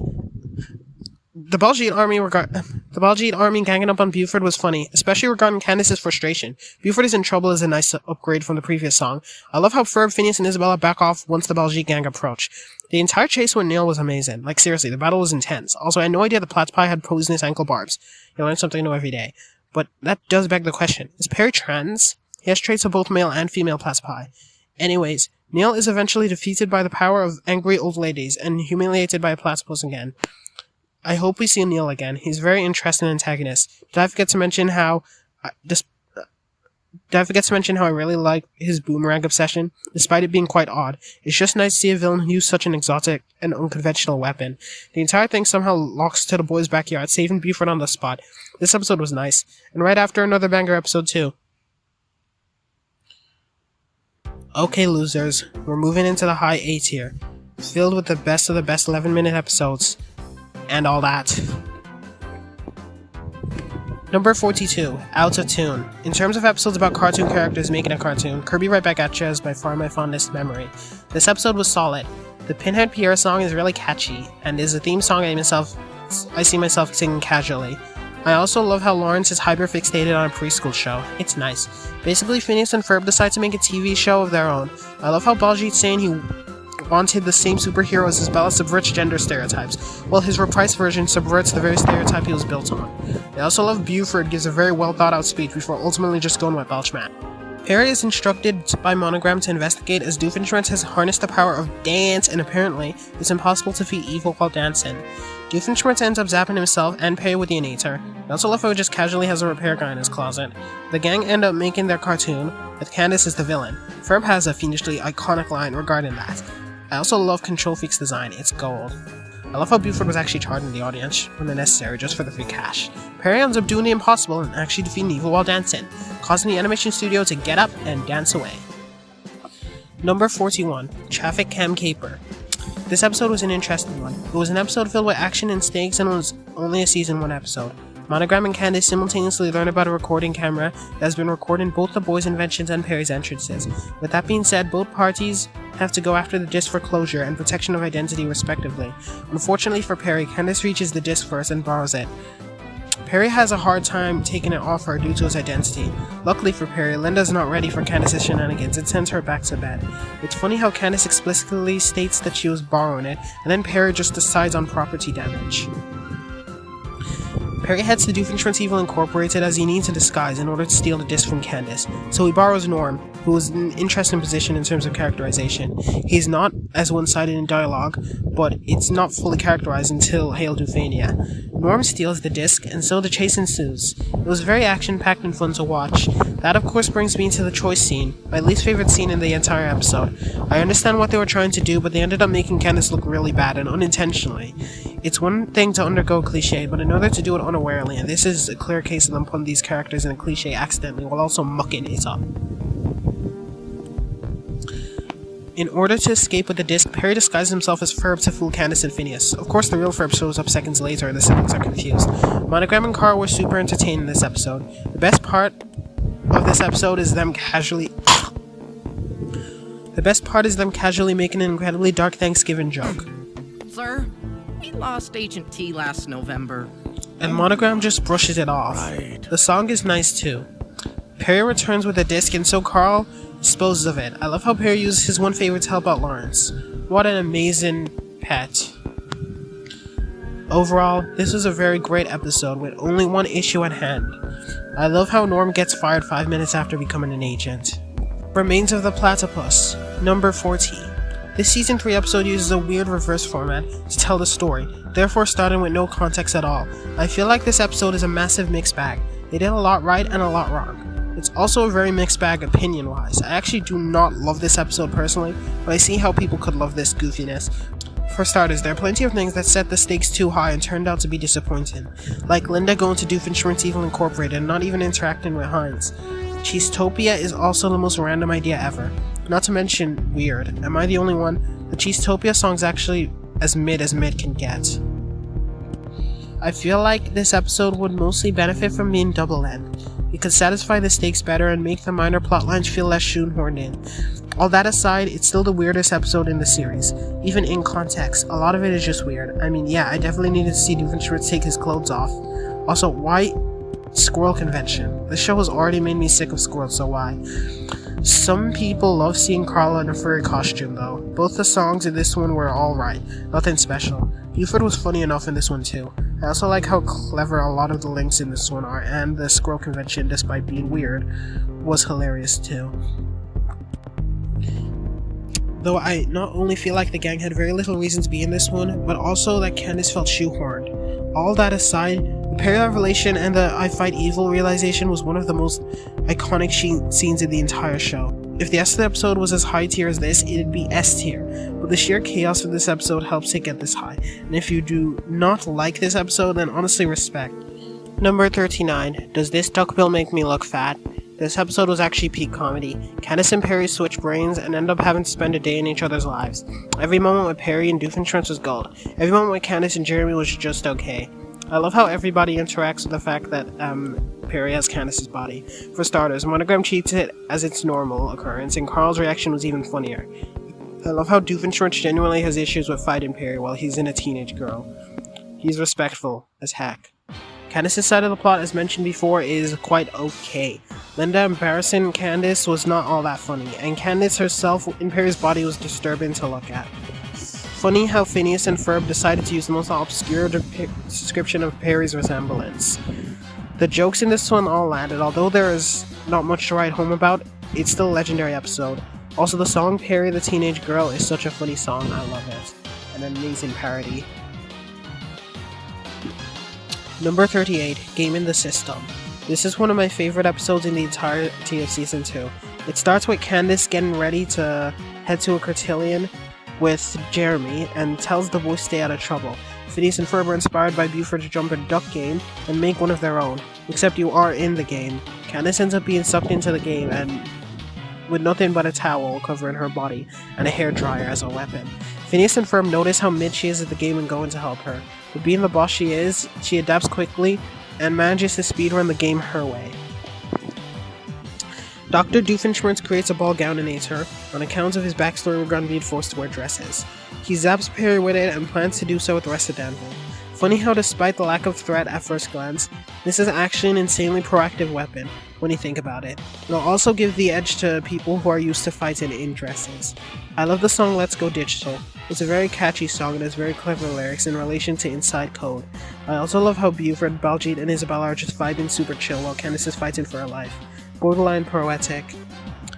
Candace reaches the boss, who is remodeled after Buford. Said boss captures Phineas and Ferb, and Candace defeats him by whacking him across the head with his own health bar. Creative. Then Phineas and Ferb get killed, before reviving again, revealing that they have multiple chances. I adore how we get to see Candace show genuine care for the boys. I also love how she gets mad at them for making her think they're dead. Honestly. The three escape the game, but the boss is transferred into the real world. Baljeet casually roasts Buford, and Isabella defeats the boss for good. The best part of this episode is Candace whining about needing a dress, and Doofenshmirtz's convenient nature was just around the corner, but decided to shoot Phineas, Ferb, and Isabella instead, because why not? Phineas also grew heels. It's just one of those jokes you never see coming. The end credits scene was great as well. Number 37, the Dunkleberry and Primitive. This episode was super fun. It's the first episode where we actually get to see some Candace and Vanessa moments. Their first interaction in this episode is top tier. Candace is looking for a book that can help her, and said book resides in Doofenshmirtz Evil Incorporated, so they head there together to fetch it. Linda is out of Dunkleberries, so Phineas, Ferb, and Isabella have Belgique launch them into Jerusalem using Trebuchet. The rich part's that Doofenshmirtz and Perry are also in Jerusalem, as the former is trying to renew his driver's license. An underrated highlight is how Monogram casually makes a self-destructing letter, and then realizes how stupid the entire thing is while Perry's undergoing mission collection. Vanessa singing Looking for Books in My Dad's Place is actually the most wholesome thing ever.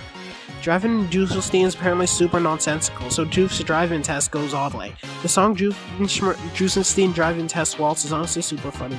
I actually prefer the episode version of this song to the album version. The latter is way too clean. I love how Perry was literally riding his well. I've literally never seen Perry so scared before. Phineas, Ferb, and Isabella solve a common Great Divide problem with a common solution. I love the Viking is right scene because the animators added the Viking by accident and then decided to make a joke out of it instead of replacing the civilian. What makes it better is how this joke carried on to the season 4 episode. Due to Candace not understanding how lasers work, she screws up her own plan. Overall, this is a very fun season 3 episode with gold premises. Number 36, Troy's Story. Remember in Ice Cream, You Scream when Phineas told Isabella he's gonna postpone the Trojan War reenactment? Well, here it is. Buford was the highlight of this episode. Every line he says is either memeable or iconic. The episode also confirms that the entire backyard gang is full of bookworms. It's nice how swimmingly Candace gets along with her brothers here.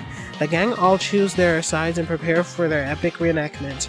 Best part's how Irving asks to help, but Buford immediately dismisses him until he offers him baklava. He seriously had the entire thing planned out. Doofenshmirtz has become a pack rat and needs Perry's help on Clutter, as he actually lost his Unclutterinator and his personal assistant, who's literally at the brink of death. Candace learns that Phineas and co. are attempted to reenact the Trojan War. In popular opinion, but the song isn't all that great. It's not bad at all, but why did they decide to run face with face? That was dumb. Buford having Irving go into the Trojan Platypus just to literally crush it is honestly so funny. Basically, the gang turned the story haywire as Ferb builds a Trojan T-Rex and goes nuts. Doofenshmirtz finds the Declutterator and it blows everything up it blows everything up. Yeah. Number 35, Puts That Putter Away. Stacy! Our precious Bean attempts to be Candace for a day, as Candace herself is sick, and Stacy, being the best BFF she is, tunes into her in order to take care of her for the day. Phineas and Ferb go to meet their friends in Little Dufferage just to learn that's been closed. Naturally, the gang decides to make their own mini golf course. Aside from being a Stacy fan, I'm also a big fan of mini golf. I even played the obnoxious game that is Mini Golf King. I hate that game. Candace bothers Stacy by consistently asking her to push the boys for her, even though Stacy, being the airhead she is, just wants to have fun. Stacy's always given ADHD vibes, but this episode more than any other. Notice how Candace puts her hand on Stacy's mouth consistently throughout the episode. It's no wonder she gets sick at the end. Fun fact, when Bad Hair Day, Stacy says that this is the first time she said, hey, where's Perry? That's false, as she says in this episode. Perry's rightfully seeking a vacation, but Monogram's declined it, as he totally needs to know that Doofenshmirtz getting a house in the suburbs. He allows Perry to chill with him, and Perry rightfully accepts the offer. Stacy tries so hard to not be seduced by the coolness. Odd choice of words, Candace. Unfortunately for Candace, Stacy's not nearly as focused as she is, so she gets sucked into the shenanigans quite easily. And to be honest, who would not? It looks so incredibly fun.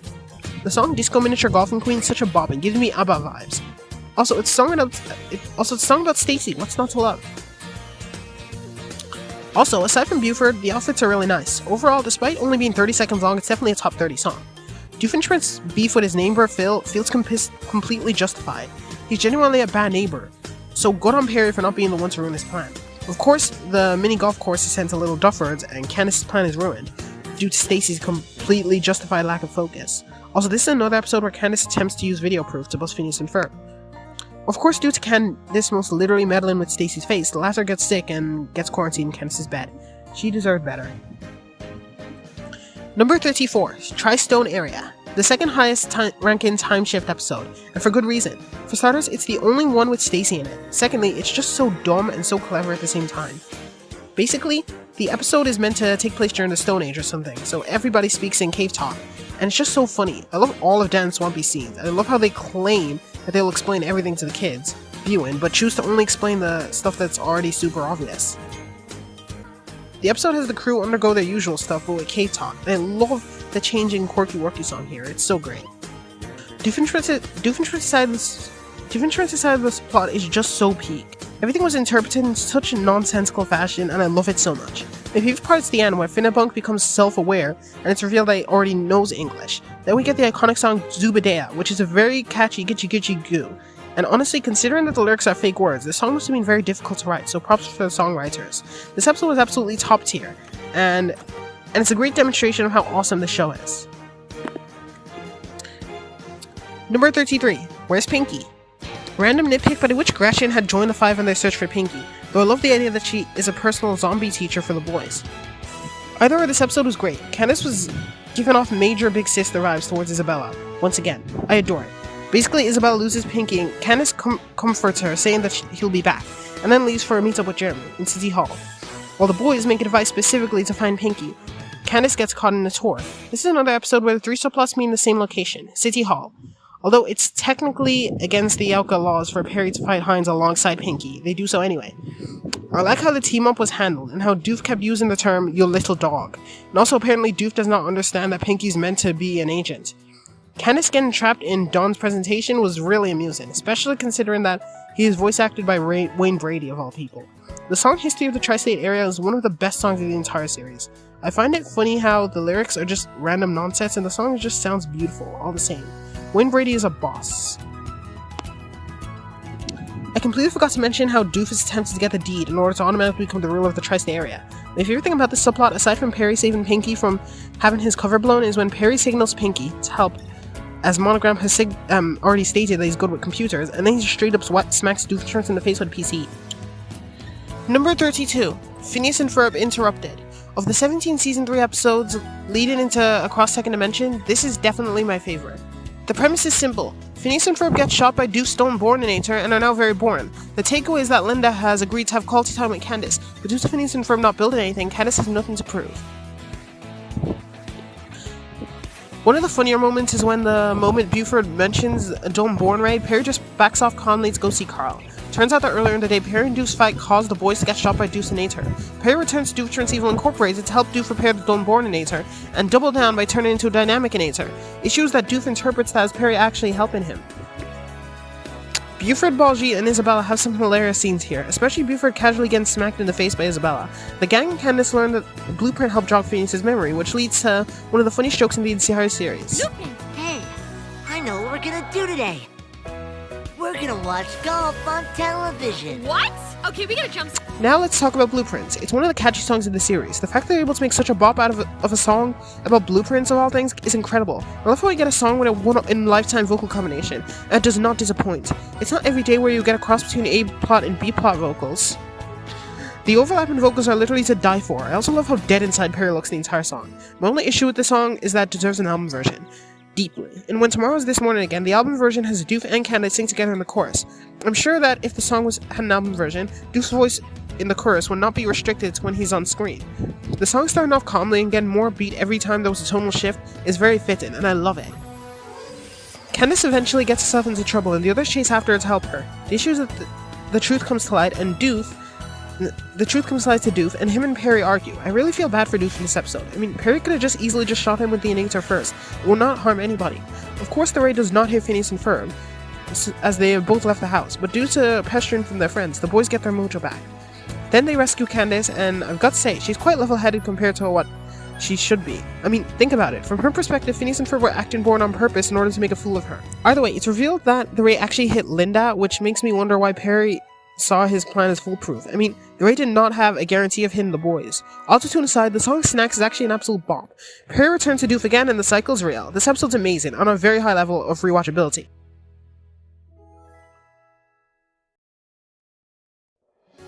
Number 31. Road to Danville. This episode's honestly amazing. It gives a very nice view on Doof and Perry's relationship and develops it nicely. Phineas and Co are making a quilt. Buford thought that he would hate it, but ends up loving it, while everyone else found it uneventful. This is the only time aside from She's the Mayor where we actually get to see Phineas and Ferb regret their device that they have created. Due to this episode centering about Doof and Perry, Candace does not appear in this episode, and mind you, this is the second time, first being Bully Bromance Bake Up. Doof wants to be quick with eliminating Perry because he has something important to do. So he uses his innator, the trip to a desert innator, to do so. Issues that they end up in the desert together. This leads to some forced bonding after Doofenshmirtz loses Perry's jetpack. We actually get some interesting one-liners. For example, it's revealed that Doofenshmirtz has 2 titanium arms and is a double amputee. I know this is unlikely, but I desperately hope this comes back as a future episode. The song Heck of a Day is really nice.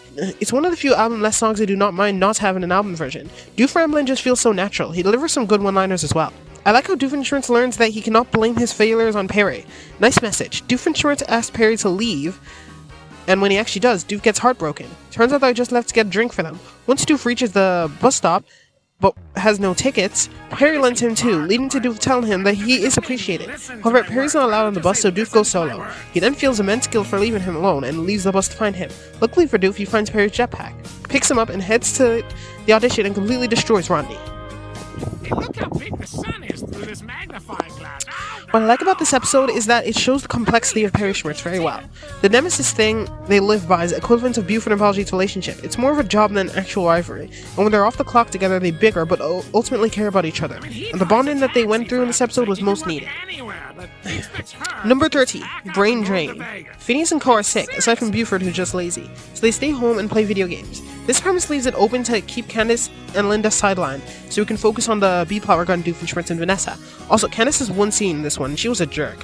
One detail I found amusing is that when Phineas asks where Perry is, all the other kids check their beds as if they are not all in different locations. Perry gets caught in Doof's plan immediately he arrives, and rather than using the fact that he has his nemesis in his hands to an advantage, he instead makes him slap himself, steal trolleys, and troll himself by nearly eating sidewalk though. It's ridiculous. Well, the Backyard Gang are just playing a video game. Not much try home about. Due to conveniences, the hat that Doof uses to control Perry directly locks the kid's game, and so they fight Doof using Perry, which leads to what's got to be the most iconic Doofenshmirtz song in the entire series. There's a platypus controlling me. Basically, Doofenshmirtz falls down a hill, sticks his hand in glue, and gets them stuck to records. In order to save him from embarrassing Vanessa and himself, Perry using the helmet to control Doof by having him throw down some sick beats. Doof unintentionally rolls along and spits out one of the catchiest rap songs ever created, and gains his daughter's approval. I love how Buford manages to get sick while all the rest of them get better. Number 29, Hail Doofania. This episode was interesting, as the entire thing was a role swap. I do not understand why Vanessa and Candace did not just wear different clothes. I mean, writers could have used a better excuse. That aside, this episode's fun. Candace actually looks good in Vanessa's clothing. This episode is the one that begins giving Norm actual character. Basically, him and Doofenshmirtz are creating their own empire named Doofania in order to separate themselves from the rest of the tri-state area. Phineas has attempted to give Isabella her first rainbow, as he does not have the ability to stop and listen. My favorite thing about this episode is Perry. Due to the cone on his head, he cannot enter a secret lair, so he spends the entire episode attempting to do so, and constantly failing, while Monogram and Carl just wait and do nothing.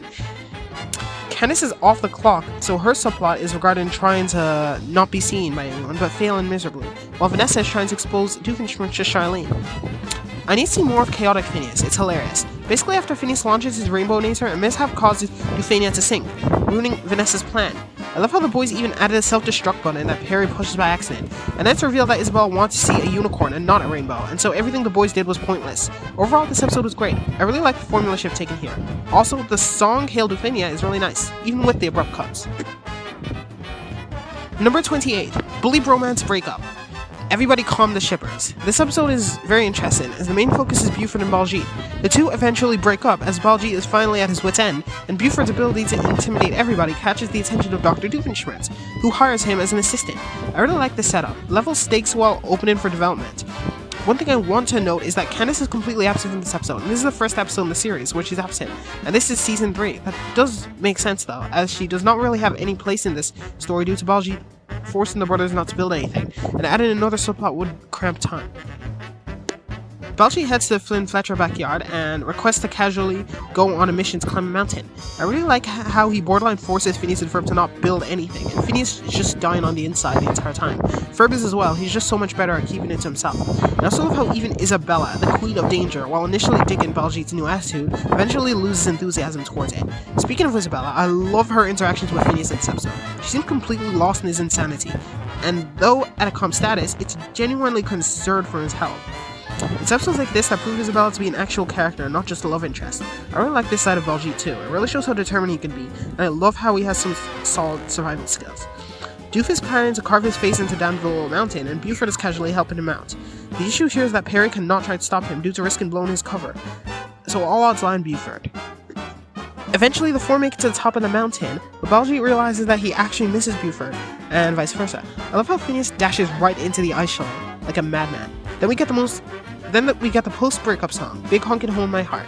While another Bugee duet that parallels nicely to the moments we didn't get along from season 1 episode, It's About Time, it also massive stuff for shippers. Doof catches on to the singing and realizes that Buford's leaving, and Buford literally says these lines. Bully everyone. You just want to bully someone you love. Why are you looking at me like that? I appreciate how Doof accepts the fact that Buford's leaving very casually. Respectful. Due to that though, Perry's open to show up and thwart him. Due to the tracking device that Buford placed on Baljeet, he finds the gang and rescues them from crumbling on the misshapen mountain that has been formed by Doof's head. Perry then returns the mountain to normal and leaves. Buford and Baljeet reconcile as well, the former promising to respect boundaries more. I like this episode. It's like the road to Danville for Buford and Baljeet. I also love how Phineas was used in this episode. It gave a perspective in his character that has never been explored before. Without building, him and Ferb's sanity is greatly at risk. Number 27, Candermi. From one shipping episode to another, this episode is Candermi. Of the 17 Season 3 episodes building up to Cross-Second Dimension, this is definitely the best. For starters, the episode title is Gold. It's called Candermi, but not because this titular ship is explored, because they are literally stuck together. Now, I really love Stacy, and I love how she stands up to Candace, tells her that she loves her and misses when they would spend time without interruptions regarding Jeremy, and honestly, I feel her. Candace and Stacy have been best friends for like 10 years. The entire bust obsession and Jeremy obsessions are recent things, so it's only natural that Stacy would feel like she's losing her best friend. Stacy likes Jeremy, but she does not like how she's taken all of Candace's time from her, and I find that really cute. It shows that the reason Stacy puts up with Candace's nonsense is because she loves her and does not want to lose her. Candace catches on and immediately promises to spend the whole day with her, and her alone, which shows how Candace is truly trying to be a good friend. Also, I love how Stacy has a skating trophy and medals, which makes sense, considering her flawless skating in Swinter and Crack That Whip. The issue at hand is that Doofenshmirtz has just made a new enator that combines two things and shoots Jeremy and Candace, accidentally combining them, though solely by the hip for some reason. Candace immediately blames Phineas and Ferb, and honestly, I do get why. From her perspective, they're the only people in Danville who are capable of pulling off shenanigans like this. Another subplot regarding Isabella is active as well. She parallels Stacy as she's trying to request alone time with Phineas. Difference is that Stacy succeeded, and due to Candace, who forces the boys to find their molecular separator, Isabella fails. This episode also contains many meta jokes regarding Rover and the robot dog, and the title sequence. I love Doofenshmirtz's side of the plot. He tries to one-up Perry by combining himself with Norm, but ends up improving Perry accidentally, constantly. The song Just the Two of Us is the ultimate Candace song, as it's in Stacy's perspective. I love the lyrics, they're so cute and fun. I also love the montage. Stacy's literally never been happier prior to this episode. I've wasted enough time, so I'm just going to rush through the climax. After Rover gets shut down, he drops the separator, which causes everyone to go back to normal. What I love is how firstly, Candace says that she will see Jeremy later, before remembering her promise and confirming that she'll not talk to him until tomorrow. I also love how Stacy knew Candace was lying the whole time, and just enjoyed all that time with her anyways. I do not give Stacy enough credit. Also, let's not forget about this infamous curse scene. Oh, Phineas! Okay, bro, I guess I'll see you back at the house. Oh my gosh. Hey, does this mean we can all go now? Yes. Yes, it does. Number 26, Ferb TV. Ferb TV is a very hit or miss episode in all honesty, but it certainly was a hit for me. Basically, this episode's a compilation of a bunch of TV show ideas using these characters.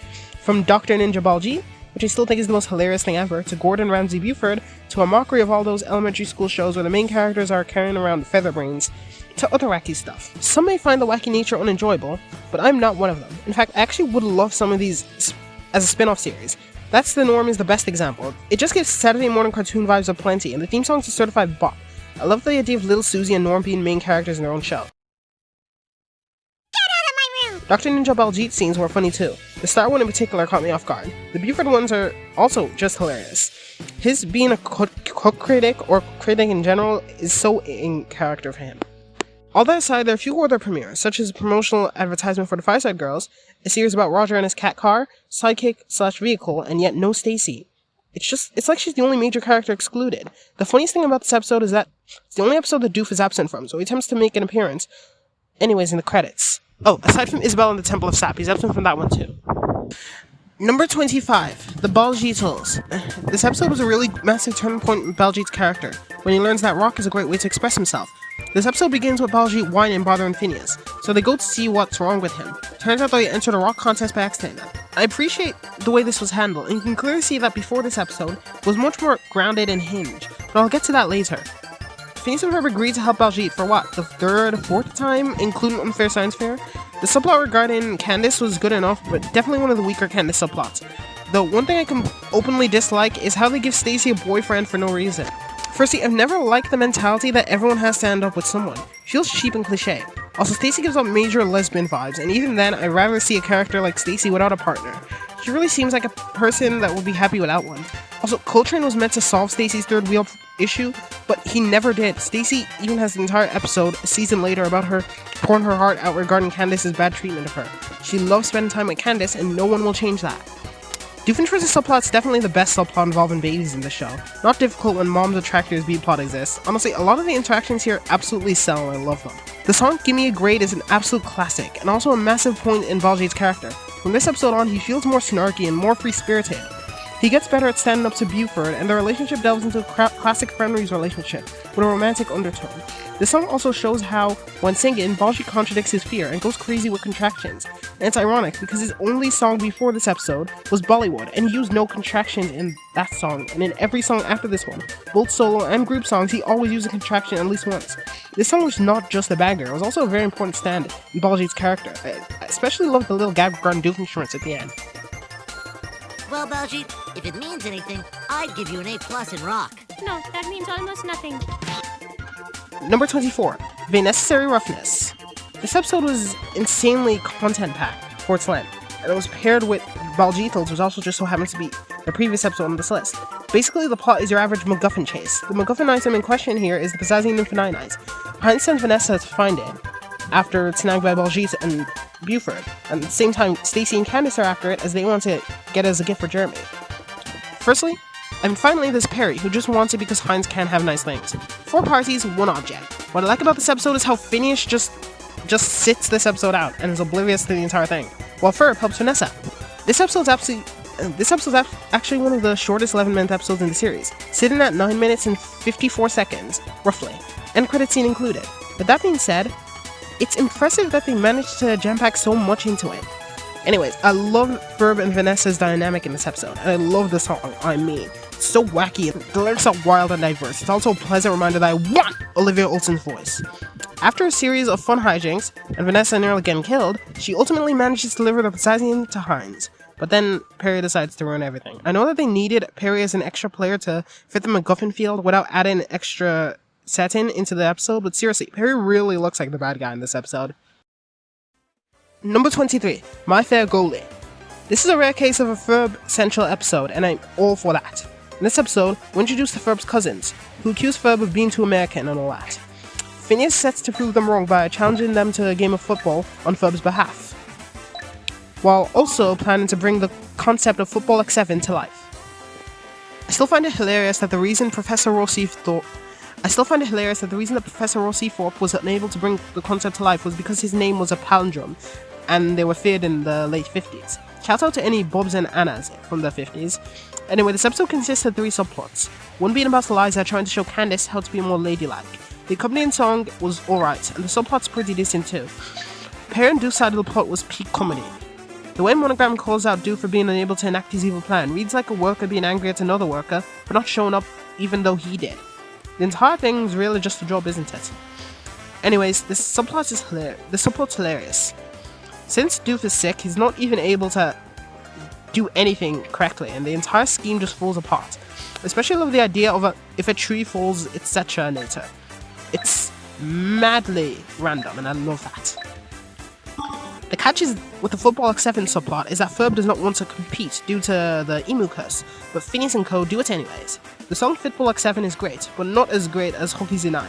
The lyrics are just fun and creative, and it does not have the wackiness that Z9 does. My overall favourite thing about this episode is Buford having zero idea what they're actually playing, but just doing whatever he wants. And let's not forget the highlight, the nostrils. The song in the end credits may just be the best song in the episode. I do not make the rules. Overall, a very enjoyable watch. Makes me want more Ferb episodes. Revival? Do it. Number 22. Nerds of a Feather. This episode was not at all what I thought it would be going in. Although, I was not disappointed. Again, this episode has 3 subplots. Phineas and Ferb head to convention to meet Clive Addison, but are caught in a heavily realistic fandom battle that I have seen way too much IRL. I do not relate to the arguments, but I do relate to Phineas and Ferb themselves. I have been in their position before. The song Our Movie's Better Than Yours is a decent song, but not much to write home about. I think the undertone highlight of this episode is Buford being a fandom guy. I get Balji, but Buford was unexpected. Either way, this subplot has a handful of absolutely hilarious moments and kind of makes people who take fandom discourse seriously look like idiots. Rightfully so. Candace's subplot's without a doubt my favorite. Candace's subplot in the entire show, as well as one of the most relatable aspects of her character. She's obsessed with a childhood favorite franchise, but's too afraid to share it with Stacy, Jeremy, and even her family. It just hits so incredibly close to home, and I love it. What I love even more is how after this episode she begins to become more open about it, as the people she cares about accept her secret, with her even playing a Ducky Momo game with Stacy, and showing Jeremy her Ducky Momo keys, etc. I was generally caught off guard by Candace being the one in the Ducky Momo costume. The final subplot was incredibly hilarious as well. Basically, Doof is pitching a series named Doofenpuss to a guy he literally held hostage, and it's incredibly entertaining to watch. Specifically the scene where they're fighting the vampire ninjas and random things start exploding. But the best part is when Doof becomes self-aware about the stupidity of attacking the real mayor. That was funny too. Due to how many times I've seen this in other shows. Then there's also this line, which has got to be one of my favorites to date. Second. Okay, what? You can't just throw a giant monster into a story because you're stuck for an ending. It's lazy. It's lazy writing. Then there is his decline in offer due to being suggested that Perry gets a girlfriend in the series, which has got to be one of the most hilarious things ever. They better make a Doofenpuss spin-off. Pronto! Number 21, A Real Boy. Interestingly enough, this episode was originally in C tier, and I saw a post by Not Buffalo Marshmallow on Tumblr that explained how this episode shows how Doof unintentionally reflects the way that his parents treat him and the way that he treats his children, and it completely changed my mind. People often try to use the excuse of Hines not actually seeing Norm as his child, but that does not really change the fact that he's unintentionally mirroring his mother. He treats Vanessa with the most respect and love possible, while he dismisses Norm constantly throughout the episode and ignores him completely. And it's interesting that even to the end, Doof refuses to acknowledge Norm as his son and instead begins to recognize Perry as a true confidant. On Norm's side, it's sad to see him being dismissed, but it's also interesting because it's important to note that Hines himself does not see it this way. He thinks he's an incredible dad due to what he's doing to Nessa alone, but he in reality is just like his mother, only out of ignorance rather than out of actual intentional dismissance. I know you 14-year-olds are just itching to tell me it's not that deep, skull emoji, it's just a cartoon, skull emoji, but it very much is shut up, hypotheticals. It's nice to see Hines' treatment of Norm improve as the series goes on though. This episode's song was an absolute banger by the way. It's both funny and catchy. I also find it hilarious that Stacey has to hypnotize Candace from stopping her from busting, and the exchanges between the two are absolute gold. I think this episode's highlight is Candace having a ton of posters she does not remember buying. Easily the best joke in this episode, and absolutely relatable too as well. In regards to the PnF plot, one thing I noticed is that Buford isn't seen in the contraption because he's actually chilling on the ground. Number 20, Tales from the Resistance, Return to the Second Dimension. This episode was the sequel to Phineas and Ferb's first movie, Across Second Dimension.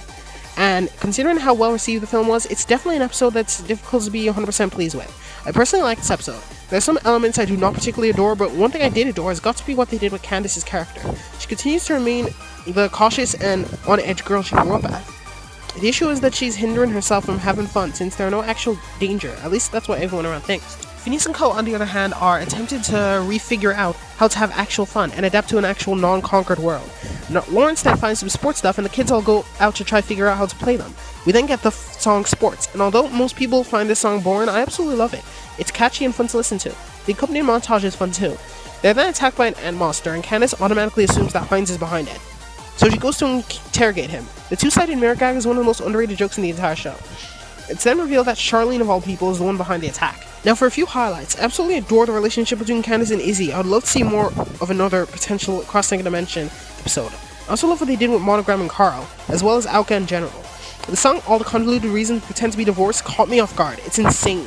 The concept itself is hilariously clever, even for this show. I absolutely love Second Dimension Charlene. I want to see more of her antics with Doof. After the brawl with Candace, Vanessa gives her parents leeway to escape, and the episode ends on a cliffhanger. I love the reference to the deleted scene from the Second Dimension film, which has Tony banished by Doof, with this scene. Now, I love this episode, but I have a few nitpicks. Firstly, where is Second Dimension Stacy? Every other major character has one. Jeremy, Norm, the Fireside Girls, even Irving. But why not Stacy? Justice for Stacy, I swear. She and Jeremy get shafted way too often. Justice. I demand justice! Charlene throwing away Deuce train felt very cheap, especially considering how it was the key to victory in the original movie. Finally, the Ferb subplot was kinda left field and did not go anywhere. Either way, I would love Second Dimension got a spin-off series, where Stacy finally gets the spotlight she deserves. It could just be like any normal series, but a bit more story-driven. Either way, I'm looking forward to more Second Dimension episodes in the future. Number 19, The Klimpaloon Ultimatum. Why does this feel like this episode was only created to stick the Ballad of Klimpaloon into an actual episode? It somehow managed to be one of the best episodes in the entire show. This episode basically takes a joke from Summer Belongs to You, that being Klimpaloon, and a nod from the episode Just Our Luck, where Candace gets chosen to sing backup to Love Handle, and combines them. In this episode, the Flimflash family heads to the Devil 24-Hour Music Awards, where Love Handle is meant to sing the Ballad of Klimpaloon. The existence of Klimpaloon is brought to question, so Candace, the boys and co, are tasked to prove it otherwise. Heinz, on the other hand, is trying to ruin his brother by turning him into a warthog. And what I find funny is the way that he was telling the story. You would expect him to exploit nepotism, as he is literally Roger's brother. But no, turn him into a warthog, why not? If I had to criticize one aspect of this episode, it would be the constant fourth wall breaking and Baljeet questioning logic, and then the writers throwing a screw that scene right after. It was funny but got a bit stale as time went on. Meta jokes can only land so many times. Anyway, I love the fact that the episode wasted so much time hyping up the Slamhammer guy, only for Mittenton Random to end up being the real villain. Random ended up being one of the most entertaining villains in the entire series, to date. His voice actor, Jon Stewart, did an incredible job.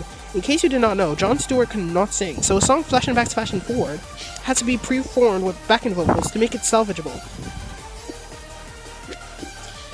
And let me just say that I absolutely adore this song. It's so random. Buford's line at the end only makes it funnier. For a few more highlights, I love this Leroy Jenkins reference with Buford. I also love how Baljeet can apparently calculate probabilities.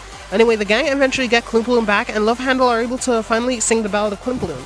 And although the episode version is not as good as the album, it is still good. Oh, and Random gets turned into a warthog. Overall, this episode was fun. It was nice to see Candace actually getting along with the boys, and this episode had a ton of fun jokes and an entertaining villain. I would love to see Random again. He was threatening, and not overly goofy. Unfortunately though, I do not see it happening, since John was a guest star. Number 18. Happy birthday, Isabella.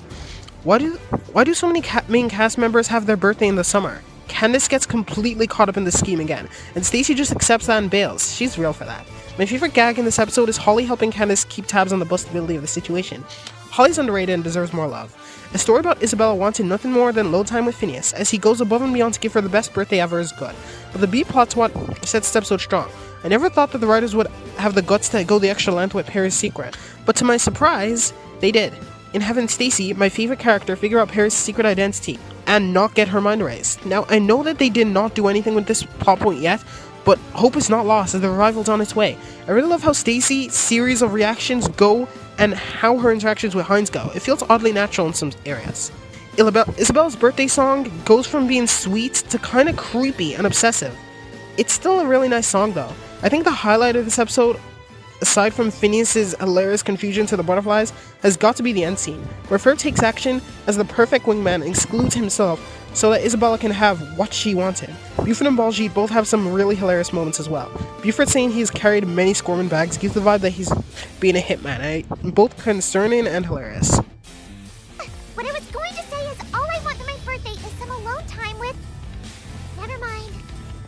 You wanted to be alone with this bag? Number 17. Happy New Year. Yep, this is my favorite holiday episode. Not even the Christmas special, 3 times this length, surpasses it. Anyway, I adore this episode. It's the second episode of Season 4 and one I keep coming back to. There are again 3 subplots, but most of the emphasis is put on Candace and Doof. The formula stays the same with the Backyard Gang building a celebratory ball to drop on the countdown. Candace's New Year resolution is to stop busting, but she relapses as she realizes that she can do it before it hits 12 AM. Classic Candace. Heinz tries to take over the tri-state area with an nature that would be clever if people actually kept their resolutions. This episode's packed with great humor, like Heinz being overly critical of Norm's early celebration, or Candace asking some random lady to adopt her, and let's not forget Irving becoming the nerd emoji. She never busts them. And Internet Land is not a real place. I think what makes this episode so special is what makes this episode so special to me is the song at the end. After Doof and Candace's plans fail, we get the song Happy New Year, and it's genuinely such a touching song. The lyrics are all about embracing change and brushing the past aside, which is a theme that resonates with me specifically. Also, it's another cruel reminder that my singing voice will never be as good as Olivia Olsen's. In case I have not mentioned it, I want her voice. Now we move into the final category, the S-tier episodes. These episodes are the closest the show ever gets to flawless, with great jokes, writing, character moments, or just all-around wackiness, like my next pick. Number 16, Picture This. This is without a doubt the funniest episode in the show. If I were to show this episode to somebody who has never watched the show, they would go out with more questions than answers. Absolutely nothing that happens in this episode makes a lick of sense. The boys accidentally put Reginald's feet on backwards and he's just chill with it. They temporarily turned Buford into a fly, and were just meant to brush that off. My favorite joke would have to be with Baljeet's Uncle Malik, who, interestingly enough, is the same name of Baljeet's voice actor. Basically, the boys make a machine that transports things through picture and start messing with it, and Candace heads to the Mexican Jewish Cultural Fest. To get her mom. The fact that there is this many Mexican Jews in Danville is insane. What's even more insane is the song, which goes way harder than it should. And on top of it, Doof's plot involves him trapping mimes because he hates them, which is hilariously specific. And then the entire episode just goes left field and a bunch of random things happen, and then we get the most random song ever, and it makes absolutely no sense even with context. Candace is trying to process what just happened, and then Ferb decides to start Candace is trying to process what just happened, and then Ferb decided it would be funny to start beatboxing. Really?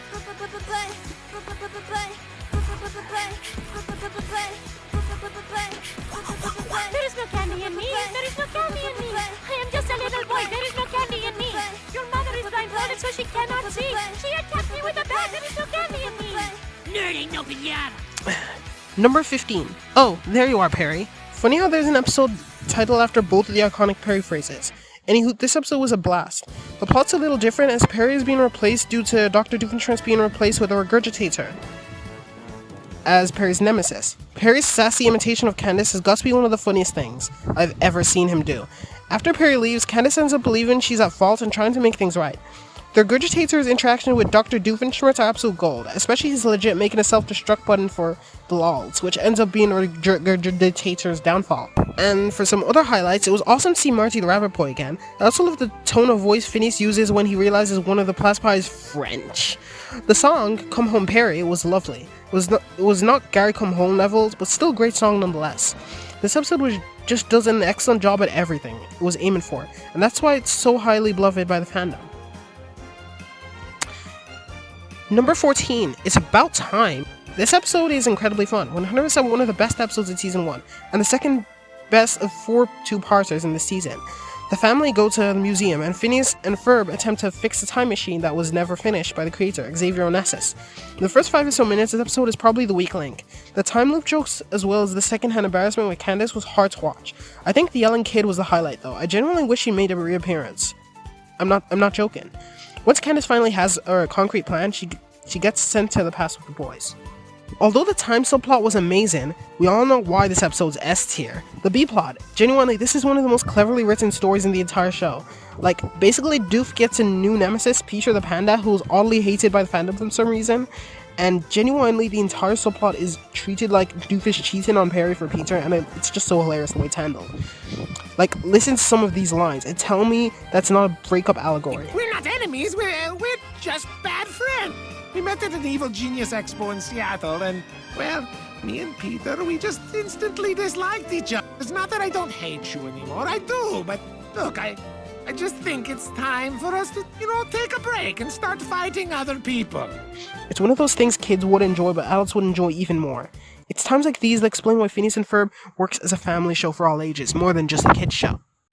The song, The Moments That We Didn't Get Along, is one of the most hilarious yet sad songs of the entire series. The music is reminiscent to one of those sad breakup songs, yet the lyrics are done with to fit the context well, and not straying from what the context...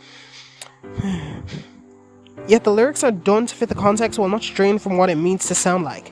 There are some lines here that explain what I mean, like, now you're doing battle with a panda from Seattle. They knew exactly what they were doing writing this line here. The A-plot has some more funny moments, such as the idea that the Fireside Girls casually have a perfect idea on how to repair a time machine, or the fact that Phineas misspelling time was enough to alter the entire repair. Then there's a song by Nemesis, which is also a real nice song. Once again, the lyrics are so well put together and funny in most aspects. The scene with Dr. Feel Better is even more hilarious because it contributes with the breakup allegory with some really hilarious lines and moments. I know I've kind of been sleeping on the main plot, but soz, it has nothing on the B plot. Shout out to the end credit scene though, one of the most popular Phineas and Ferb out of context clips to date. Number 13. Tip of the day. This episode's a perfect example of how insane Phineas and Ferb's influence on media is. Somehow teaching an entire generation what the tip of the shoelace is called. The answer being aglet. If you look up the word aglet on the interwebs, Phineas and Ferb makes a good amount of results. I absolutely love how Candace plays the role of the one who just doesn't care and stays true to her stance, ditching Stacy and Jeremy and even a chance at stardom, just so she can prove her point, and I love her for that. I also love the gag of the word aglet randomly working miracles, like they did not have to go that far. There's just so much hilarious about this plot, and also fascinating how many people know this word solely due to the show. And I know not everyone's in that boat, but a lot of people are. The B-plot's hilarious too, tying into the main plot in a very funny way. Basically, Doof uploaded a very embarrassing vid to the interwebs and is trying to use the machine to delete it from every mind in the tri-state area. Issue is that he ends up deleting the word aglet from every mind instead, and Candace is the only person to care because she's the only person on the planet to not know the name beforehand. It's very well constructed and funny too. The song Aglet is a pretty great song. Not top 10 material or anything, but definitely a fun listen. I do heavily wish that Candace's verse was added into the album version. Oh, and before I move on, I just want to give light to one of the funniest jokes in the episode, that's unfortunately overshadowed by some of the episode's other jokes. Go, go, go! Jump and fall! Keep falling and keep being a platypus. Visualize it, you're a falling pup. Number 12, Wizard of Odd. I have watched a handful of Wizard of Odd parodies in my time, and this one's my favorite. It's so creative while also being true to the source material. The episode makes it clear that the entire sequence is just Candace's dream, and it's kind of a musical, again being true to the source material, with a plethora of hilarious jokes, moments, and gags that never get old, as well as a ton of clever references. The plot of this one is that Candace is trying to head to Bustopolis to bust the boys, and meets Isabella, and meets friends along the way. Yes, I just said that. Isabella's the good witch that drops the adventure on Candace. The song Yellow Sidewalk is an absolute banger. I love how they specifically changed it from Yellow Brick Road to Yellow Sidewalk, probably one of the least creative ways this was parodied, especially compared to the likes of Yellow McToad from VeggieTales. She meets the others along the way, Baljeet, Jeremy, and Buford. I like how instead of using the Tin Man, they just completely scrapped the idea and went for a tree instead. Buford wanted absolutely nothing and is so perfectly in tune with his character as well. As for accompanying songs, I Want to Be Cool was nice. I Demand an Extended Version. The Tree Laid the Wish song was nice too. Neither of them hold a candle to Buford's song.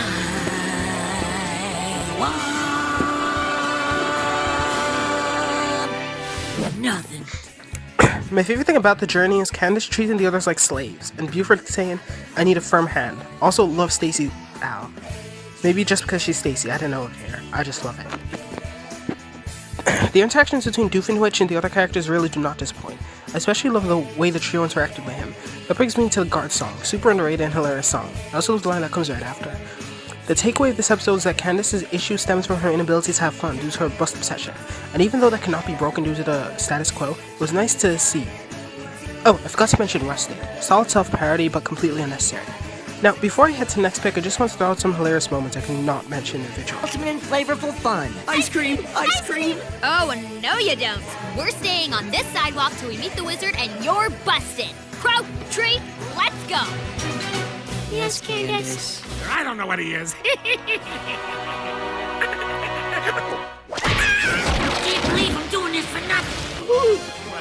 won't get away so easy this time. Hey, why did you do that? It's part of the makeover.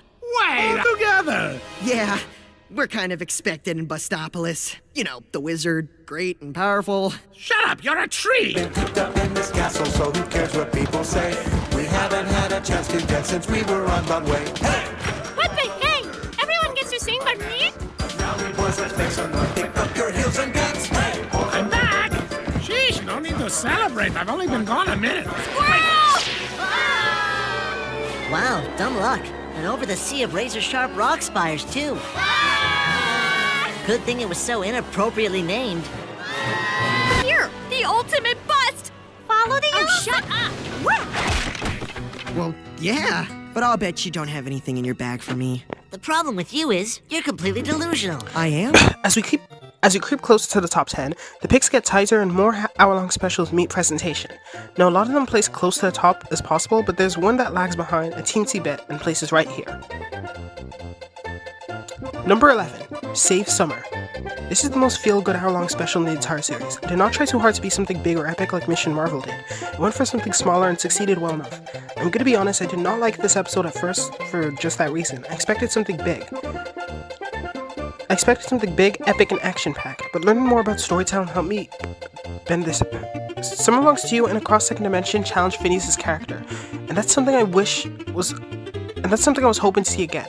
The episode was more focused on Love Muffin and Deuce's moral standpoints and boundaries as far as evil doing goes, and we're watching it today, I appreciate it much more. Summer All Over the World is one of the show's most underrated songs. It's no Summer Belongs to You, but it's a really feel-good listen. This episode may be more relaxed than most specials, but they go for a more larger scale threat, with Doof accidentally helping Love Muffin create a menacing form of dictating, and Monogram, having been fired, forced our favorite intern Goober to take the reins, with Monty's help of course, with that affecting the boys. They simply tried to stop it. The standout here is Candace, who's trying to get over her fear of spiders, and let me say, I have a ton to say about this subplot. For starters, little Candace is cute as a button, and not showing us little Stacy is a crime. Secondly, I really hate how Lindo is treating Candace's fear as a childish thing. I made a Tumblr post about this, but in short, arachnophobia is a very valid fear, as Phineas mentions, and someone with said fear should not deserve to be mocked for it. I do not have arachnophobia, but this still annoyed me. Also, Stacy does not apply here. She was not mocking Candace, but was just clueless about how harmful spiders can be, and is therefore had no reason to be afraid of them, similar to your average child. I would have never been cautious of spiders if one of my classmates had not spread propaganda about tarantulas sucking your blood and instantly killing you. I believe that misinfo for a solid 7 years. Love Muffin's at their best in this episode, with our finally being able to see the whole gang interacting. Let me just say that the exchanges did not disappoint at all. They really do go with Rodney's character in this episode, as well as his interactions with Doof and the rest of the gang. The plot of Monogram getting fired and Carl having to take over was handled very well too. It was an incredible character moment for Carl, and it was a pleasure to see Monty make an appearance again. Not to mention some great content for Carl and Monty shippers. I also enjoyed the scene where Doof tells Monogram off. The speech was actually legitimately strong despite its witty undertone, and the 2-cent joke afterwards is just the final touch to make the scene perfect. You keep hearing me praise this, so why is it not sitting on the throne of glory it deserves as one of the 4 horsemen of Big Bad PnF specials? Well, Alka and Love Muffin carried this episode real hard, and it shows. I said before that I do not mind the backyard quintet playing a more passive role in the big episode, but they do not do much aside from being a realization and resolution, so to speak. Aside from the Buford credits gag, which is only really funny the first time, and Ferb invites an entire orchestra, this subplot is devoid of really iconic jokes. Of course, there's the iconic meta joke regarding Phineas getting angry. Candace's subplot is fine, but definitely the weakest as far as special episodes devoid of busting go. Getting over the fear of spiders is quite the common plot, and this episode does not have that many twists to make it stand out. The song collection of this episode as to offer is not too impressive. I do like Summer All Over the World, but it really only worked as an intro song. Trying to double down as a finale unfortunately did not work out so well as expected. And finale songs matter. Look at Summer Belongs to You. Irving's Campfire song is a hit or miss, and Alka's Going Down is honestly really good. I love how you can hear the individual characters voicing their respective lines, and the song has a really epic style. With all that being said, the episode was solid, and everything I'd expect from an hour-long special.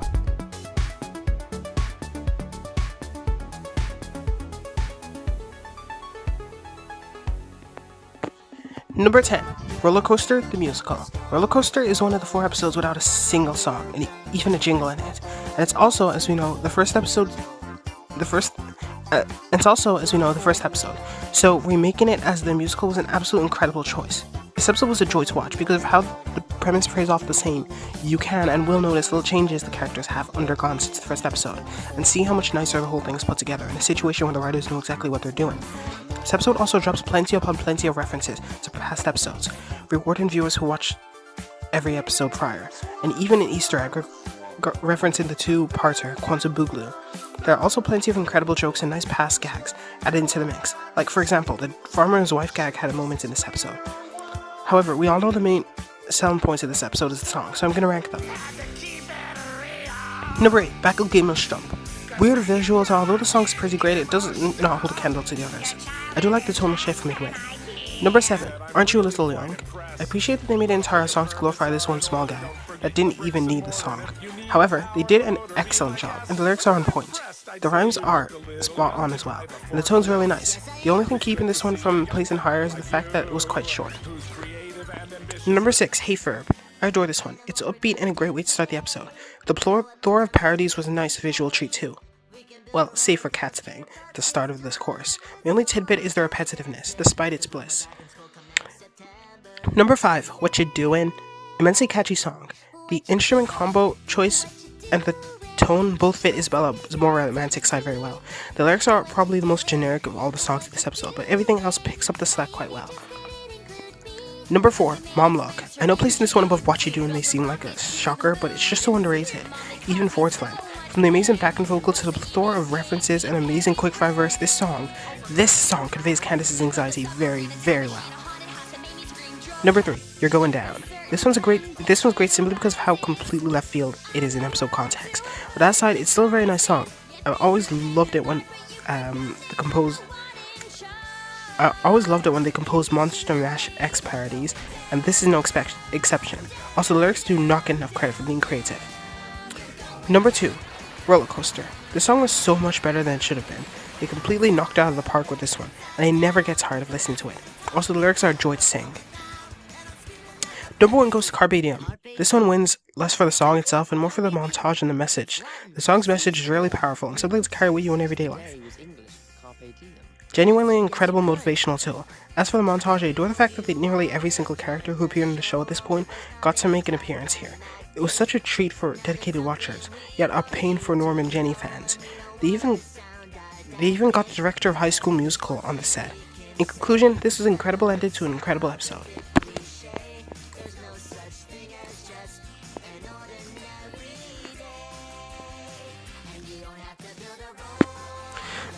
Number 9, The Chronicles of Meep.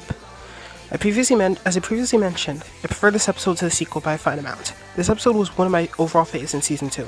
I remember I first watched it in December. I had lost my voice and decided it would be best for me to pull a Ferb and only speak when it was necessary.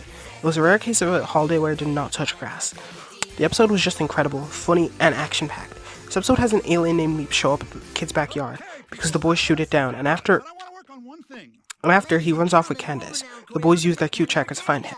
One highlight this episode got is the very clever do not judge a book by its cover scene in relation to Candace, where she states that judging a book by its cover is more often than not necessary when you are picking out a series you're new to. In BTW, that includes the blurbs, as the book itself can differ from the blurb majorly. It's a very clever exchange. This is not to weaken the saying, but it's quite ironic how the origin contradicts itself. Anywho, the boys Candace and Izzy wind up in space because of Mitch, who is after Meep. For starters, the gag of people assuming that Mitch is Meep's father is more hilarious than it should be, and Candace's interactions with Meep are really entertaining to watch. The song My Ride from Outer Space is an absolute banger as well, and the montage awfully cool too.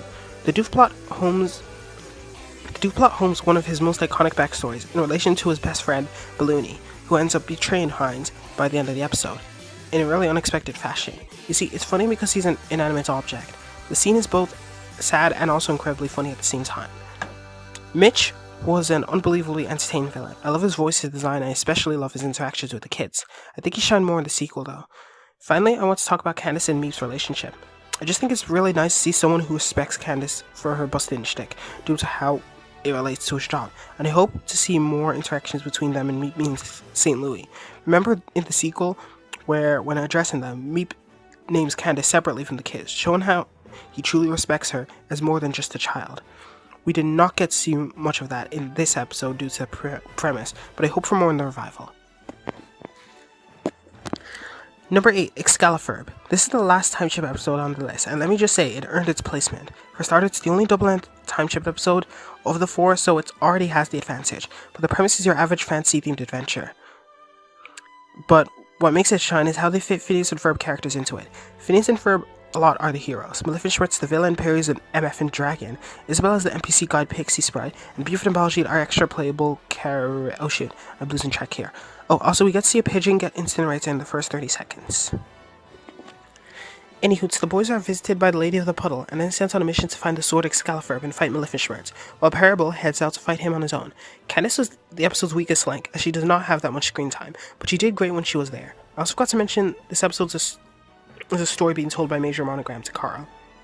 I mean, being told to Major Monogram by Carl. Maleficent's evil incorporated, but not really incorporation, etc. You know it. The gag with Maleficent's dialogue muffling up anytime he exits visibility is incredibly underrated. As is Monogram roasting Carl for playing country music during the questing scene. Speaking of which, the questing song itself is without a doubt one of the most forgettable songs of the show, while also being a nice song. And my gosh, it was so nice to see Professor Poofenplots make an appearance for once, and for Baljeet to completely demolish the riddle gag while also reminding me once again how much I adore haikus. The jokes in this episode were high level and incredible, specifically the swamp scene, a ton of reasons, specifically the super underrated Swampy Marsh joke. Now to the fight scene, which was, in a sentence, not at all what I expected. Ferb's speech was delivered so well, and the song Epic Monster Battle was on its own what you expect from a fantasy final battle. But then the singer started double taking with the constant "he's up against" shtick. Like, I'm not even joking. I laughed so hard I'm confident I would have actually passed out if Carl had not interrupted. Anyways, based on Maleficent's escape, I'd love to see a sequel to this. I mean, they had it coming with the setup. You open again, go to. Number 7. My Sweet Ride. That's right, the highest ranking 11-minute episode is none other than Season 4's My Sweet Ride. An episode that proves that wholesomeness can absolutely drive an episode. For starters, the episode is one big reference to Greece, and even aside from that, these outfits are absolutely lovely. Anyways, I adored the episode. For starters, it reinforces my point in regards to Jeremy plots being much more better when they are just chilling together. I'm usually indifferent towards Jeremy, but he was so gosh darn wholesome and adorable in this episode. It was such a sharp contrast to Candace's brash attitude, and I want more of it. Duke's subplot was nice too. The contrast was average. The content was average, but really the little things that make it so great. Exhibit A. Perry planned to literally blow down Duke's store before Nessa lets him in. Exhibit B. The super funny entomology joke, which is funny due to how much it seems like the sort of thing I would do. The takeaway of the A-plot is that the boys trick out Candace's ride to make it fabulous, and the best part is how she's grateful without hesitation, just rides along. It's so sweet. I love it. Now for my favorite part, the song, My Sweet Ride. There was a long list of songs that... There is a long list of things I love about this song, alone. For starters, Ashley, Vincent, Mitchell, and every other singer absolutely nailed their roles, and the song's absolutely beautiful. Jeremy stopping Phineas from pressing the rocket engine was such a cute little detail. The song is so lovely, and it's a freaking crime that no album version is available, despite it being an easy top 20 song. This episode also opens the doorway to the minor plot of Carl learning about Nessa and Monty's secret relationship, and his blackmail as a result, which had its follow-ups. Phineas and Ferb's formula rocks, but some of the best episodes are made from those that break away and try something new, and I hope to see an increase in breaking away in the revival. Not too much, but enough to make episodes like this that are treasured by the entire fandom. Number 6. Dude, we're getting the band back together. This episode still holds up as one of the most popular episodes in the series, and is highly deserved. It's one of the first episodes to heavily play around with the formula, and does a great job in keeping the characters true to themselves. The premise has Lawrence forget his and Linda's anniversary, and so Phineas, Ferb, and Candace help cheer her up by reuniting the long-broken band Love Handle. For starters, this does a great job at keeping Candace's feel while having her play another role, especially during the fabulous song sequence. And the boys have some great moments too. The B-plot's gold as well, being one of the most important episodes in both Hines and Vanessa, as is Vanessa's birthday, and with Perry's help, Hines is trying to make it perfect for her. And what I love is how it's clear that Doof is not the perfect dad, but is trying so hard, which is something Vanessa does not realize until the MacGuffin episode. Her reaction to Deuce's antics in this episode mirror identical to what I would react. I mean, how I'd react.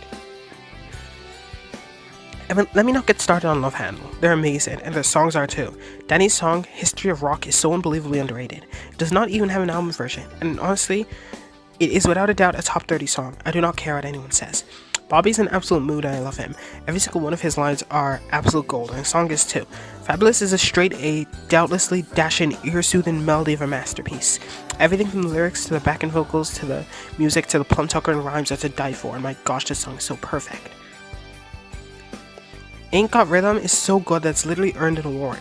Such an incredible but simple song. I mean, it's literally just a song about a guy denying he's got rhythm while unintentionally contradicting himself.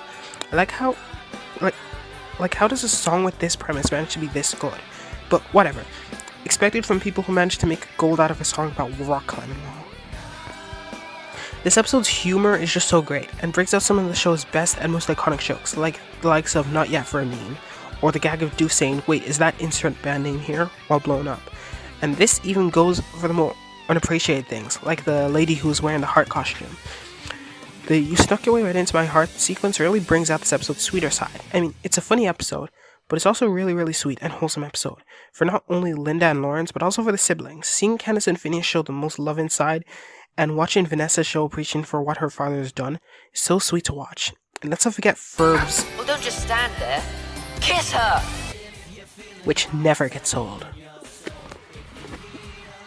Overall, this episode holds up today as an amazing demonstration of how great Phineas and Ferb can be with the formula broken, and I heavily recommend this episode.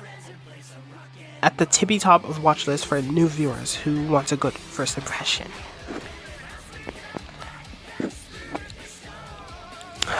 We are finally moving into the top 5. Every normal episode has been ranked. Now all we have left is specials. What matters now is how I rank them. The next 3 episodes were very, very, very hard to rank effectively. They were all great, but it really just came down to personal preference. The episodes in question are Someone Belongs to You, Last Day of Summer, and Star Wars. All the episodes are incredible, so it was difficult to decide which would deserve 5th, 4th, and 3rd, but I ultimately made a decision. So without further ado, number 5, Last Day of Summer. Most viewers consider this episode to be somewhat weak for a finale, expecting something bigger, the likes of what we see in Across the Second Dimension, but it takes a deeper analysis to see this episode's actually incredible way to conclude the show. Let me break it down. The show's main plot is as follows. The boys make something, Candace tries to bust them and fails due to the thing disappearing while all that's happening, Perry heads out to fight Doofenshmirtz. Wise ends up having his plans thwarted by Perry. As a result, Candace and Doof do not win. Rather than trying to be something big and epic, this episode goes a different route. What makes this episode great is the play on the formula. This episode has Doof create the do-over in Azer, which causes days to repeat when pushed, but also having him be the only one to know about the loop, aside from Candace, who pressed the button herself. They are then stuck in a time loop and use said time loop to do what they always do. Just like every summer day, they chase a goal that they'll ultimately fail. The song When Tomorrow's This Morning Again is an amazing song. I love the busted parallel visuals, and having Doof and Candace duet was something I was waiting for much longer than I should have. The lyrics were great too, and I love the song. The boys and their friends are mostly the same for the first quarter of the episode, with just a sprinkle of extra meta joke powder. The song Last Day of Summer is an incredible substitute for their theme song, and a more than acceptable way to hype the viewers up. And a more than acceptable way to amp the viewers up. I just love how it shows them pick up their friends along the way, one by one. There's No One I'd Rather Go Nowhere With is also very lovely. The montage is nice, but this song's lyrics and feel really hit hard. One of my many Dwampyverse comfort songs. My go-to song for when I'm in a sunny day relaxing in a field. One clever detail I love is how Perry's entrance in this episode completely mirrors that of his first layer entrance, giving a full circle vibe. Now what is interesting is when Candace and Doof stop abusing the innator to their advantage and begin to try to stop it. In Candace's case, she realizes that the fabric rips and object erasures and begins to investigate before forming a fully fledged plan once she loses her brothers. Doof on the other hand is calm about the rips due to having the source, but revolts once he realizes Vanessa's motive for leaving is due to his evil status putting a strain on her chosen career. Now for starters, it was nice to see Heinz actually win for once and get to one-up Roger, even if it was for a short amount of time. Secondly, Nessa's speech went hard. She should seriously consider doing therapy, because between her speech to Heinz and the one she gives Candace in the movie, she has a knack for it. Heinz turned in good for Vanessa was both shocking and unexpected. I just hope they know how they expect to explain in the revival, taking into account that it's set past the original show and Milo Murphy's Law. Phineas and Ferb's absence makes me realize some interesting things. For starters, Buford, Baljeet, and Isabella are much more mundane and dull without their existence. This proves that they would all be friends with or without them, but the lack of liveliness and spark in them is something worth analyzing.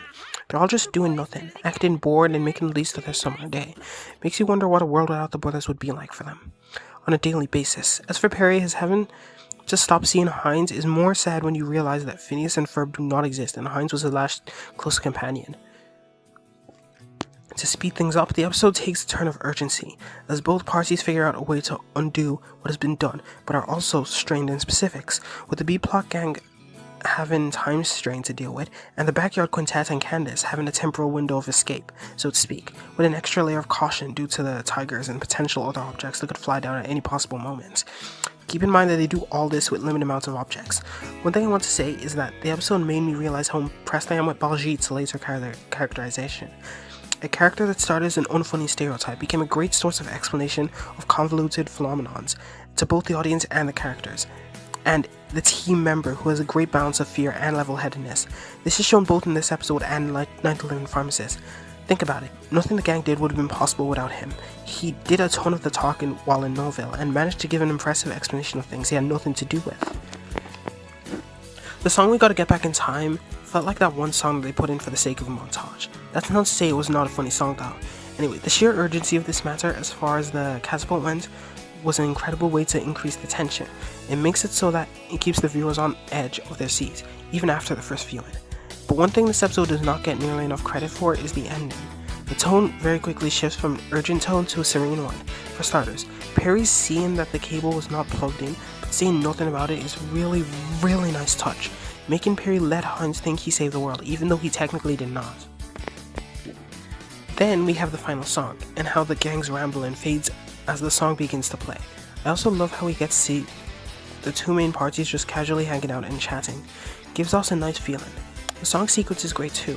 I adore how it includes almost everyone in the entire main cast, and I absolutely love looking at the slideshow, past moments in the back screen.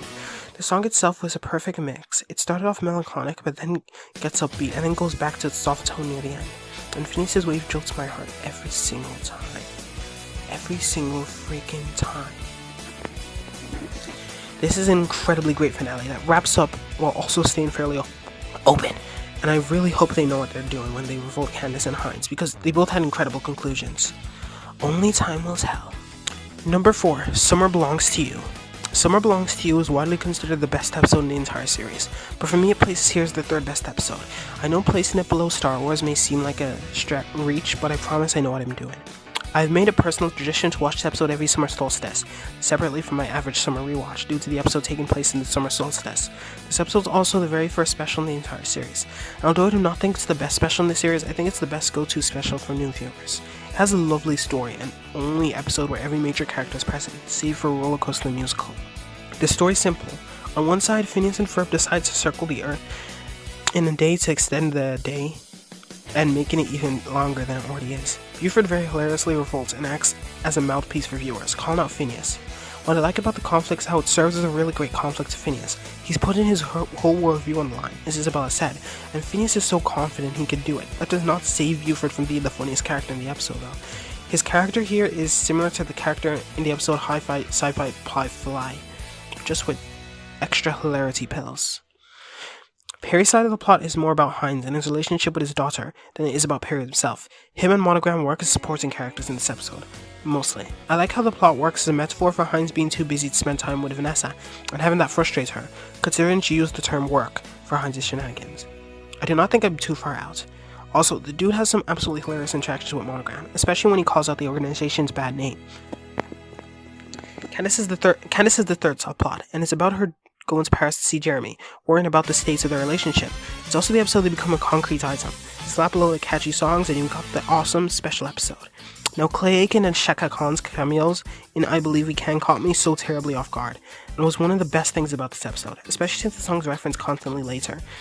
Now, Stacy's being Japanese is a little detail that isn't given enough light, and only mentioned a few times, so I was excited when the gang made a stop in Japan, that we get a song that's so hilariously stereotypical and made me laugh and cry at the same time. From the Carmela Dansen, which is incorrectly labeled as Japanese, but corrected in a future episode, to the anime style, and the school uniforms and the incredibly broken English in the lyrics, I can safely say that Welcome to Tokyo is the weirdest song in the entire show. Rubber Bands, Rubber Balls, and Bouncing Around the World are both fun songs with nice lyrics. Latter also have an incredible montage. But the Stop at France is the first to give us more than just a wink in a song. City of Love was a lovely song, but not the highlight. The highlight would probably be the part where Vanessa threatens Monogram with a hairdryer. We also get to see Jeremy officially consider Candace his girlfriend, which made me wonder something. Jeremy likely paid for his trip in advance, then wouldn't coming home be a disservice to him? Buford and Balji also have some really funny interactions here as well. Then we get what has to be the episode's weakest song before the kids get stranded on an island, and this is a contender for one of the best scenes of the show. First we have Candace once again freaking out and Buford rubbing it in, ignoring the fact that he is in the same predicament they are. Then we have the key moment, when Phineas actually begins panicking, in denial, trying to find some way to prove that they can, and even get a very funny SpongeBob reference in the process. Then we have Isabella, who's upset about Phineas won't pay any attention to her, just wishing he would at least enjoy the sunset with her. Not to mention Ferb being an amazing friend. Then, once Phineas actually gives up and decides to do what she wanted, she realizes how selfish she's actually been. She instead gives him a pep talk and actually gives him the inspiration to make something they can use for escape. I also love how Candace continues to doubt until the very last second, totally in line with her character. Then we get the scene where Buford helps out by returning everyone's bikes, and the subsequent famous get on the trike moment. And of course they had to make them show up at the very last second, technically meaning they didn't waste a single second. However, this episode finally ends with the well-loved musical number, Summer Belongs to You. And although I do not think this song is a top 10, like most people do, I do definitely think it's a top 30, 20, 15 tops. I love the song. The message is incredible and the montage is lovely, but it gets a tad bit repetitive near to the end. To throw out a few more highlights, I really think the jokes in this episode were some of the best in the series has to offer, and the episode had pretty solid pacing up until the Paris stop. In a general sense, a great episode, not too much negative to say about it, but what lies ahead just happens to be better. Number 3, Phineas and Ferb, Star Wars. I really do not believe it's a stretch to say that this special was the best thing to ever happen since Disney bought Star Wars. This episode's without a doubt Phineas and Ferb's greatest crossover, definitely much better than Mission Crapple. You see, the charm in this episode is how well it fits in the story of Star Wars side, of course. What I like about the episode is the writers put in the effort to cool viewers' jets by making it non-canon to either series, but despite that, this episode manages to puzzle piece it very well into the story. The way they do this is very clever. The main characters exist in the story, but rather than replacing the main characters in Star Wars, they take spots that would be considered supporting roles, for the most part at least. Phineas and Ferb are just young fellows on Tatooine who happen to get wrapped up in the mess. In the eyes of the viewers, Phineas and Ferb's actions seem major in the grand scheme of things. The scene where Isabella gives the Death Star plans conveys that well. I mean, they don't even have a hand in destroying it. My point is that the writers did a great job in taking up minor roles in the story, instead of replacing already existing ones. This is most evident with Doof, who's meant to be the lowest level Darth with a grudge against Vader for stealing the idea for Death Star from him. And may I just say how clever it actually is, because the Death Star is actually designed like the sort of thing Doof would make. Then there's Candace, who's put in a very fitting position as the Stormtrooper. Who's put in a very fitting position as the Stormtrooper. It completely complements her busting obsession, and her being limited to sock detail makes it better. Then there's Buford and Balji, who serve as the comedic sidekicks. These guys were an amazing comedic trio. Isabella, who's a cold-hearted pilot and Solo's rival, and then Perry, who has the most active role in the destruction of the Death Star as far as Phineas and Ferb characters go. I know they made it clear that this episode's not canon to Star Wars, but if it was, then it would not be completely far-fetched, because Phineas and Ferb characters are not taking roles of actual Star Wars protagonists for the most part. They're filling in other roles. And for that reason, it's an enjoyable episode for both Phineas and Ferb fans and Star Wars fans. It also gives the episode a very interesting and fun vibe. To dive into the nitty-gritty, I like what they did with Phineas and Ferb. They kept the family the same, but allowed it to be a little more disjointed. Heck, this is the only episode in the series where Phineas and Candace's bio-father gets any sort of mention, and the Tatooine song puts a heavy emphasis on the fact that Phineas and Ferb are meant to be stepbrothers. Their interactions throughout this episode are great, but the Sith Ferb scene takes the cake as the best. Everything about the scene is just perfect. Candace, Buford, and Baljeet have the best humor in this episode. It was a perfect comedic lineup, and they just absolutely rolled in the best way possible. The scene where Buford realizes they didn't give the commander the socks is absolutely priceless. This episode's song lineup was great too. Tatooine and the Empire and Sith and Aether are certified bangers. Rebelettes goes great too, but not as great as the others. Anyways, I would not be too disappointed if this episode does not get a sequel, but I'd still like it if it did. I like this episode, but it's not my favorite special. It just happens to be really great. Number 2, Night of the Living Pharmacist. Yep, the highest ranked episode is none other than this one.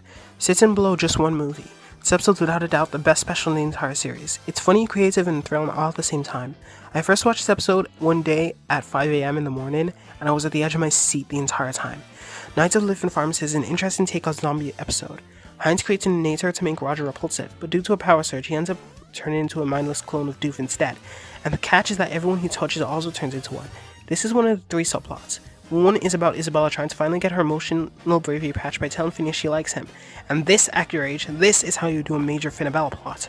You make it a major plot inside something already interesting and not let Chippen consume the entire thing.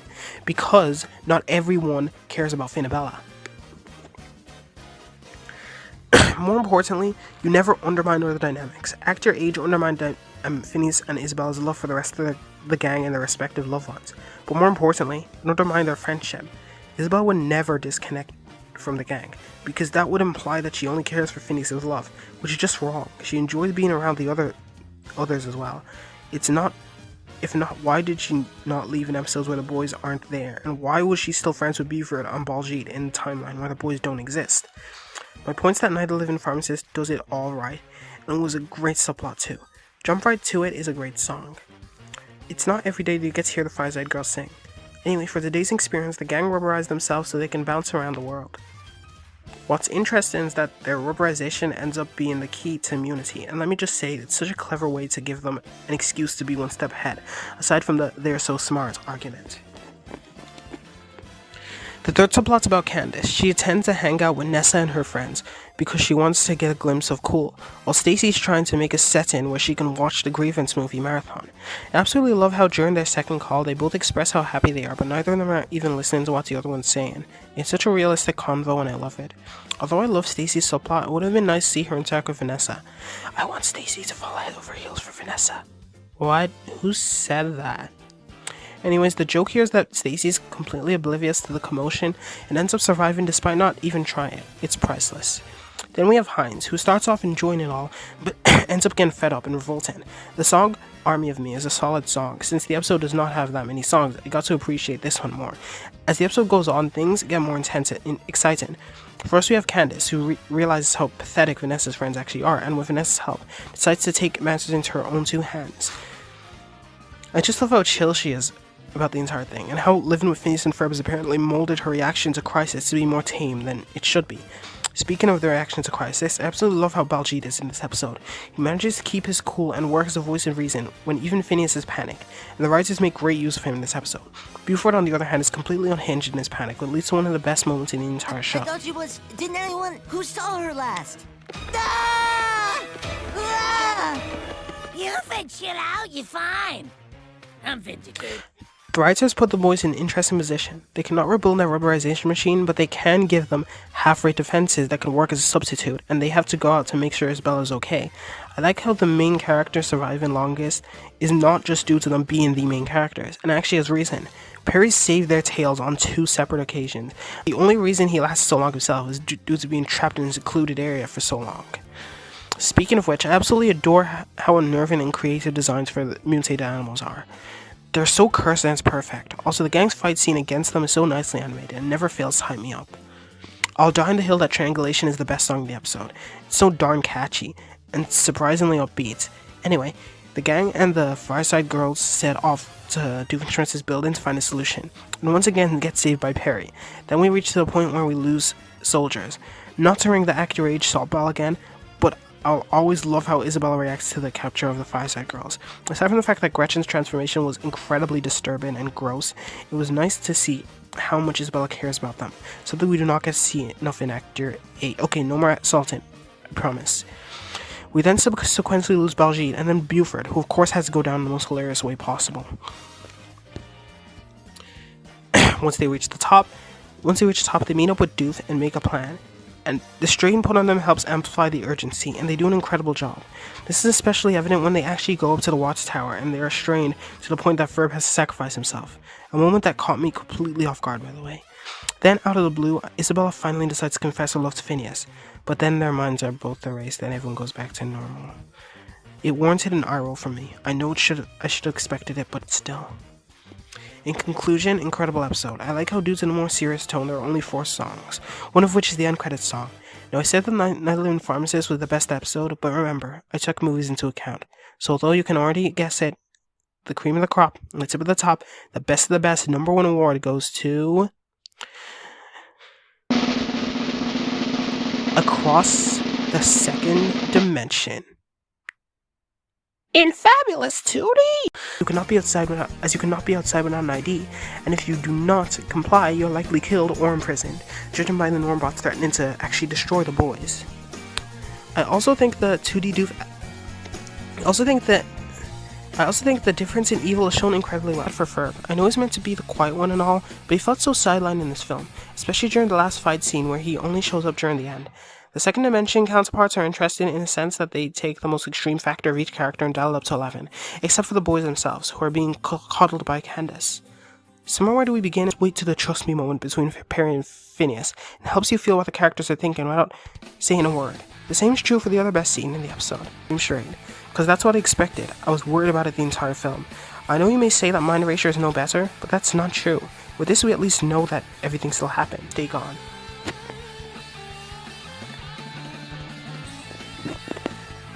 And that, my friends, is my ranking. Do you like it? Well, I don't care, because this script took me a year and 5 months to complete, due to my lack of order. I'm finally free.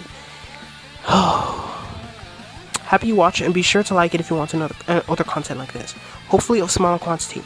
Anyway, I could not make a conclusion for the life of me, so let's just settle with thanks for watching and come back soon. And also, comment your disagreements. I'll most definitely respond with the least bit of interest conceivable.